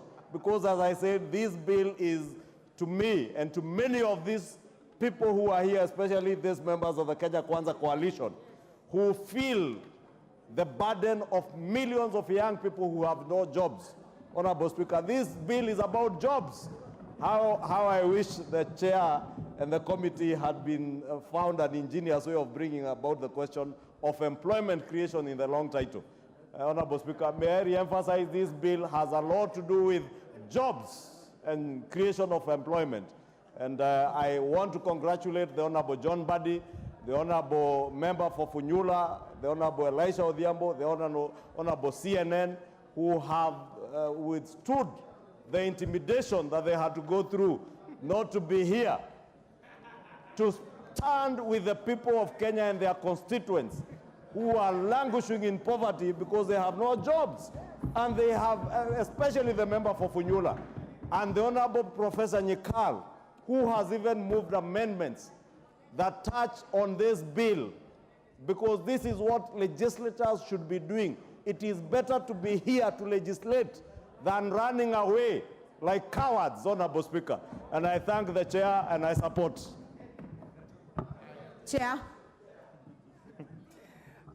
Honorable Chair, the sentiments by the Majority Leader are very welcome. However, we did not feel the need to include that in the title because new clause 29F actually expressly provides that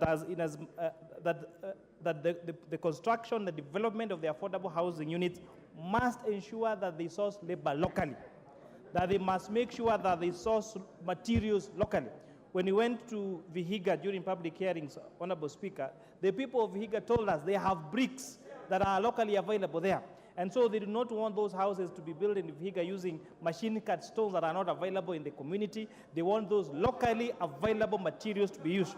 We have also expressly provided in 29FC for students who are in vocational training colleges, in polytechnics, we now have an opportunity to get internship and attachment opportunities in this project. And therefore, that is why we do not feel the need to provide that in the long title. I now put the question that the long title be amended as proposed by the chair. Will as many as are of that opinion say aye? Aye. Will as many as are of a contrary opinion say nay? The ayes have it. I now put the question that the long title as amended be part of the bill. Will as many as are of that opinion say aye? Aye. Will as many as that have a contrary opinion say nay? The ayes have it. Title. I propose the question that the title be the title of the bill. There is an amendment by Honorable Wamushomba. Majority Leader is distracting me. Chair, please send away the Majority Leader, Kimani Ichung'wah, from my desk. He's the one who is distracting me, so I have lost. I couldn't see him there. I was wondering whether. I am here, and I'm just wondering whether we are doing the same business with Kimani Ichung'wah, Majority Leader, who is always coming to my desk. Members. He is coming Order to my Majority desk to Leader. disrupt me. Order Wamushomba, move your amendment. Move your amendment. He came here with an intention to disrupt me. Order, Honorable Wamushomba. You either move the amendment or drop it. Let me drop it because I was not following the precedent. Thank you. Thank you. I therefore will move the title. I will move that the title be the title of the bill. I put the question that the title be the title of the bill. Will as many as are of that opinion say aye? Aye. Will as many as are of a contrary opinion say nay? The ayes have it. Clause 1. I propose the question that clause 1 be part of the bill. I now put the question that clause 1 be part of the bill. Will as many as are of that opinion say aye? Aye. Will as many as are of a contrary opinion say nay? The ayes have it.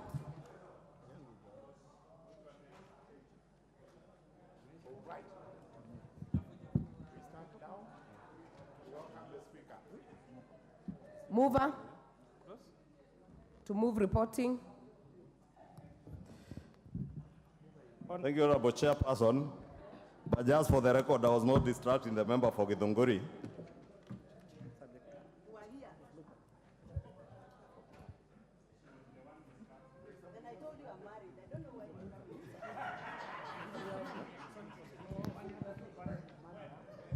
He came here and I told him I'm married, so let him stay at his desk. Honorable Chairperson, I don't know who has the mic, Honorable Chairperson, because I hear the member for Githunguri. I know she has a penchant for me, but I am not interested, Honorable Speaker.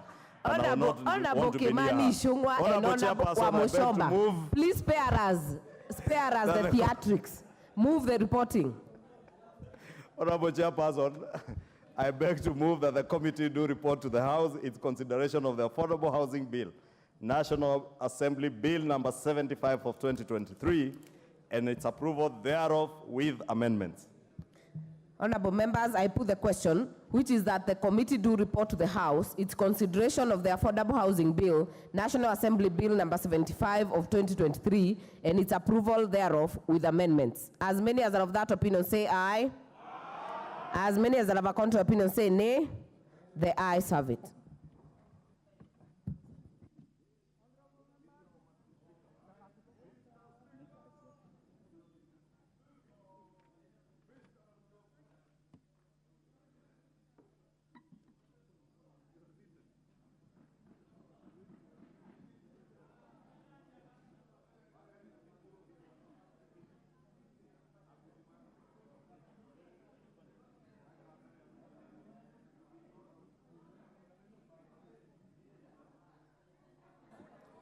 Chairperson, allow the chairperson.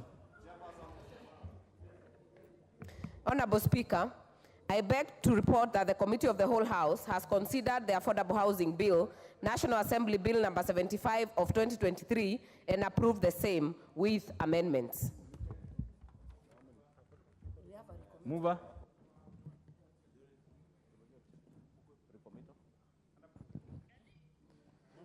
Honorable Speaker,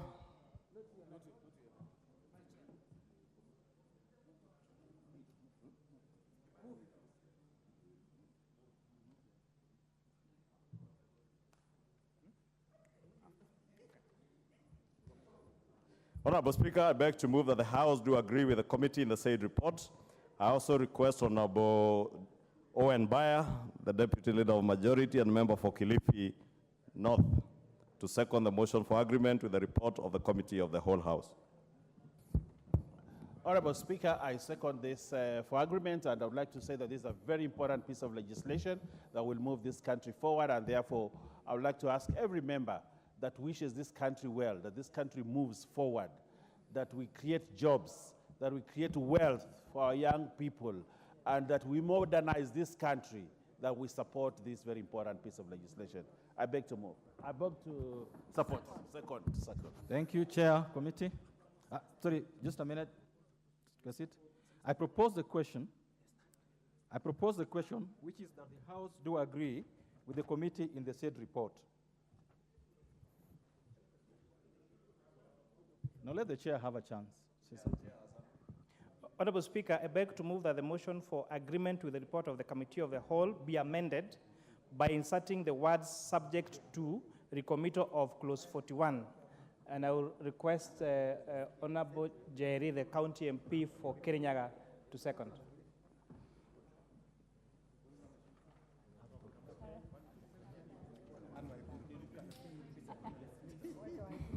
Honorable Speaker, I note the amendments to clause 41.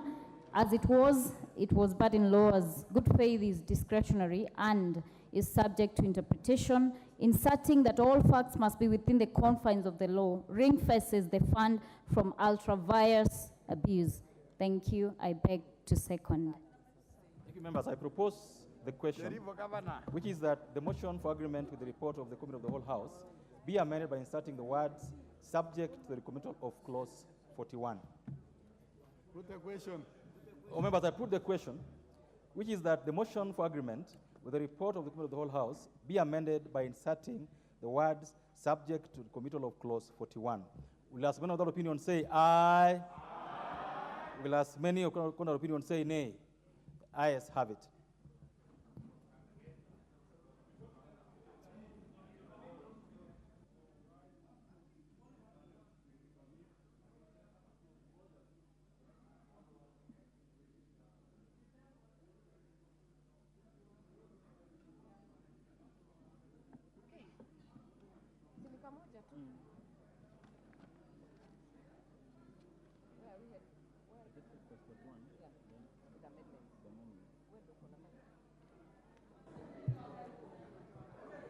Clause 41. Other members, this will be very short. I propose the question that clause 41 be part of the bill. Mover.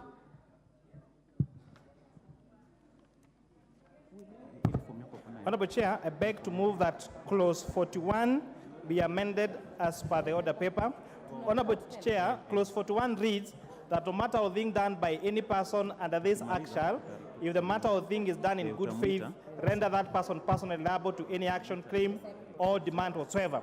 We are amending that to include that that particular person would have to act in accordance with the law. So we want to amend the ambiguity so that even when they give that information in good faith, there must be in accordance with the law. And I would really like to thank Honorable Njeri, the County MP for Kirinyaga, for pointing this out and making sure that we adopt it in our amendments.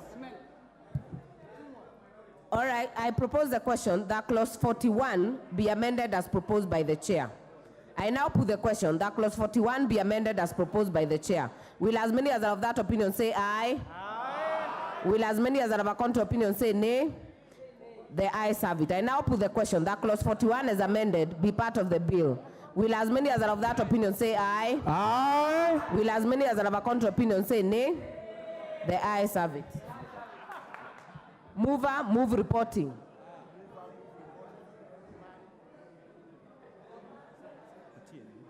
Majority Leader. Honorable Majority Chairperson, Leader. I beg to move that the committee do report to the House its consideration of the Affordable Housing Bill, National Assembly Bill number 75 of 2023, and its approval thereof with amendments. I put the question, which is that the committee do report to the House its consideration of the Affordable Housing Bill, National Assembly Bill number 75 of 2023, and its approval thereof with amendments. As many as are of that opinion say aye. Aye. As many as are of a contrary opinion say nay. The ayes have it.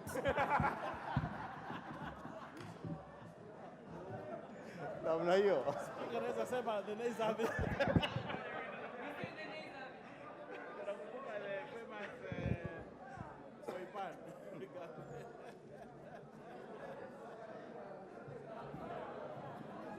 Honorable members, you may take your seats. Minority side, take your seats. Order, members, order. Chairperson. Chairperson. Honorable Speaker, I beg to report that the Committee of the Whole House has considered the Affordable Housing Bill, National Assembly Bill number 75 of 2023, and approved the same with amendments. Thank you. The mover. Majority Leader. Honorable Speaker, I beg to move that the House do agree with the committee in the said report. I also request Honorable Betty Minor to second the motion for agreement with the report of the Committee of the Whole House. Honorable Betty Minor. I second. From where I'm seated as the minority leader, I second the bill. Of course you are not. Because you are not.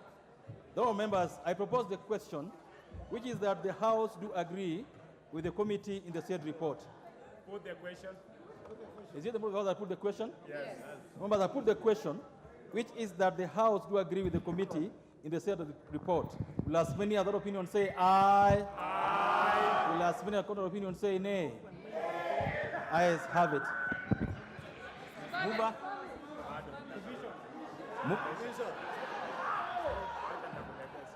Mover.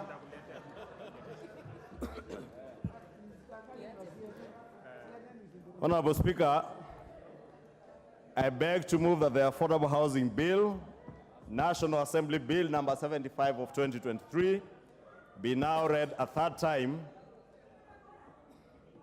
Honorable Speaker, before I call the Honorable Hillary to second, allow me to take this opportunity, Honorable Speaker, to thank all these members, including those seated on the minority side, for their very active participation, even those who are belatedly calling for division like the Honorable CNN. And this is the true spirit of democracy, that often the majority will have their way and the minority will always have their say. And today we have seen that democracy being exercised in this House, that the majority of members of parliament who believe that this is an important agenda for our country. The majority of members who believe that we are dealing with a time bomb of millions of our youth who are unemployed, sitting through this sitting, Honorable Speaker, and even with the support of a few within the minority.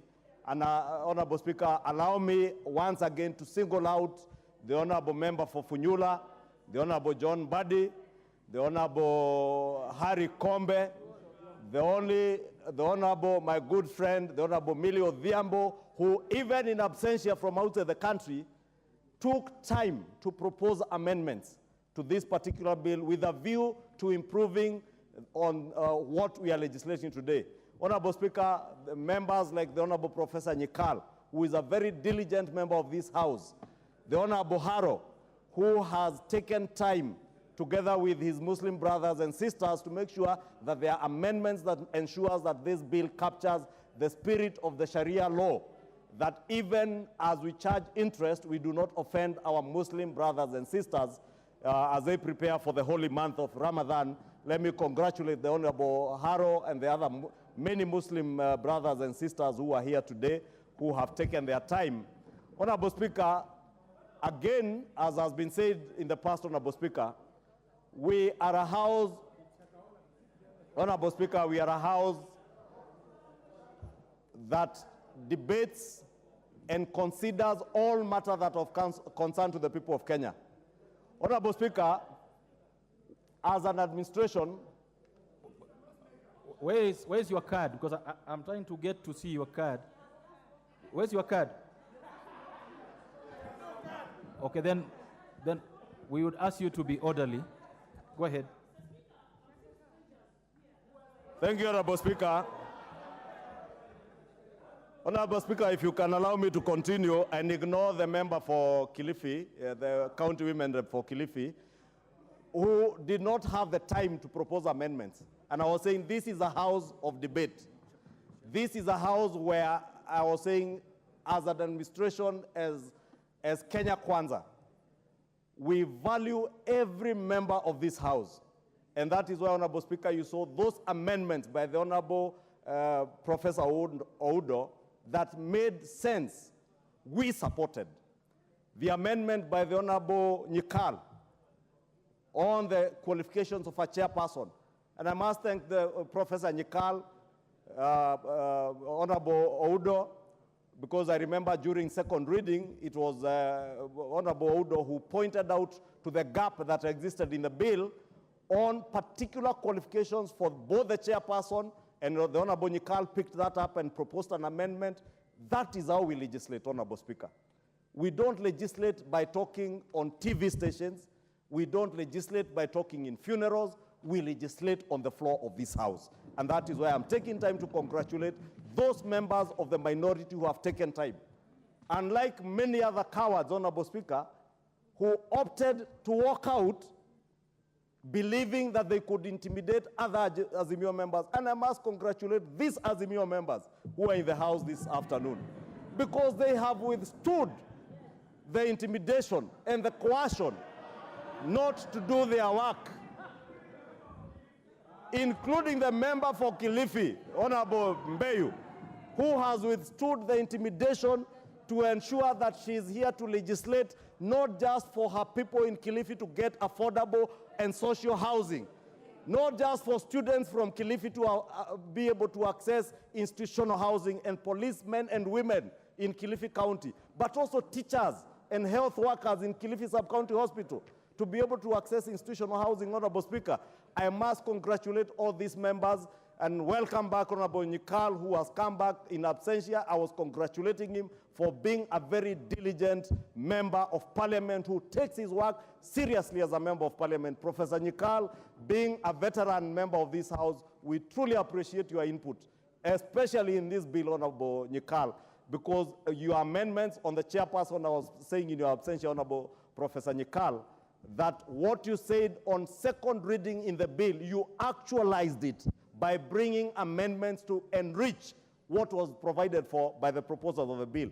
Honorable Speaker, allow me to immensely congratulate members of our Kenya Kwanza coalition. These members went out together with the President and the Deputy President in 2022. And in every constituency that we went to, we promised the people of Kenya that housing as an agenda would be actualized under the Kenya Kwanza administration. I am happy, Honorable Speaker, that we have a president who has chosen to do not what is politically expedient, not what is popular, but what is right for this country. He has chosen to do what is good for millions of our young people who have no jobs. As I said in moving this bill, Honorable Speaker, this bill is about employment creation. It is about wealth creation. It's about helping Kenyans to access affordable homes, creating new home owners, and therefore generating new wealth in our country and helping to grow our economy that was destroyed by those who are telling us today that when they look back, they feel like crying. And I have to tell them they have every reason to cry. Because if in 10 years, you could only implement or build 1,900 houses, only 1,900 houses in 10 years. But you now see an administration which in less than a year is doing close to 40,000 houses and is on the verge of accomplishing the promise to do a minimum of 200,000 units per year. Honorable Speaker, I must thank all these members for their diligence, for their commitment, not just to the manifesto that they sold to the people of Kenya, but their commitment to their own constituents who have sent them to come and represent them in this house. These are the heroes of our country. These are the heroes of our country today who have the feelings of their people at heart. Honorable Speaker, we had debate some time back on the cost of living. When we spoke about implementing the Kenya Kwanza manifesto on production subsidies, others chose to don sufurias on their heads, Honorable Speaker. Today, as I said yesterday, unga is retailing at a low of 114 shillings from 260 shillings, Honorable Speaker. In the same breath, Honorable Speaker, in another 2-3 years, the people of Kenya will bear us witness and we will stand vindicated that the decisions we have made today are right for this country, they are for posterity, they will secure the future of millions of our people, Honorable Speaker, and I must thank all these members. Finally, Honorable Speaker, this bill creates an opportunity for infrastructural projects across all our counties, Honorable Speaker, without exception.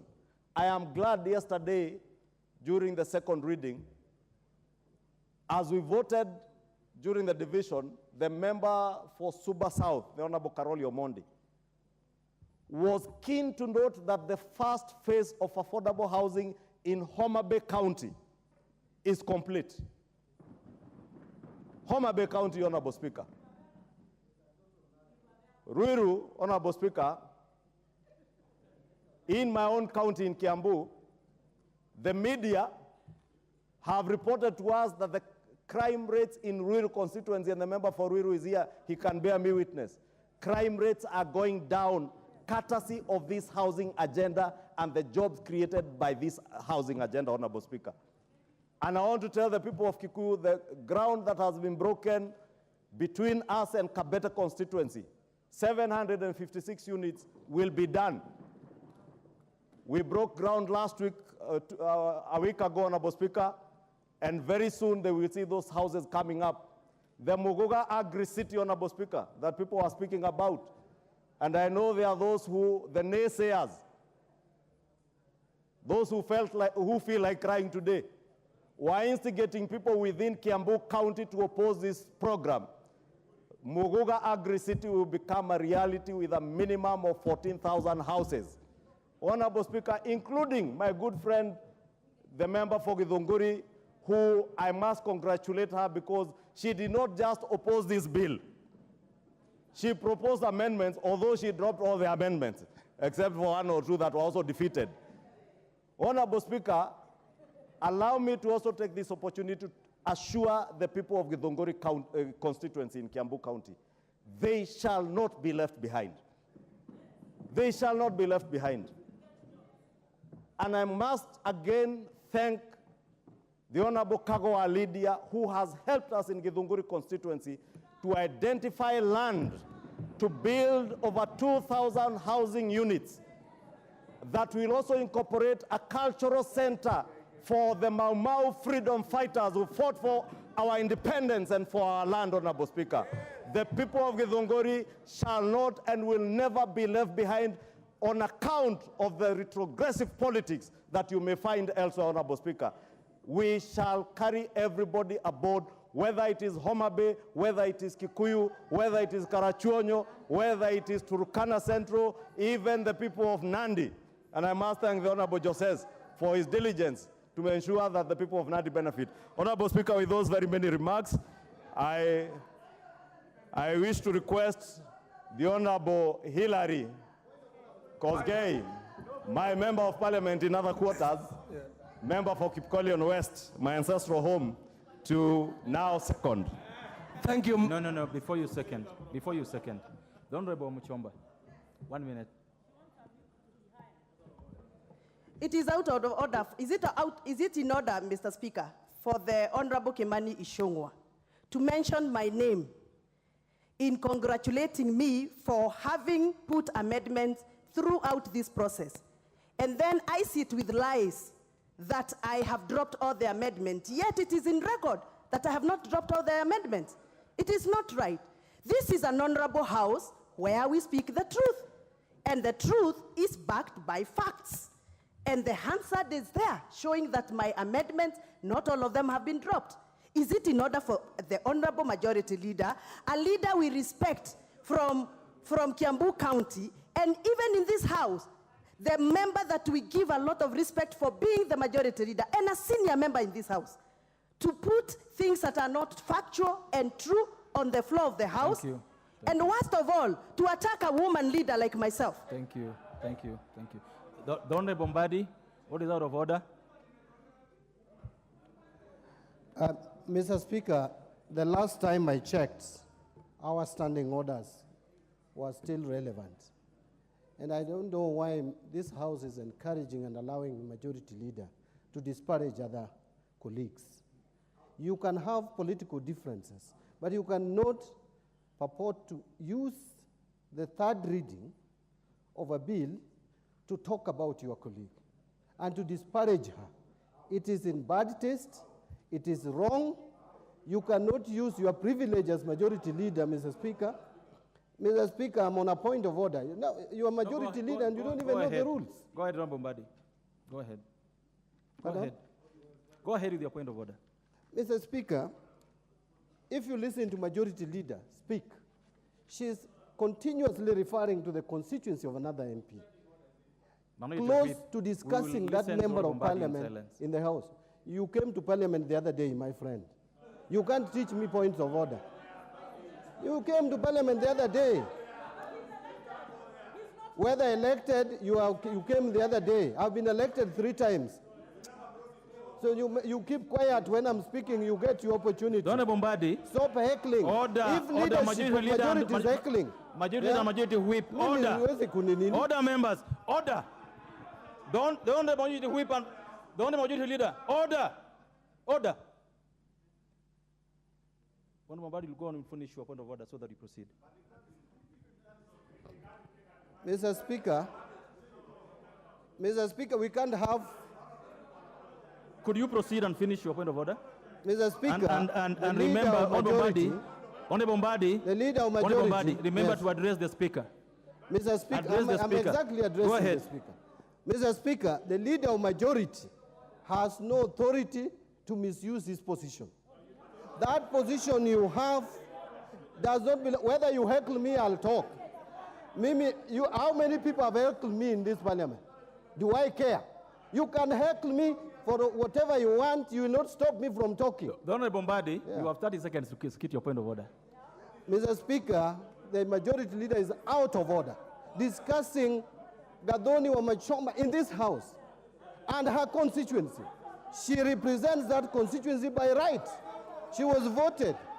Order, members. It's a very small matter, and this matter shall be sorted this way.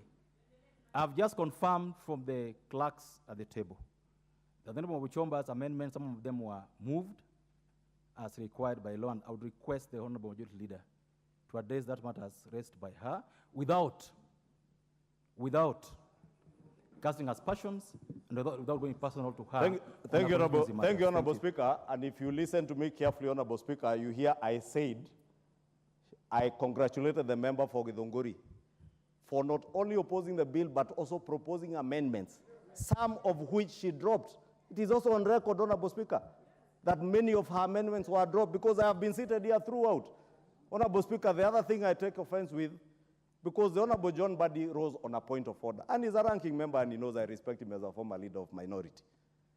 But he cannot rise on a point of order claiming that I am disparaging a member for stating a matter that is a matter of fact, then use the same opportunity to attempt to lecture my deputy leader of majority that he came to parliament the other day. The deputy leader of majority and member for Kilifi South was duly elected by the people of Kilifi South now for a second term.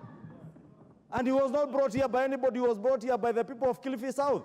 Unlike John Mbadi, who was nominated by his own party, having failed as a governor. You cannot disparage an elected member of parliament when you are nominated on account of having failed as a governor. We let the matter lie there, members. I will now call upon the room Hillary to second the motion.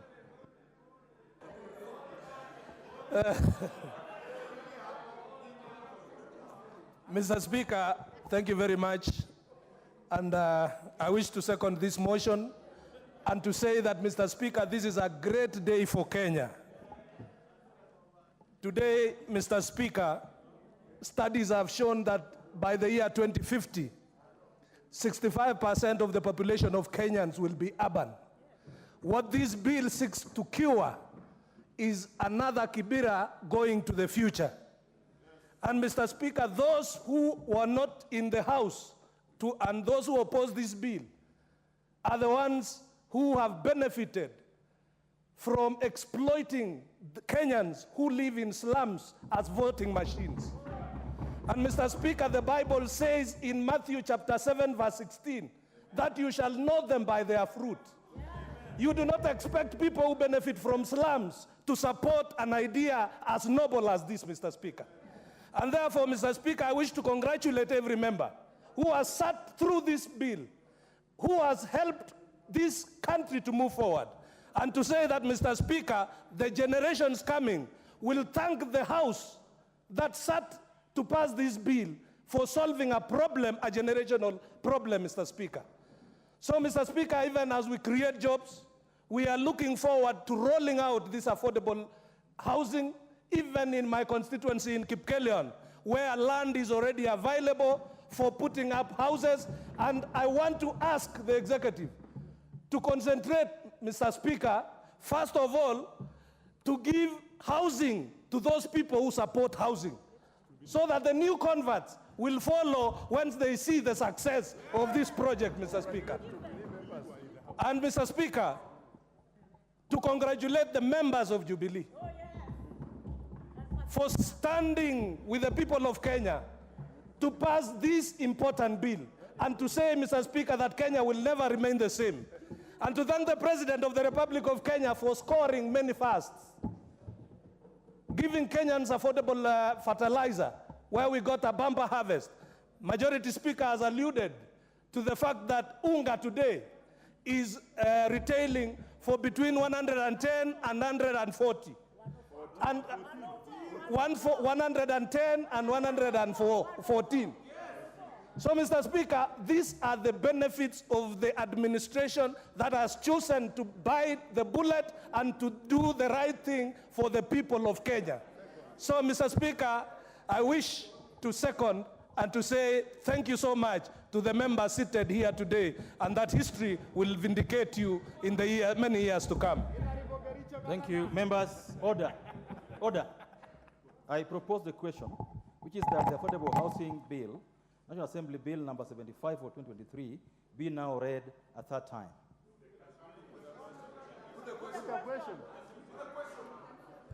Is it the mood that put the question? Yes. Thank you. I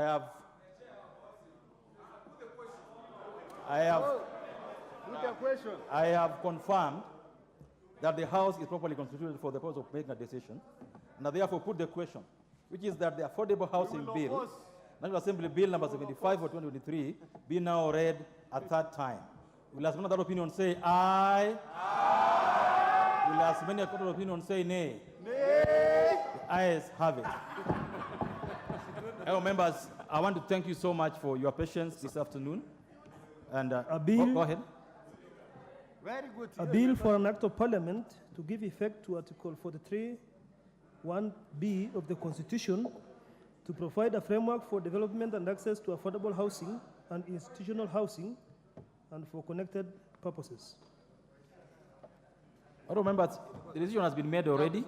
We've just completed that process, and the bill has now been read a third time. Allow me to thank all of you for patience and being in the House for this momentous task, and thank the Honorable Martha Wangari for her time in this very difficult bill. Next order. Order number 12, motion, report of the National Dialogue Committee, resumption of debate.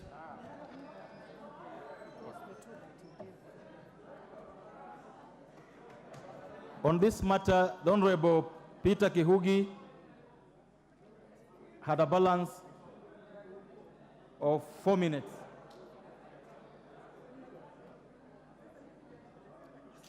The Honorable Kihugi.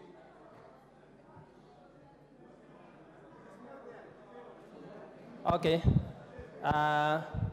Thank you, Mr. Speaker.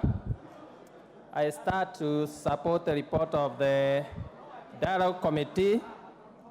Mr. Speaker, I want to say that dialogue was extremely necessary for this country because we had come out from a very hard time. We had come out from elections. And I want to thank the two principals who agreed to come and sit down and think about the nation. Mr. Speaker, we support the issues that are raised by the dialogue committee, the issue of entrenching the CDF fund in the Constitution, the issue of considering the World Development Fund, especially also the issue of increasing the equitable revenue share for counties from 15% to 20%. And Mr. Speaker, also on the issue of constitution of IEBC. IEBC is extremely critical, whereby we come up to a consensus so that we may continue to improve on its performance. Mr. Speaker, one thing I can say is that we have continued to improve on IEBC because most of the issues that have been raised mostly are on the presidential.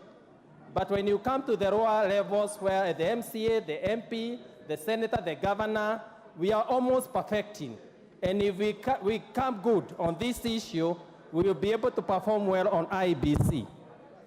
Mr. Speaker, my issue is on the annexes. The annexes on the amendment of the Constitution. There is somewhere there is an amendment of the term of the member of parliament and the term for the senator, whereby in the amendment, in the annexes, they have said that the senator should go for 7 years and the member of parliament remain at 5 years. Mr. Speaker, that's an issue. I know it can bring contention or division maybe among its members, and I wish the committee should consider on that amendment, whereby the senators have been considered for 7 years. That is allowed amendment Article 105, 102, 103, 105, whereby senators have been considered for 7 years. That, Mr. Speaker, is an issue I know can bring issue on the issue of the dialogue. Secondly, Mr. Speaker, it has been said that it will be the adoption or the amendment in the Constitution will be made by parliamentary initiative. I have seen some members of parliament maybe who are raising issue whether we will go for referendum or we work with Article 256 of the popular initiative by parliament. Mr. Speaker, if I must ask, I could wish we come to consensus whereby we can work on the popular initiative of Article 256, whereby as parliament we can be able to raise the 2/3, but we come to agreement on the issues that are a bit contentious. My also proposal is that as we add 5% from 15% on the equitable revenue share, we consider the 5% to world development. We have off-roaded the national government through NGCDF, through the equitable share to counties. We must also off-road the money going to the counties. Because the more you give counties, some of the counties, they increase on personnel. Therefore, the 5% that we are adding from 15% should be considered to go and cater for World Development Fund, so that that money can go directly to development. Therefore, Mr. Speaker, my issue is that that section where senators, I don't know who did put that because it has been very silent, but when you go to the annexes of the amendment, you find that senators have been considered to go for 7 years and the other members are considered for 5 years. That's an issue I think should be looked at because it can raise issues.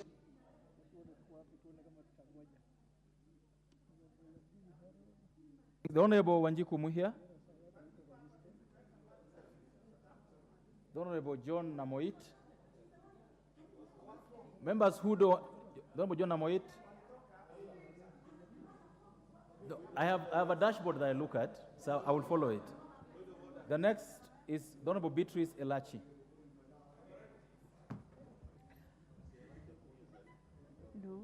Thank you, Mr. Speaker. Mr. Speaker, I also rise, Mr. Speaker, to speak on this report, to appreciate the committee, to appreciate indeed the President and the Prime Minister for agreeing that a country is more, better, more beyond each one of us.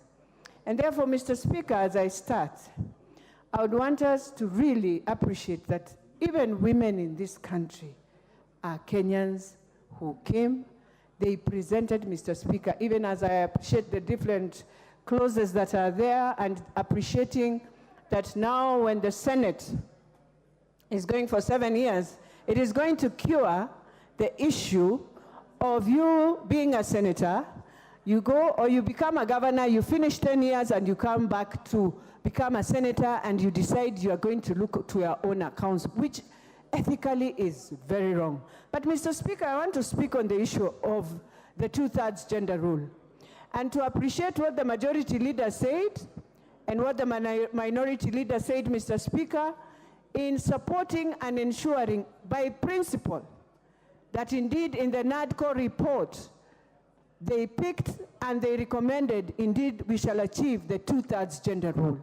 But Mr. Speaker, we have to come out of the confusion that we have put.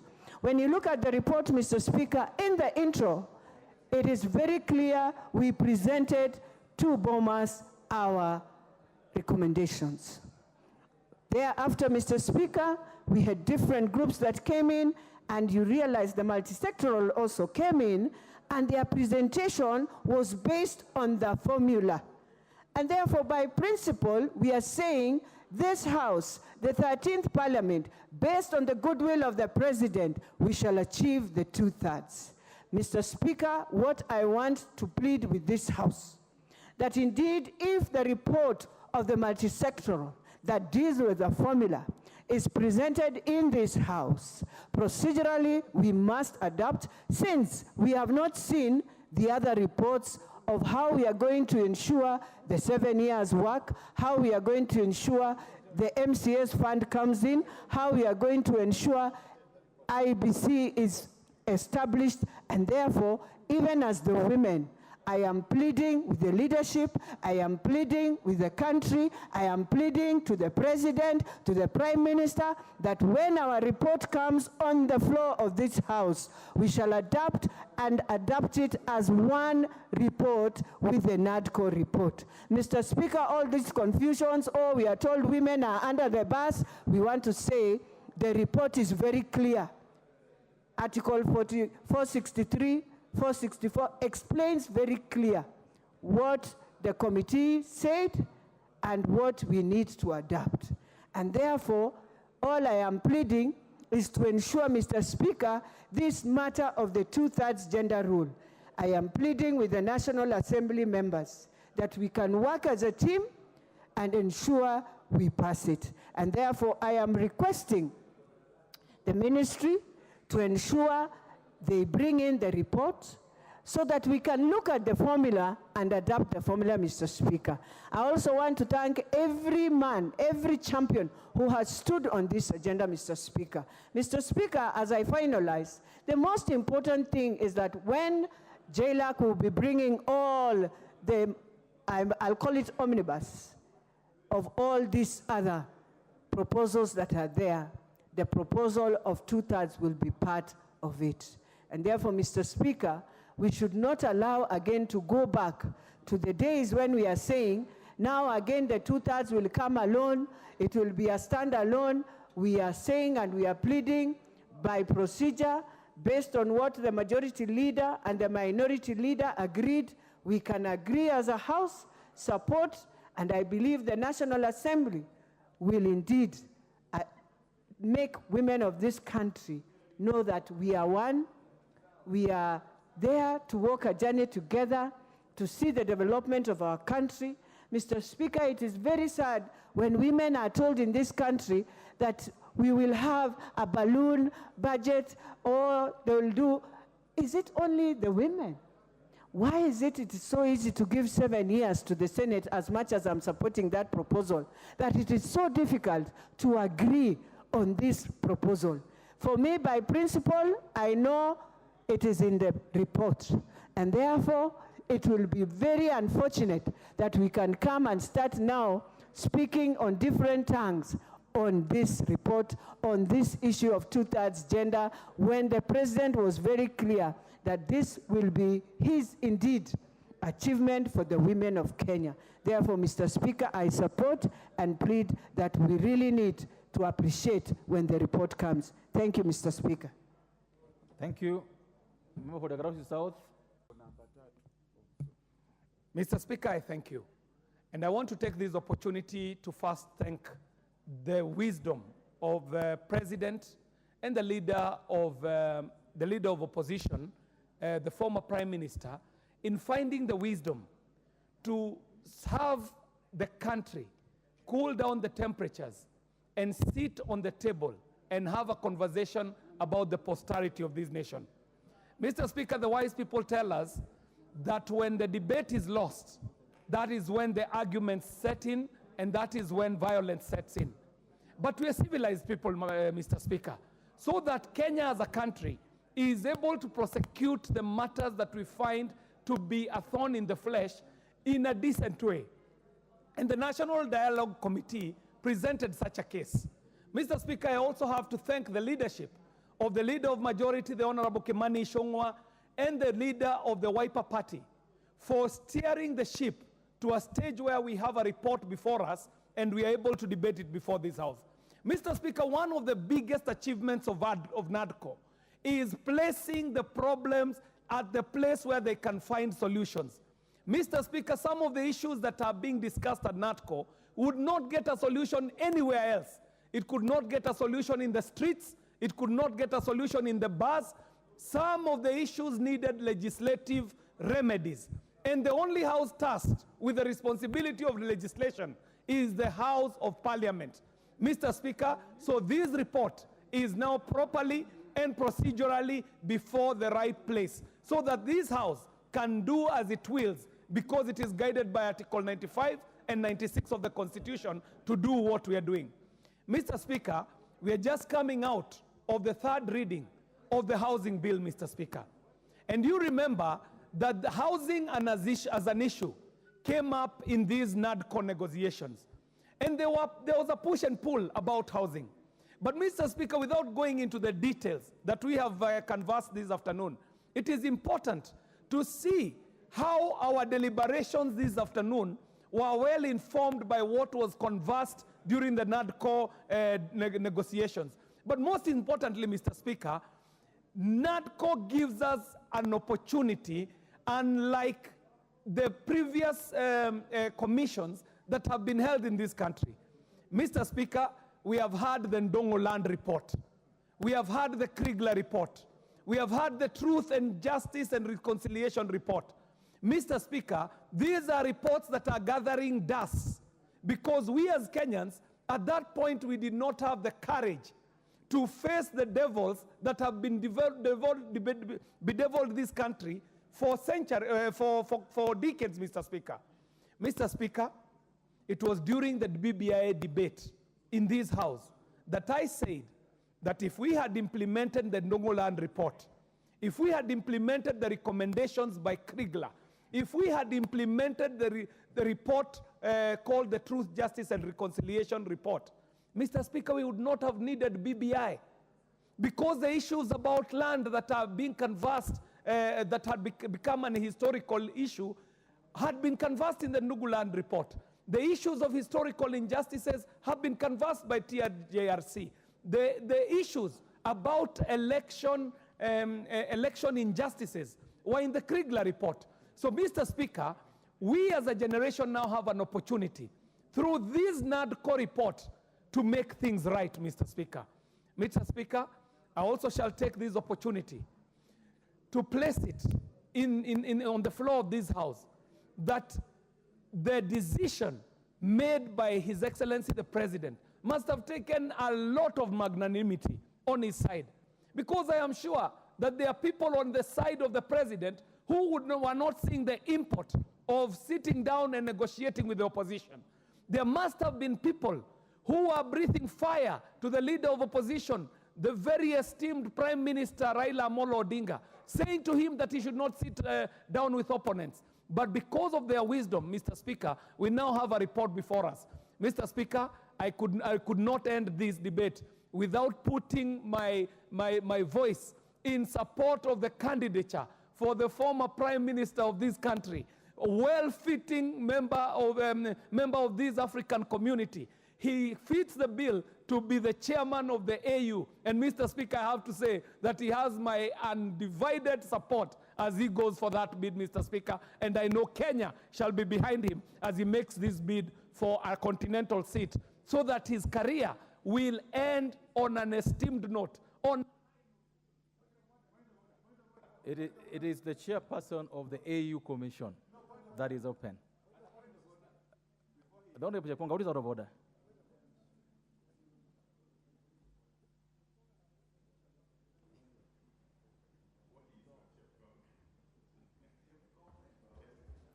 Thank you very much, Mr. Speaker. You know, I am the Mr. Point of Order in this House. I rise pursuant to Standing Order number 83.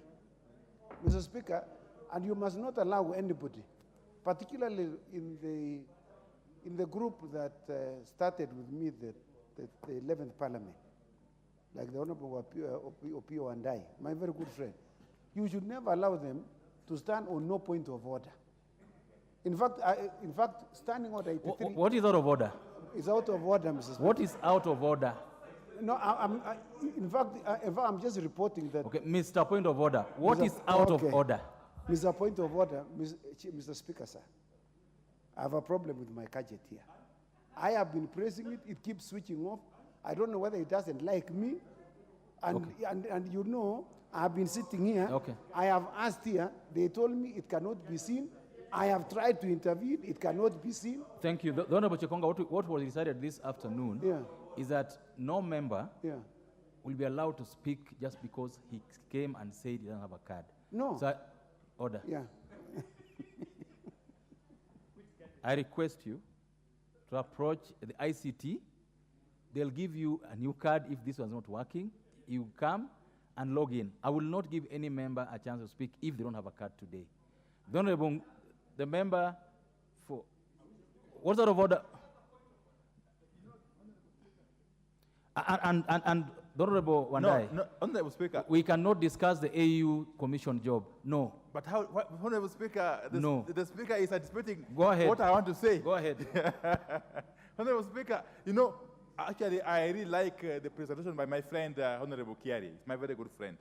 And he spoke very, very eloquently, as he always does. But Honorable Speaker, it's really in order. Is the Honorable Kiari in order to insinuate that by the Right Honorable Raila Amolo Odinga bidding for the chairmanship of the African Union Commission, he will be ending his political career? Where does he get the impression that Raila Odinga's political career is about to come to an end? Did I hear you? Raila Amolo Odinga is just 79 years old. Just 79 years old. Did I hear you, the Honorable Kiari, to He suggest said that that is a better way of ending his political career. Did I hear you saying that? He said that. Okay. The Honorable Kiari, did I hear you saying that?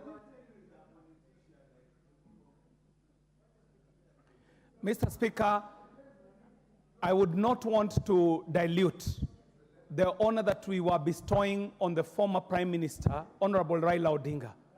And it is not lost to members in this House, no less the leader of minority, that the Honorable Raila Odinga has had a very long and illustrious political career, to the point that this would be the apex of his politics if he were able to ascend to be the chairperson of the AU Commission. This would be the highest honor bestowed on a gentleman who has had an illustrious career. Mr. Speaker, that does not amount to an upward displacement, and I do not wish in any way to retire the Honorable Raila Amolo Odinga, because his presence in the politics of the country and this continent is still needed, and Mr. Speaker, and his service is still desired. Thank you very much, Mr. Speaker. I personally don't believe that this House is not suited to discuss any of these matters the two of you are sparring over. We are ill-suited. We cannot determine anybody's fate, whether positive or negative, in that regard. The next member to speak on this matter is the Honorable Ngusia from Mwingi West. Thank you, Mr. Speaker, for giving me this opportunity to add my voice on this matter of national dialogue. Mr. Speaker, you would recall that when we started demonstrations, I advocated for dialogue in many media houses, Mr. Speaker. And I thought it was the only way to help in Kenyans. And from the onset, I would like to take this opportunity to congratulate my party leader, Kalonzo Musyoka, for steering this committee very well, together with the majority leader, Kimani Ichung'wah. And of course, Baba accepted all what was included in this dialogue, Mr. Speaker. Mr. Speaker, I love the way the matter was conducted throughout the country, consultation after consultation. So many people participated, and this committee was able to filter what is more critical in our country. And we propose the following, Mr. Speaker, and that is why I'm supporting this dialogue committee. Number one, restructuring and reconstitution of IBC. Our IBC has already been labeled, and we have one constituency which is not even represented in this house, Mr. Speaker. And for us to do this, we have to have a properly constituted and also restructured IEBC very quickly.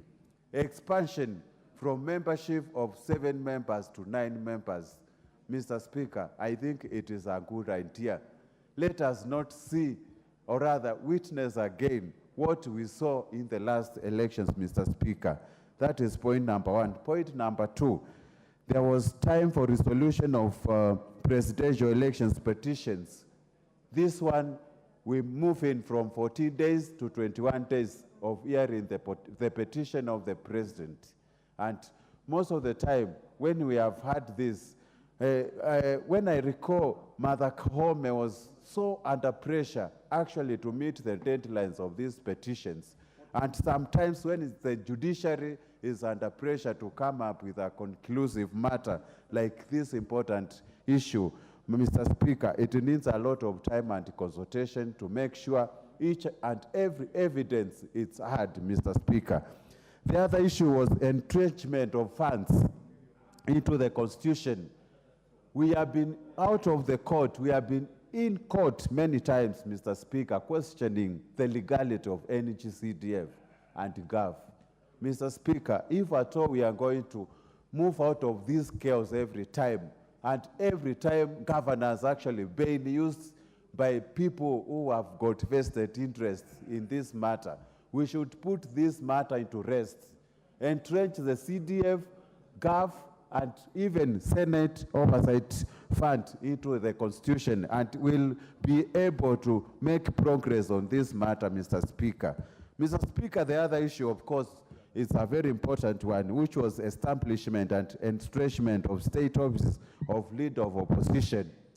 You realize that most of the time, this house we have got only minority leader and minority chief whip. But Mr. Speaker, assuming that currently Mr. Raila Odinga Omolo is here, even Stephen Kalonzo Musyoka is around this house, Mr. Speaker, this house will be having a meaningful and, of course, very good debates in matters of debate in our democracy, Mr. Speaker. That is why I think this country needs a properly funded leader of opposition with all the shadow cabinet ministers oversighting the executive, so that we check the excesses in this, in the governance of this country, Mr. Speaker. There was also an issue of fidelity to the law on multi-party democracy, Mr. Speaker. We should never, as a country, allow multi-party democracy actually to die, Mr. Speaker. We need as many political parties as possible to grow the democracy in our country. And that is why we let us not only legislate on this matter, we need a commission that is independent, a registrar of political party commission that is independent to do the issues of management of political parties' funds and The member for Manyata.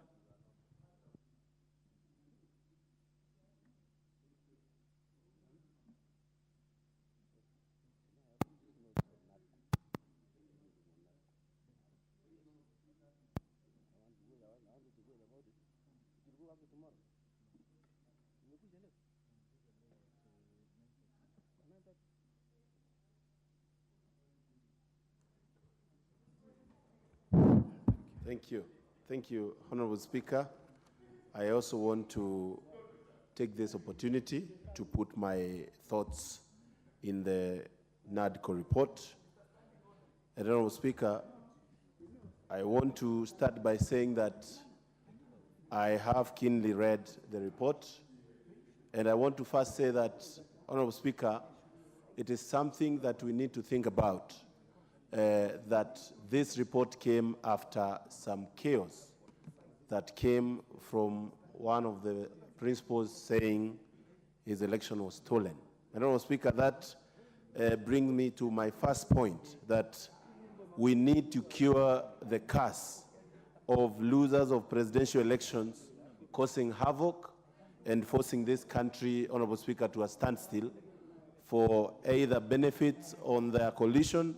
And, Honorable Speaker, I believe that while we are actually conversing on this report, it is important to see a continuous dialogue committee. And, Honorable Speaker, I believe the Truth and Reconciliation Committee should always be there to continue with the conversation of bringing people together whenever there is havoc, without the issue of people going to the streets, putting their sufurias on the head.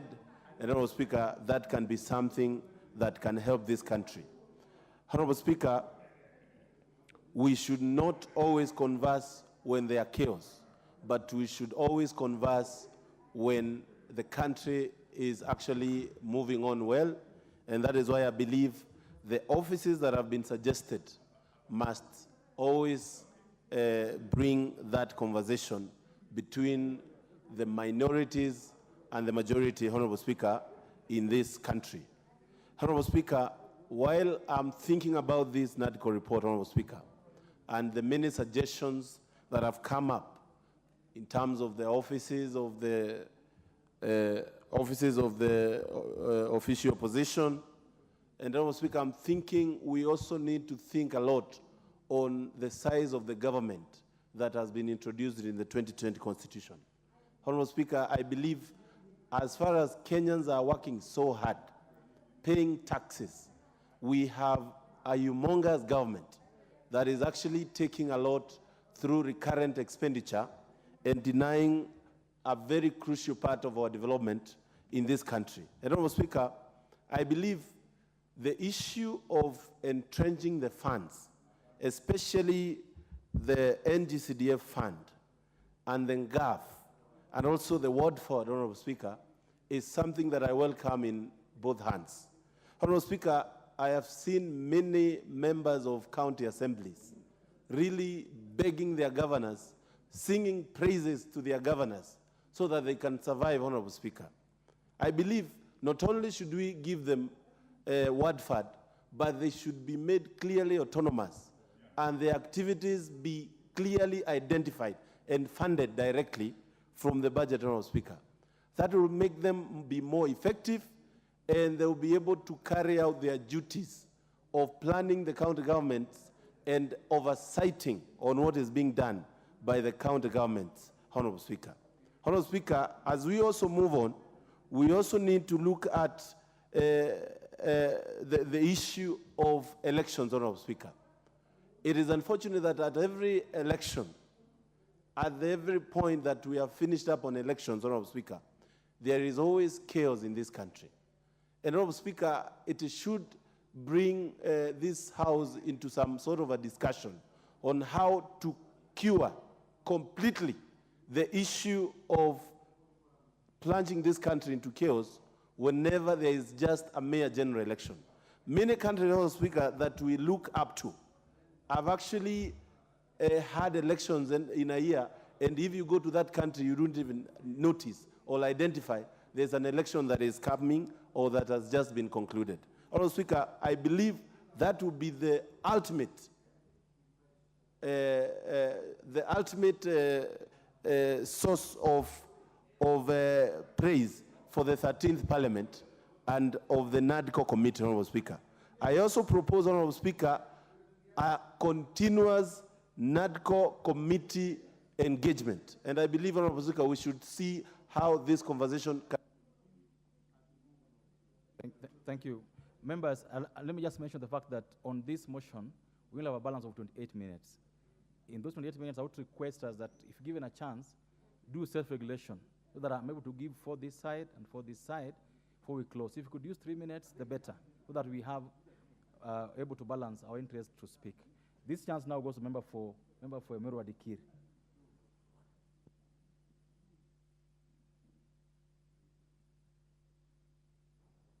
Thank you, Speaker, for also getting this opportunity to put my mind on this motion. Mr. Speaker, I wish to state here that this committee which was handling this matter, and I want to thank the members who are actually dealing with this matter in Bomas, especially the majority leader and the leader of opposition, or acting leader of opposition, Mr. Kalonzo Musyoka, and many members who are working on that particular meeting.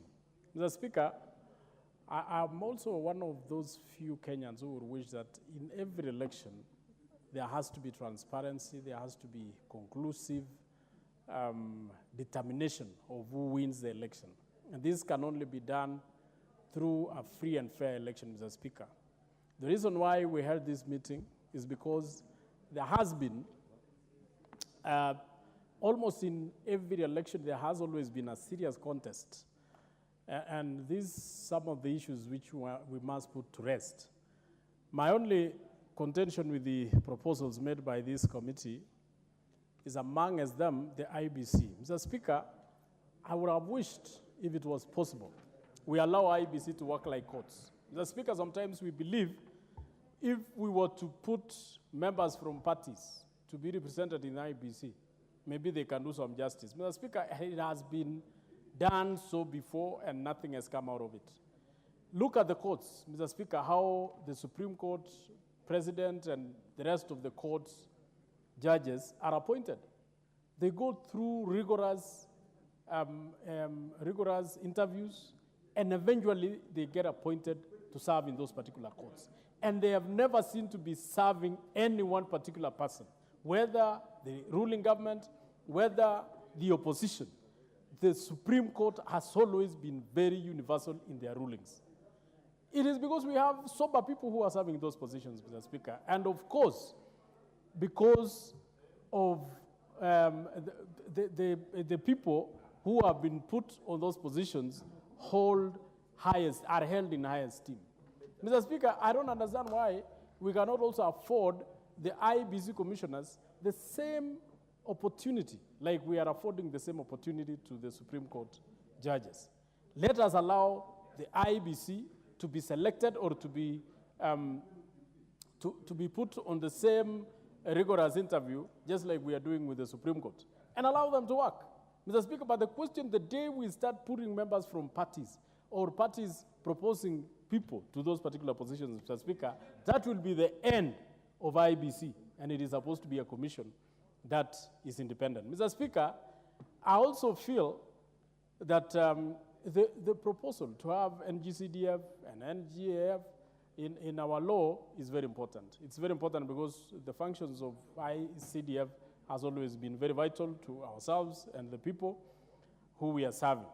On the question of boundaries, Mr. Speaker, I don't know how we are going to do that, but sometimes I believe our taxpayers are overburdened at times. Sometimes if we want to serve our people correctly, let's increase funds to the constituencies and maybe using the one man, one shilling. And that one can serve our country. You know, we don't have to hide our heads or bury our heads in the sand. It is a reality. There is a constituency having over 300,000 and another constituency having over only 20,000. We must serve Kenyans correctly. On the question of 7 years by senators, I don't mind, even if they go 10 years. After all, those are elders who are just serving their heydays or their, I mean, so we don't have any problem. On the issue of two-third gender rule, Mr. Speaker, and this one I wish you allow me more minutes, on this gender rule, it has always, I've never understood why we cannot make it, you know, Mr. Speaker, on appointive position, we say it must be 50%. But on elective, you know, this one depends on the people. How do you force people to elect whatever gender they like or they don't like? So on that part, Mr. Speaker, I wish I would, if I'm given opportunity, Mr. Speaker, to amend, I want this House to return to the parliamentary. They will be answerable to the people who elected them. So, Mr. Speaker, if I was to get an opportunity, amend this proposal, let's have members of cabinet here, let us have the position of the Prime Minister, and stop calling it names. Let's call it the Prime Minister, and have the Prime Minister in his house, so that we can have 3 strong positions in this country, actually 4. The position of the President, the position of the Deputy President, the position of the Prime Minister, and the position of the opposition leader. 4 serious positions which can serve this country correctly. Mr. Speaker, I'm hoping to bring an amendment on the same. Member for Molo. Thank you very much, Mr. Speaker. I beg to add my voice on this NADCO report. And one of the things I want to congratulate them for is because it hopes to resolve the conflict we have after every election. It is very sad, Honorable Speaker, that it is like we try to fold our country every time we go to elections. We tend to leave our brains at home. We start looking at each other as enemies, and becomes a very long political process. The campaign period means that very few government projects are being implemented around that time. Businesses and investors employ what you call wait and see, because they do not know what will happen during elections. Then immediately after election, we waste another almost 1 year. And therefore, you find in a span of those 5 years, the time that a government has time to work is only 3 years. So the rest of the 2 years is wasted on political context. So if this is going to fix that political context, that is a step in the right direction. The boundaries review is also very critical. We are looking at seeing possibilities of, for example, of adjusting our boundaries, adding additional wards, for example. One of my areas in Molo is a place called Sachangwan that we all feel as a people should be a ward by itself. And therefore, so this will give us a chance to review that and possibly have additional wards. For example, the Sachangwan ward, that would be great. On enshrining the funds in the Constitution, again, this is a very, very welcome move. I think the importance of NGCDF cannot be overstated. Some of us, including myself, is a product of NGCDF. My secondary school, my university education was sponsored through bursary, and therefore that this NGCDF continues is something that should be very, very welcome. Most important, I would like to laud also the inclusion of GAF in the Constitution.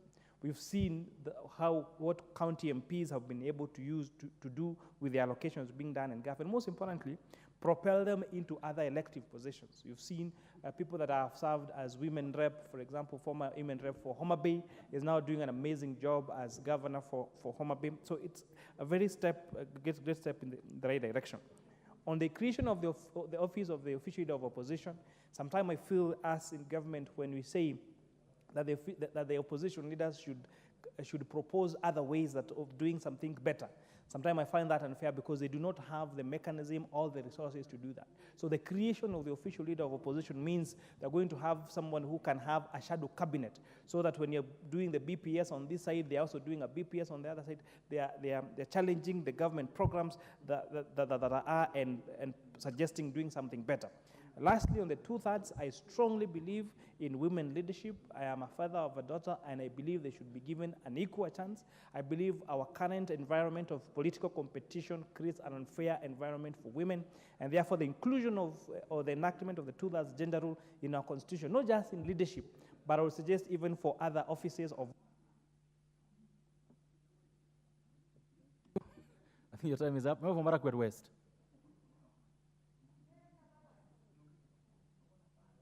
I said I will give for this side and for this side. So I just want to get done with this side. Thank you, Honorable Speaker, for giving me an opportunity to contribute on this very important report. Honorable Speaker, I rise to support the report for the following reasons. Honorable Speaker, one of the issues that came out very clearly in the report is the issue of IBC. Honorable Speaker, there was a recommendation that the panel be expanded from 7 to 9. Honorable Speaker, as we speak as a country, we find ourselves in a situation where we've never been. We are in a constitutional crisis in as far as IBC is concerned.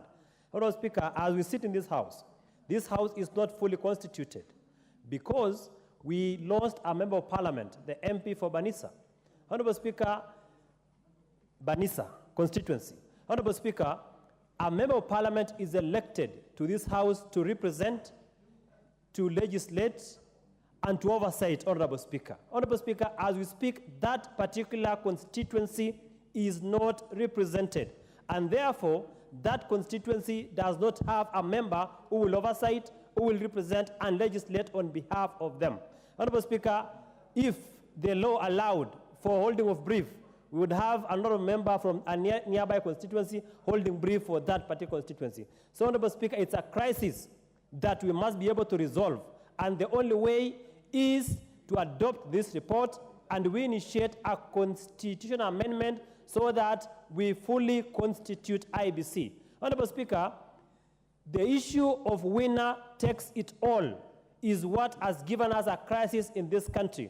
It is what has led to election disputes. I support fully the creation of the office of the leader of official opposition so that any person who gets the second highest number of votes becomes the leader of opposition. Finally, Honorable Speaker, it is unfortunate, it is regrettable that the 2/3 gender rule was not factored in the report. Honorable Speaker, it is something that should have been considered. If it is brought as a single item in this House, Honorable Speaker, they have tried in many occasions, but it has never been passed. It is unfortunate, it is regrettable, and I hope that we shall cure it through an amendment of the Constitution using any other means apart from this report. Honorable Speaker, for those reasons, I rest my case. Thank you. Member for Seme. Thank you, Mr. Speaker, for giving me this opportunity. Mr. Speaker, let me start by appreciating the principles that allowed this to happen and the leader of majority, leader of the minority, the work they did in this. But Mr. Speaker, the most important thing about this report is that the committee was started when the country was actually burning. And whatever we may think about it, it actually brought some little harmony in the country and some peace. And therefore, this report, what will be important is that when we are implementing, we must be sincere to the report. We have said we'll pass it as it is, but that is about the report. There are many other elements that will come after that, and if we lose that sincerity and commitment to the welfare of the country, we will go back to where we were. That is the most important thing about this report. Mr. Speaker, looking at the restructuring of IEBC and other electoral rules, Mr. Speaker, it is important to have Parliament, the political parties, the churches, and even the law society involved in the selection panel is a good thing. But all that area, there are about 9 legislative proposals that are coming. And if we go to that and use the rule of supermajority that we are having here without actually looking at the interests of the country, we will miss it again. We will miss it again. So we must continue with the sincerity and not just use the rule of supermajority without details and without looking at issues and the interests of the country. Mr. Speaker, the issue of the boundaries delimitation is we are actually in a crisis because we have actually passed with this March. So the proposal for 10 to 20 years instead of 8 to 12 and providing that Parliament can change it is something that is good, that if we put that in our legal and constitutional structure, it will be okay. Mr. Speaker, the 2/3 gender rule, let me say something about the 2/3 gender rule. It is a clear indication of what we politicians think, that we can solve technical problems. We will not. Putting figures to be achieved by an electoral process cannot work. And with the only option we have is go to Article 177 as applied with the county assemblies and Article 90. That, Mr. Speaker, is what will help us. NGCDF and the Ward Fund and GAF, Mr. Speaker, the NGCDF has actually shown how funds can be used effectively. And in my mind, putting it in the... Member for Magarini.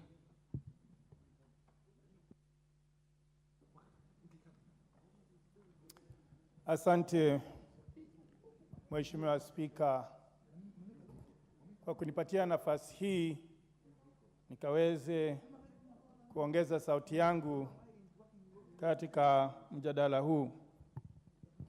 Mheshimiwa Spika, kwanza nichukue nafasi niwapongeze wahusika wakuu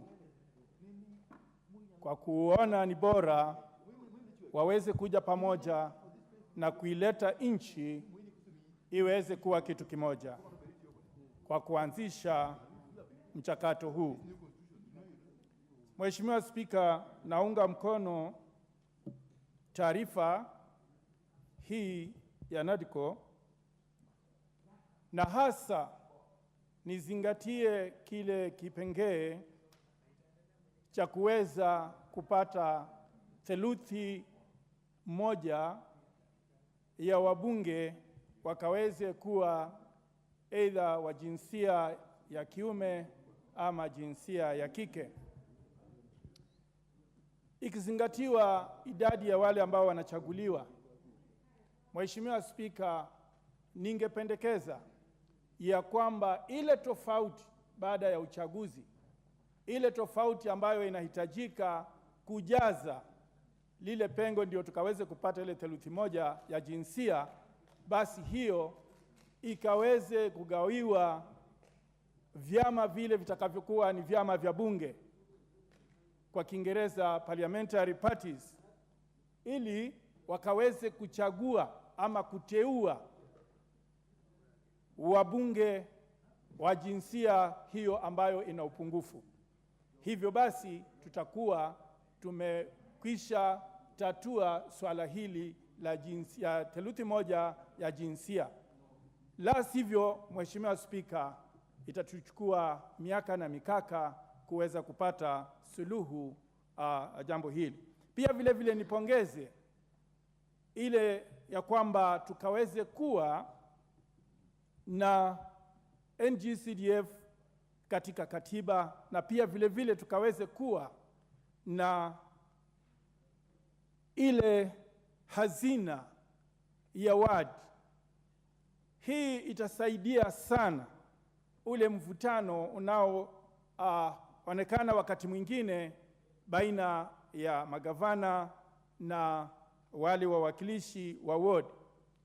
Lakini si iwekwe tu bila mipangilio, Mheshimiwa Spika. Vile ilivyo NGCDF iko na mipangilio na inasimamia vitengo.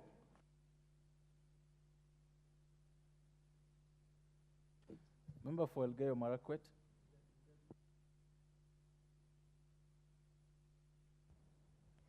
Thank you, Honorable Speaker. Just a minute. Dr. Makali, I see you doing this to me and I can't see your card. I can't see your card on this dashboard. So could you approach the table and see? Go ahead. Thank you for giving the people of Elgeyo Marakwet this opportunity, Mr. Speaker.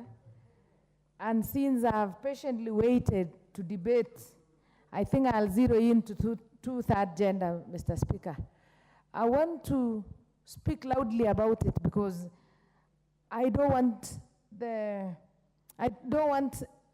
us, especially the ladies, to be left in that debate, Honorable Speaker, because we have had a problem in this country. And I've always said that whenever we talk about two-third, people always look at ladies, and not only ladies, but they never think that it can be their daughters or other people in this country, Mr. Speaker. And that is why I've even sat in this house, and men have been speaking while I was the only lady for over 30 minutes who've been alone here and not given an equal opportunity to represent even the ladies who are not here. So I want to support, and I thank the President because he's so passionate about two-third gender rule. There are some things that we should try as much as possible to ensure that we bring some equity, or we ensure that all gender is well represented, Mr. Speaker.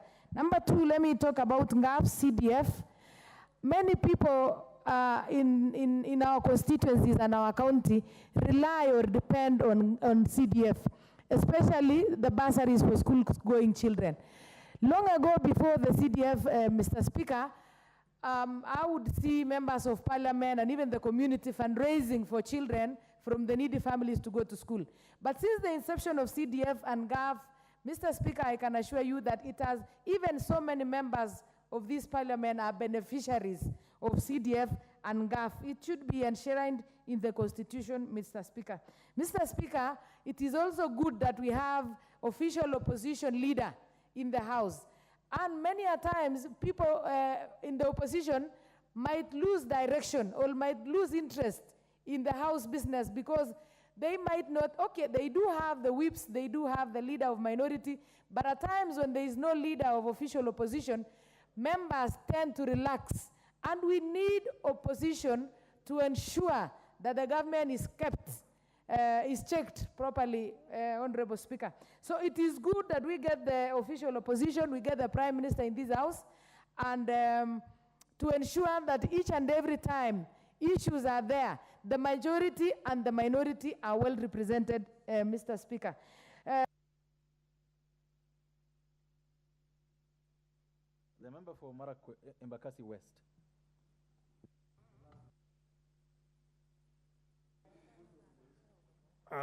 Thank you, Honorable Speaker. First of all, Honorable Speaker, let me take this opportunity to commend the team that did this report, led by the majority leader and His Excellency Kalonzo Musyoka. I want to thank the President and the former Prime Minister, Raila Odinga, for giving the country an opportunity to talk to one another. We have an opportunity to amend the Constitution through this report, Honorable Speaker. And through this report, a proper public participation was conducted where members of the public were able to contribute. Honorable Speaker, reconstitution of the IEBC is very important. We need to hold those by-elections very urgently, but we need an IEBC that is respected in this country. We need to, there's an issue of boundaries review as well, Honorable Speaker, in my constituency. There are two wards, there are two areas where Uhuru have always wanted their own ward, Tena have always wanted their own ward as well. Honorable Speaker, the position of Leader of Opposition is welcome, but it must be well-resourced, and I like that the Chair of Finance mentioned that. So that office is independent and respected. It cannot be a position that is given, that will be micromanaged by the executive. It must truly be a position that can bring proper opposition in our country, Honorable Speaker. The issue of staggered elections and senators having different terms, Honorable Speaker, I must disagree with this one. Otherwise, we will keep our country in perpetual campaign. Because if you have an election 5 years and then somebody else has an additional 2 years, 7 years, that means we'll be campaigning throughout. And I think that's the one thing this report was trying to cure, so that how do we manage these elections? How do we ensure that we finish elections and get back to the issue of building our country, Honorable Speaker? The issue of political parties, the sanity, that's why we need that independent office of the registrar. Especially, Honorable Speaker, those of us who are in Jubilee, elected in Azimio, we feel harassed and forced that we are supposed to exit the coalition that brought us to Parliament, Honorable Speaker. So there must be sanity, and it's important that that office exists in a manner, and that's for the future of our country, so that there's proper democracy in this country, Honorable Speaker. Honorable Speaker, the issues of the election petition, I know has been proposed to 21 days, but we must learn from the US election of 2020. You saw President Donald Trump dispute and exercise all other different channels, despite the uprising that was there. But he went to court and it took time. I think we need more than 21 days. We need probably 30 to 45 days so that our Supreme Court can thoroughly go through those petitions and ensure that the decision that comes is a decision that is accepted by all parties. What happened this year, Honorable Speaker? Last year, we had an issue with it. 2 points, Honorable Speaker. We need a referendum. If we are going to change all these things, you must do a referendum because we are changing the functions of Parliament. That, whether we like it or not, there must be a referendum. Finally, Honorable Speaker, we still consider this report incomplete. One reason, you failed to consider cost of living, but the natural course of things is now taking effect, and you are seeing it as it's going out there. Thank you, Honorable Speaker, but I support the report. Thank you.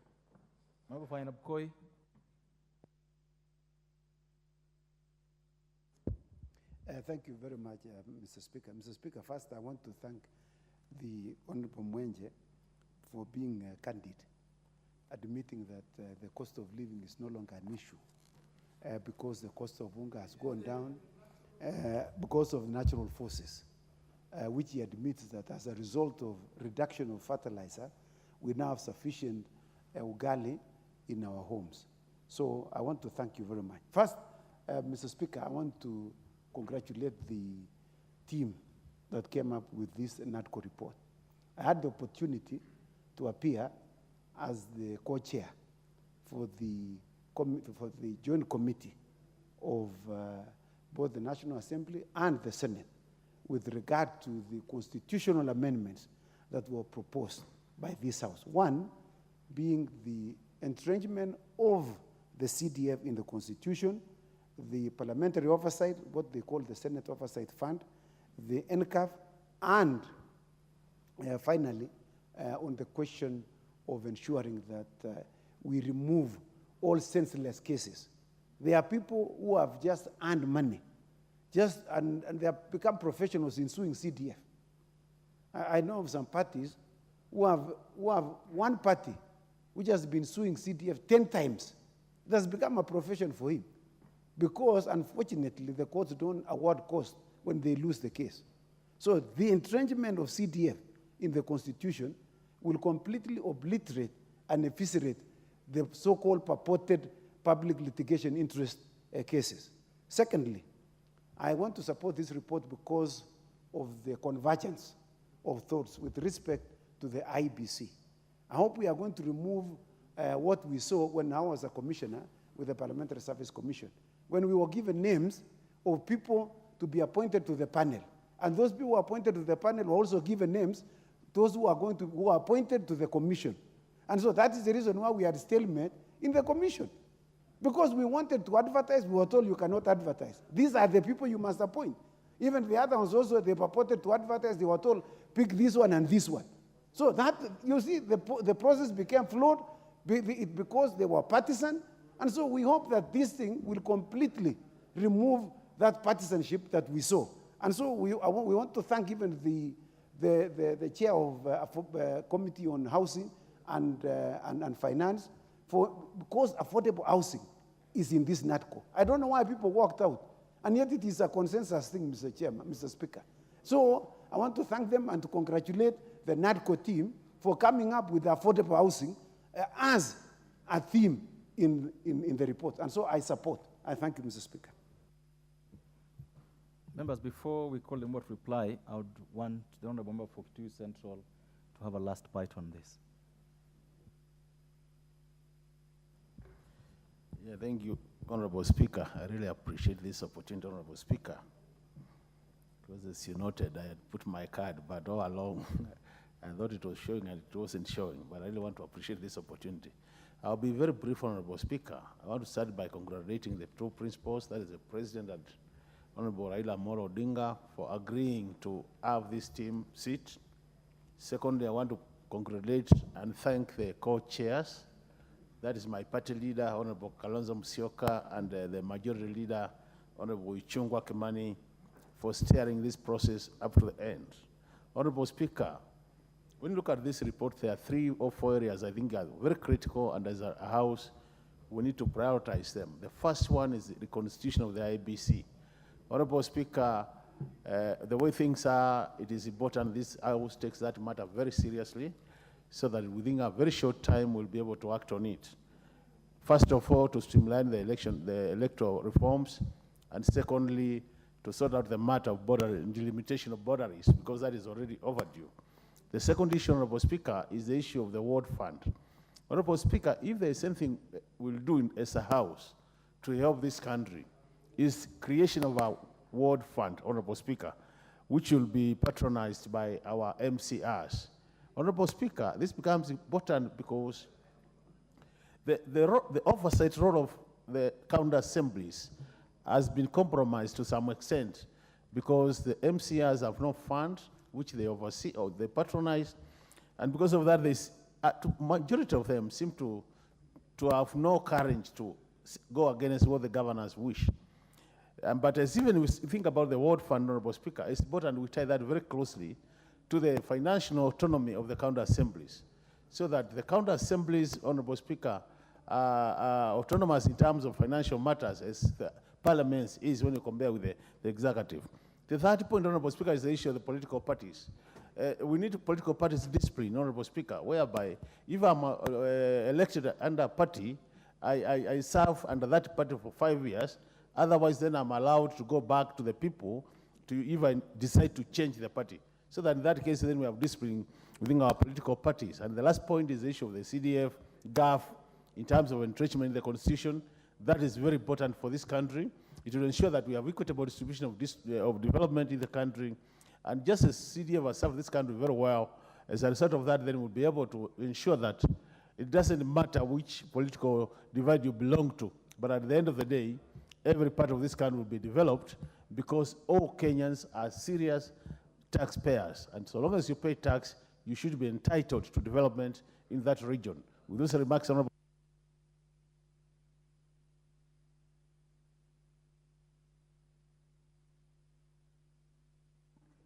Therefore, members, debate on this matter is spent in terms of time. I therefore now call upon the mover to reply. Honorable Speaker, as I move to reply, I want to plead with you to allow me to donate at least 1 minute to the Honorable Lesuda, who has just come back, and we welcome her back profusely. And my friend, the member for Yatta, just 1 minute to crown all this. Yes, and then I can conclude by yes. There's a request this side too. Do you want to also allow a minute this side? If it's a minute, it's only going to be for Kagombe. You're okay? The member for Garissa Township. That's Garissa Township. Oh, it's a new member, so I don't know him well. Okay. So we'll make it a minute each. 1 minute each. Thank you. The Honorable Lesuda. Speaker, and I want to thank the minority leader for giving me that 1 minute. And I will not waste it. I will go direct to the point and to say that I support the NADCO report. I just want to bring to the attention of this House that as a parliament, from the 11th parliament, 12th, and now the 13th, we're still struggling with the 2/3 gender rule as a country. As you remember, last parliament was actually declared unconstitutional by the judiciary because of us not attaining the 2/3 gender rule, Mr. Speaker. And I just want to bring to the attention of the minority leader and the leadership of this House, Mr. Speaker, that the multisectoral report that has been recommended to be tabled in this House, Mr. Speaker, not to come as a separate bill or as a separate report, but to be attached to the NADCO report, Mr. Speaker. Otherwise, we will just take it as lip service, minority leader, that you are not willing for us as a parliament to meet the 2/3 gender rule. The Honorable Basil. Yeah, thank you, Mr. Speaker, and thank you to Minority Leader for giving me this floor. Very importantly, the office of the Opposition Leader is very important. Stability of this country is very critical. We have been seeing the winner takes its all, and we want to have stability in the country. Another important point, the 2/3 gender rule has been a thorny issue for so long, and we need to think as a country how we can actualize this. The third point is the IBC. Today, the country is in a very awkward position because we can't conduct any elections simply because we don't have IBC. So I think it's very important. I support this particular report. Thank you, Mr. Speaker. The Honorable Barrow. Thank you, Majority Leader and the Speaker, for this opportunity. First, I want to congratulate the team that came up with this report. Secondly, the leadership of this country, the President and the former Prime Minister, who have shown good leadership in terms of making sure that the country is together. Mr. Speaker, this country has faced so many challenges due to elections. 2007, this country almost went to the dogs. 2017, and again 2022. This is a good example for us as young leaders, that as a country, there is a line that we must not cross so that our country goes to the dogs. And it's also a good example to the rest of Africa. If you look around the region, Sudan is one example, that their leadership and their country, the leaders, did not see that this is the line they should not cross as a country. So for that, I support this report. Secondly, on the issue of NGCDF and GAF, and also the ward, because the ward, the members of the county assembly are in a position, they are not in a position as leaders to oversight well the governors and the leadership at the county level. The NCGDF, everyone in this country understands and appreciates the importance of that fund, and therefore ring-fencing it within the Constitution is a very important thing. For those reasons, I support. Aye. So, Honorable Speaker, thank you very much for indulgence, and therefore I wish to reply as follows. First and foremost, let me thank my colleague, honorable members, from across the political divide for having supported this motion almost unanimously, for having lent your support to this motion without exception. All of you who have been able to speak to this motion have actually supported it. And that is very, very encouraging. I cannot forget to thank the leadership of the two coalitions out there for having appealed to their members, for having encouraged their members to support this motion in the manner they have done. That is the spirit in which this country needs to move forward. A country that speaks to itself, a country that speaks within itself is a country that prospers. Secondly, Mr. Speaker, now it is the duty of this House again, if and when we pass this motion, because I'm sure we shall do so, by way of voting, what is going to remain is the processing of the legislative proposals that are attendant to this NADCO report. My plea is that the processing of those instruments needs to be fast-tracked. Mr. Speaker, as we speak, it is really disheartening that because of the dysfunction of the IEBC, the great constituency of Banisa in Mandera County is not represented in this House now for almost a year. And they have not had the benefit for their representative to contribute to such an important motion. That for sure marks a turning point in the political history of this country. So how I wish that we would fast track the processing of these legislative proposals so that at the very least we have a reconstitution of the IBC in the manner that has been provided for in the NADCO report, so that the IBC can be able to undertake its constitutional mandate, can be able to execute its mandate within the timelines that's provided for, especially the holding of by-elections, the conduct of by-elections, both at the constituency and at the ward level. A number of wards are actually also vacant as we speak, because they are missing the ward representatives. Honorable Speaker, a lot has been said about the not more than two-thirds gender principle. The last time by my friend, the Honorable Lesuda. Honorable Speaker, I want to reiterate what I said when I was seconding this motion. that because of the timelines and in the wisdom of the NADCO, it was recommended that the multi-sectoral working group that was dealing with the not more than two-thirds gender question be allowed to conclude its work within the time frame that it had been allocated. And that whatever recommendations shall emanate from that multi-sectoral working group shall form part of the NADCO report,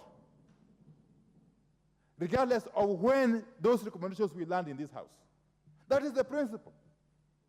It may not be apparent on the face of that report, but that is the principle. The spirit of the NADCO report is that whatever recommendations that multi-sectoral working group shall come up with shall form part of the NADCO report and shall therefore be treated in the same manner the other recommendations of the NADCO report are being treated. That should actually give some comfort to our colleague, lady members of parliament, and indeed the women folk across the country. Okay? 2, the matter of the cost of living remains an outstanding issue. We agreed to disagree, and that is really very healthy. We agreed to disagree within NADCO, that the matter of the cost of living be left pending, since there was no consensus. The Azimio side's progressive recommendations or proposals were shot down, and therefore we left it to the Kenya Kwanza side, which is in control of the government, to see to it that they reduce the cost of living. I'm hoping they will do so, because otherwise this is a ticking time bomb. This is a ticking time bomb. I can see manipulation of the exchange rate through manipulation of the Eurobond. That is a story for another day. I'll be coming back to deal with it later. I hope you will be able, Kenya Kwanza, to deal with the cost of living. Otherwise, it will consume you. It will consume you in the fullness of time, Honorable Speaker. So finally, as I conclude, just add my minutes, I finish. Let me say that God has been very kind to this country. To conclude. God has been extremely kind to Kenya, because every time we are on the verge of falling into the precipice, the Almighty God has always pulled us back. And we must get the learning from this. Getting into dialogue with your political opponent cannot be a sign of weakness. On the contrary, it's a sign of strength. If you can dialogue with your political opponent, it shows that you have got the strength and the... Out of order, the Honorable Member for Madenge. Honorable Speaker, is the minority leader in order to mislead this House that there is manipulation of the exchange rate? He should table evidence to that effect or withdraw. The Honorable Wandai, order, the Honorable Mbadi, order. The Honorable Wandai, would you substantiate that? In argument. No, this is not, this order, order. Order. This is a matter of grave concern to the public. And so you just can't get away with it like that. You either substantiate the manipulation of the currency or you withdraw that statement. Honorable Speaker, I think in this House, and me and you have been lucky to be here for some time, since 2013. It cannot be out of order for a honorable member to express his opinion about what is happening in the exchange market. It cannot be out of order. My opinion is that the current movement in the exchange rate is as a result of manipulation, and which is tied to the Eurobond. That is a matter of opinion. The Honorable Wandai. Yes. As Presiding Officer today, I insist, because this is a matter that is concerned to the public, you know that, and you know the impact of your statement. So you either table evidence to that effect or you withdraw that statement. I will ask you, Honorable Speaker, to indulge me, and allow me to bring the evidence, because I don't have it here now, to bring the evidence at the soonest possible time. If you don't I have could bring it on Tuesday this week at 2:30 p.m. If you don't have the evidence, you know what our rules say? No. That order. What our rules say, as you alone is responsible for the truthfulness of the statement that you make on this floor of the House. So if you don't have that evidence of you, I would request you proceed and withdraw the statement and proceed with concluding your. It's in hard form, and I didn't carry it here. And I am saying that if you gave me time, I would be able to come and substantiate with documents. Is that too difficult? I order you, Reverend Wandai, withdraw your statement that the currency is manipulated. If you don't have that evidence now, I order that you withdraw that statement. What I will do, Honorable Speaker, to make the matters easy, is to suspend my statement for now and allow me, when I come back on Tuesday at 2:30 p.m., I'll come back here with a load of evidence, if that could suffice, Honorable Speaker. Go ahead and suspend it. Fine. I hereby suspend my statement that the exchange rate is being manipulated until I am able to carry the load of evidence and bring it here to substantiate what I've said. Honorable Speaker, with those preliminary remarks, I wish to reply. Thank you very much. May God bless you.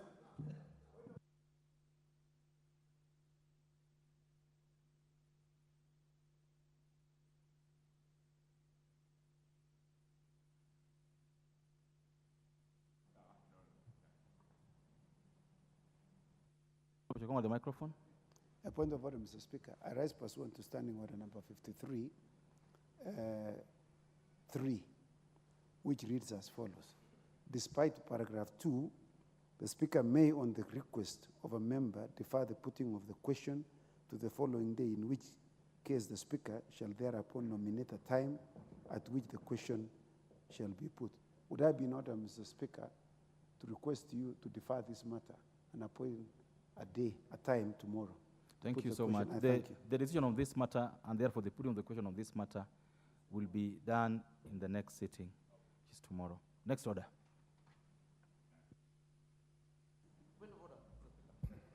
Order number 13. Motion. Report of the Auditor General on the financial statements of the national government, ministries, departments, and agencies for the financial year 2020-2021.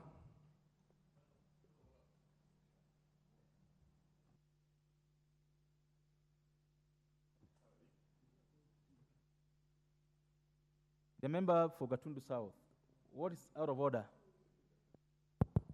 Thank you, Speaker.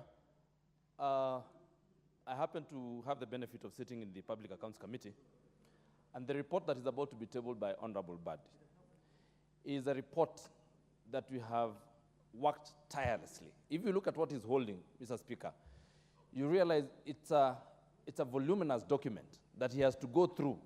And you know, Honorable Speaker, you know Honorable Badi is a ranking member of this House. And as you can see, he's been working the whole day. It is now coming to about 8 o'clock. He's tired, and he needs to execute this. And by the look at things here, I think it will suffice to say that understanding order number 35, it will not be very good to execute that matter right now with the quorum that we have, Mr. Speaker. So I would beg that we suspend that matter. And we actually call the House out of quorum, and we stop the matter and deal with it tomorrow. Thank you, Speaker.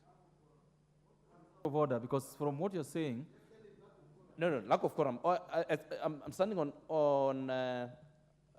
standing order number 35, that we have no quorum to execute that matter.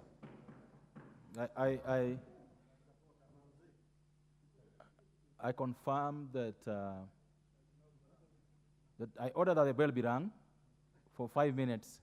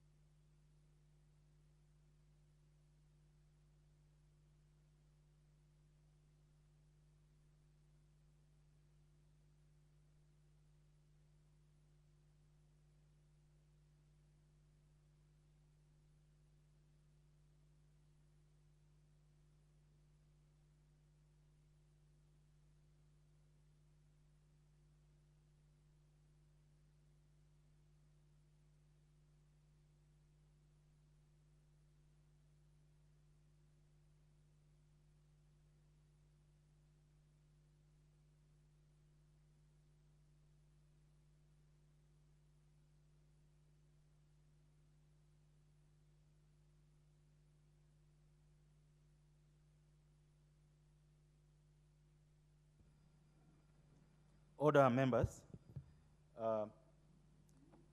Having noticed that the ringing of the bell has not borne much fruit, and the time now being 7:55 p.m.,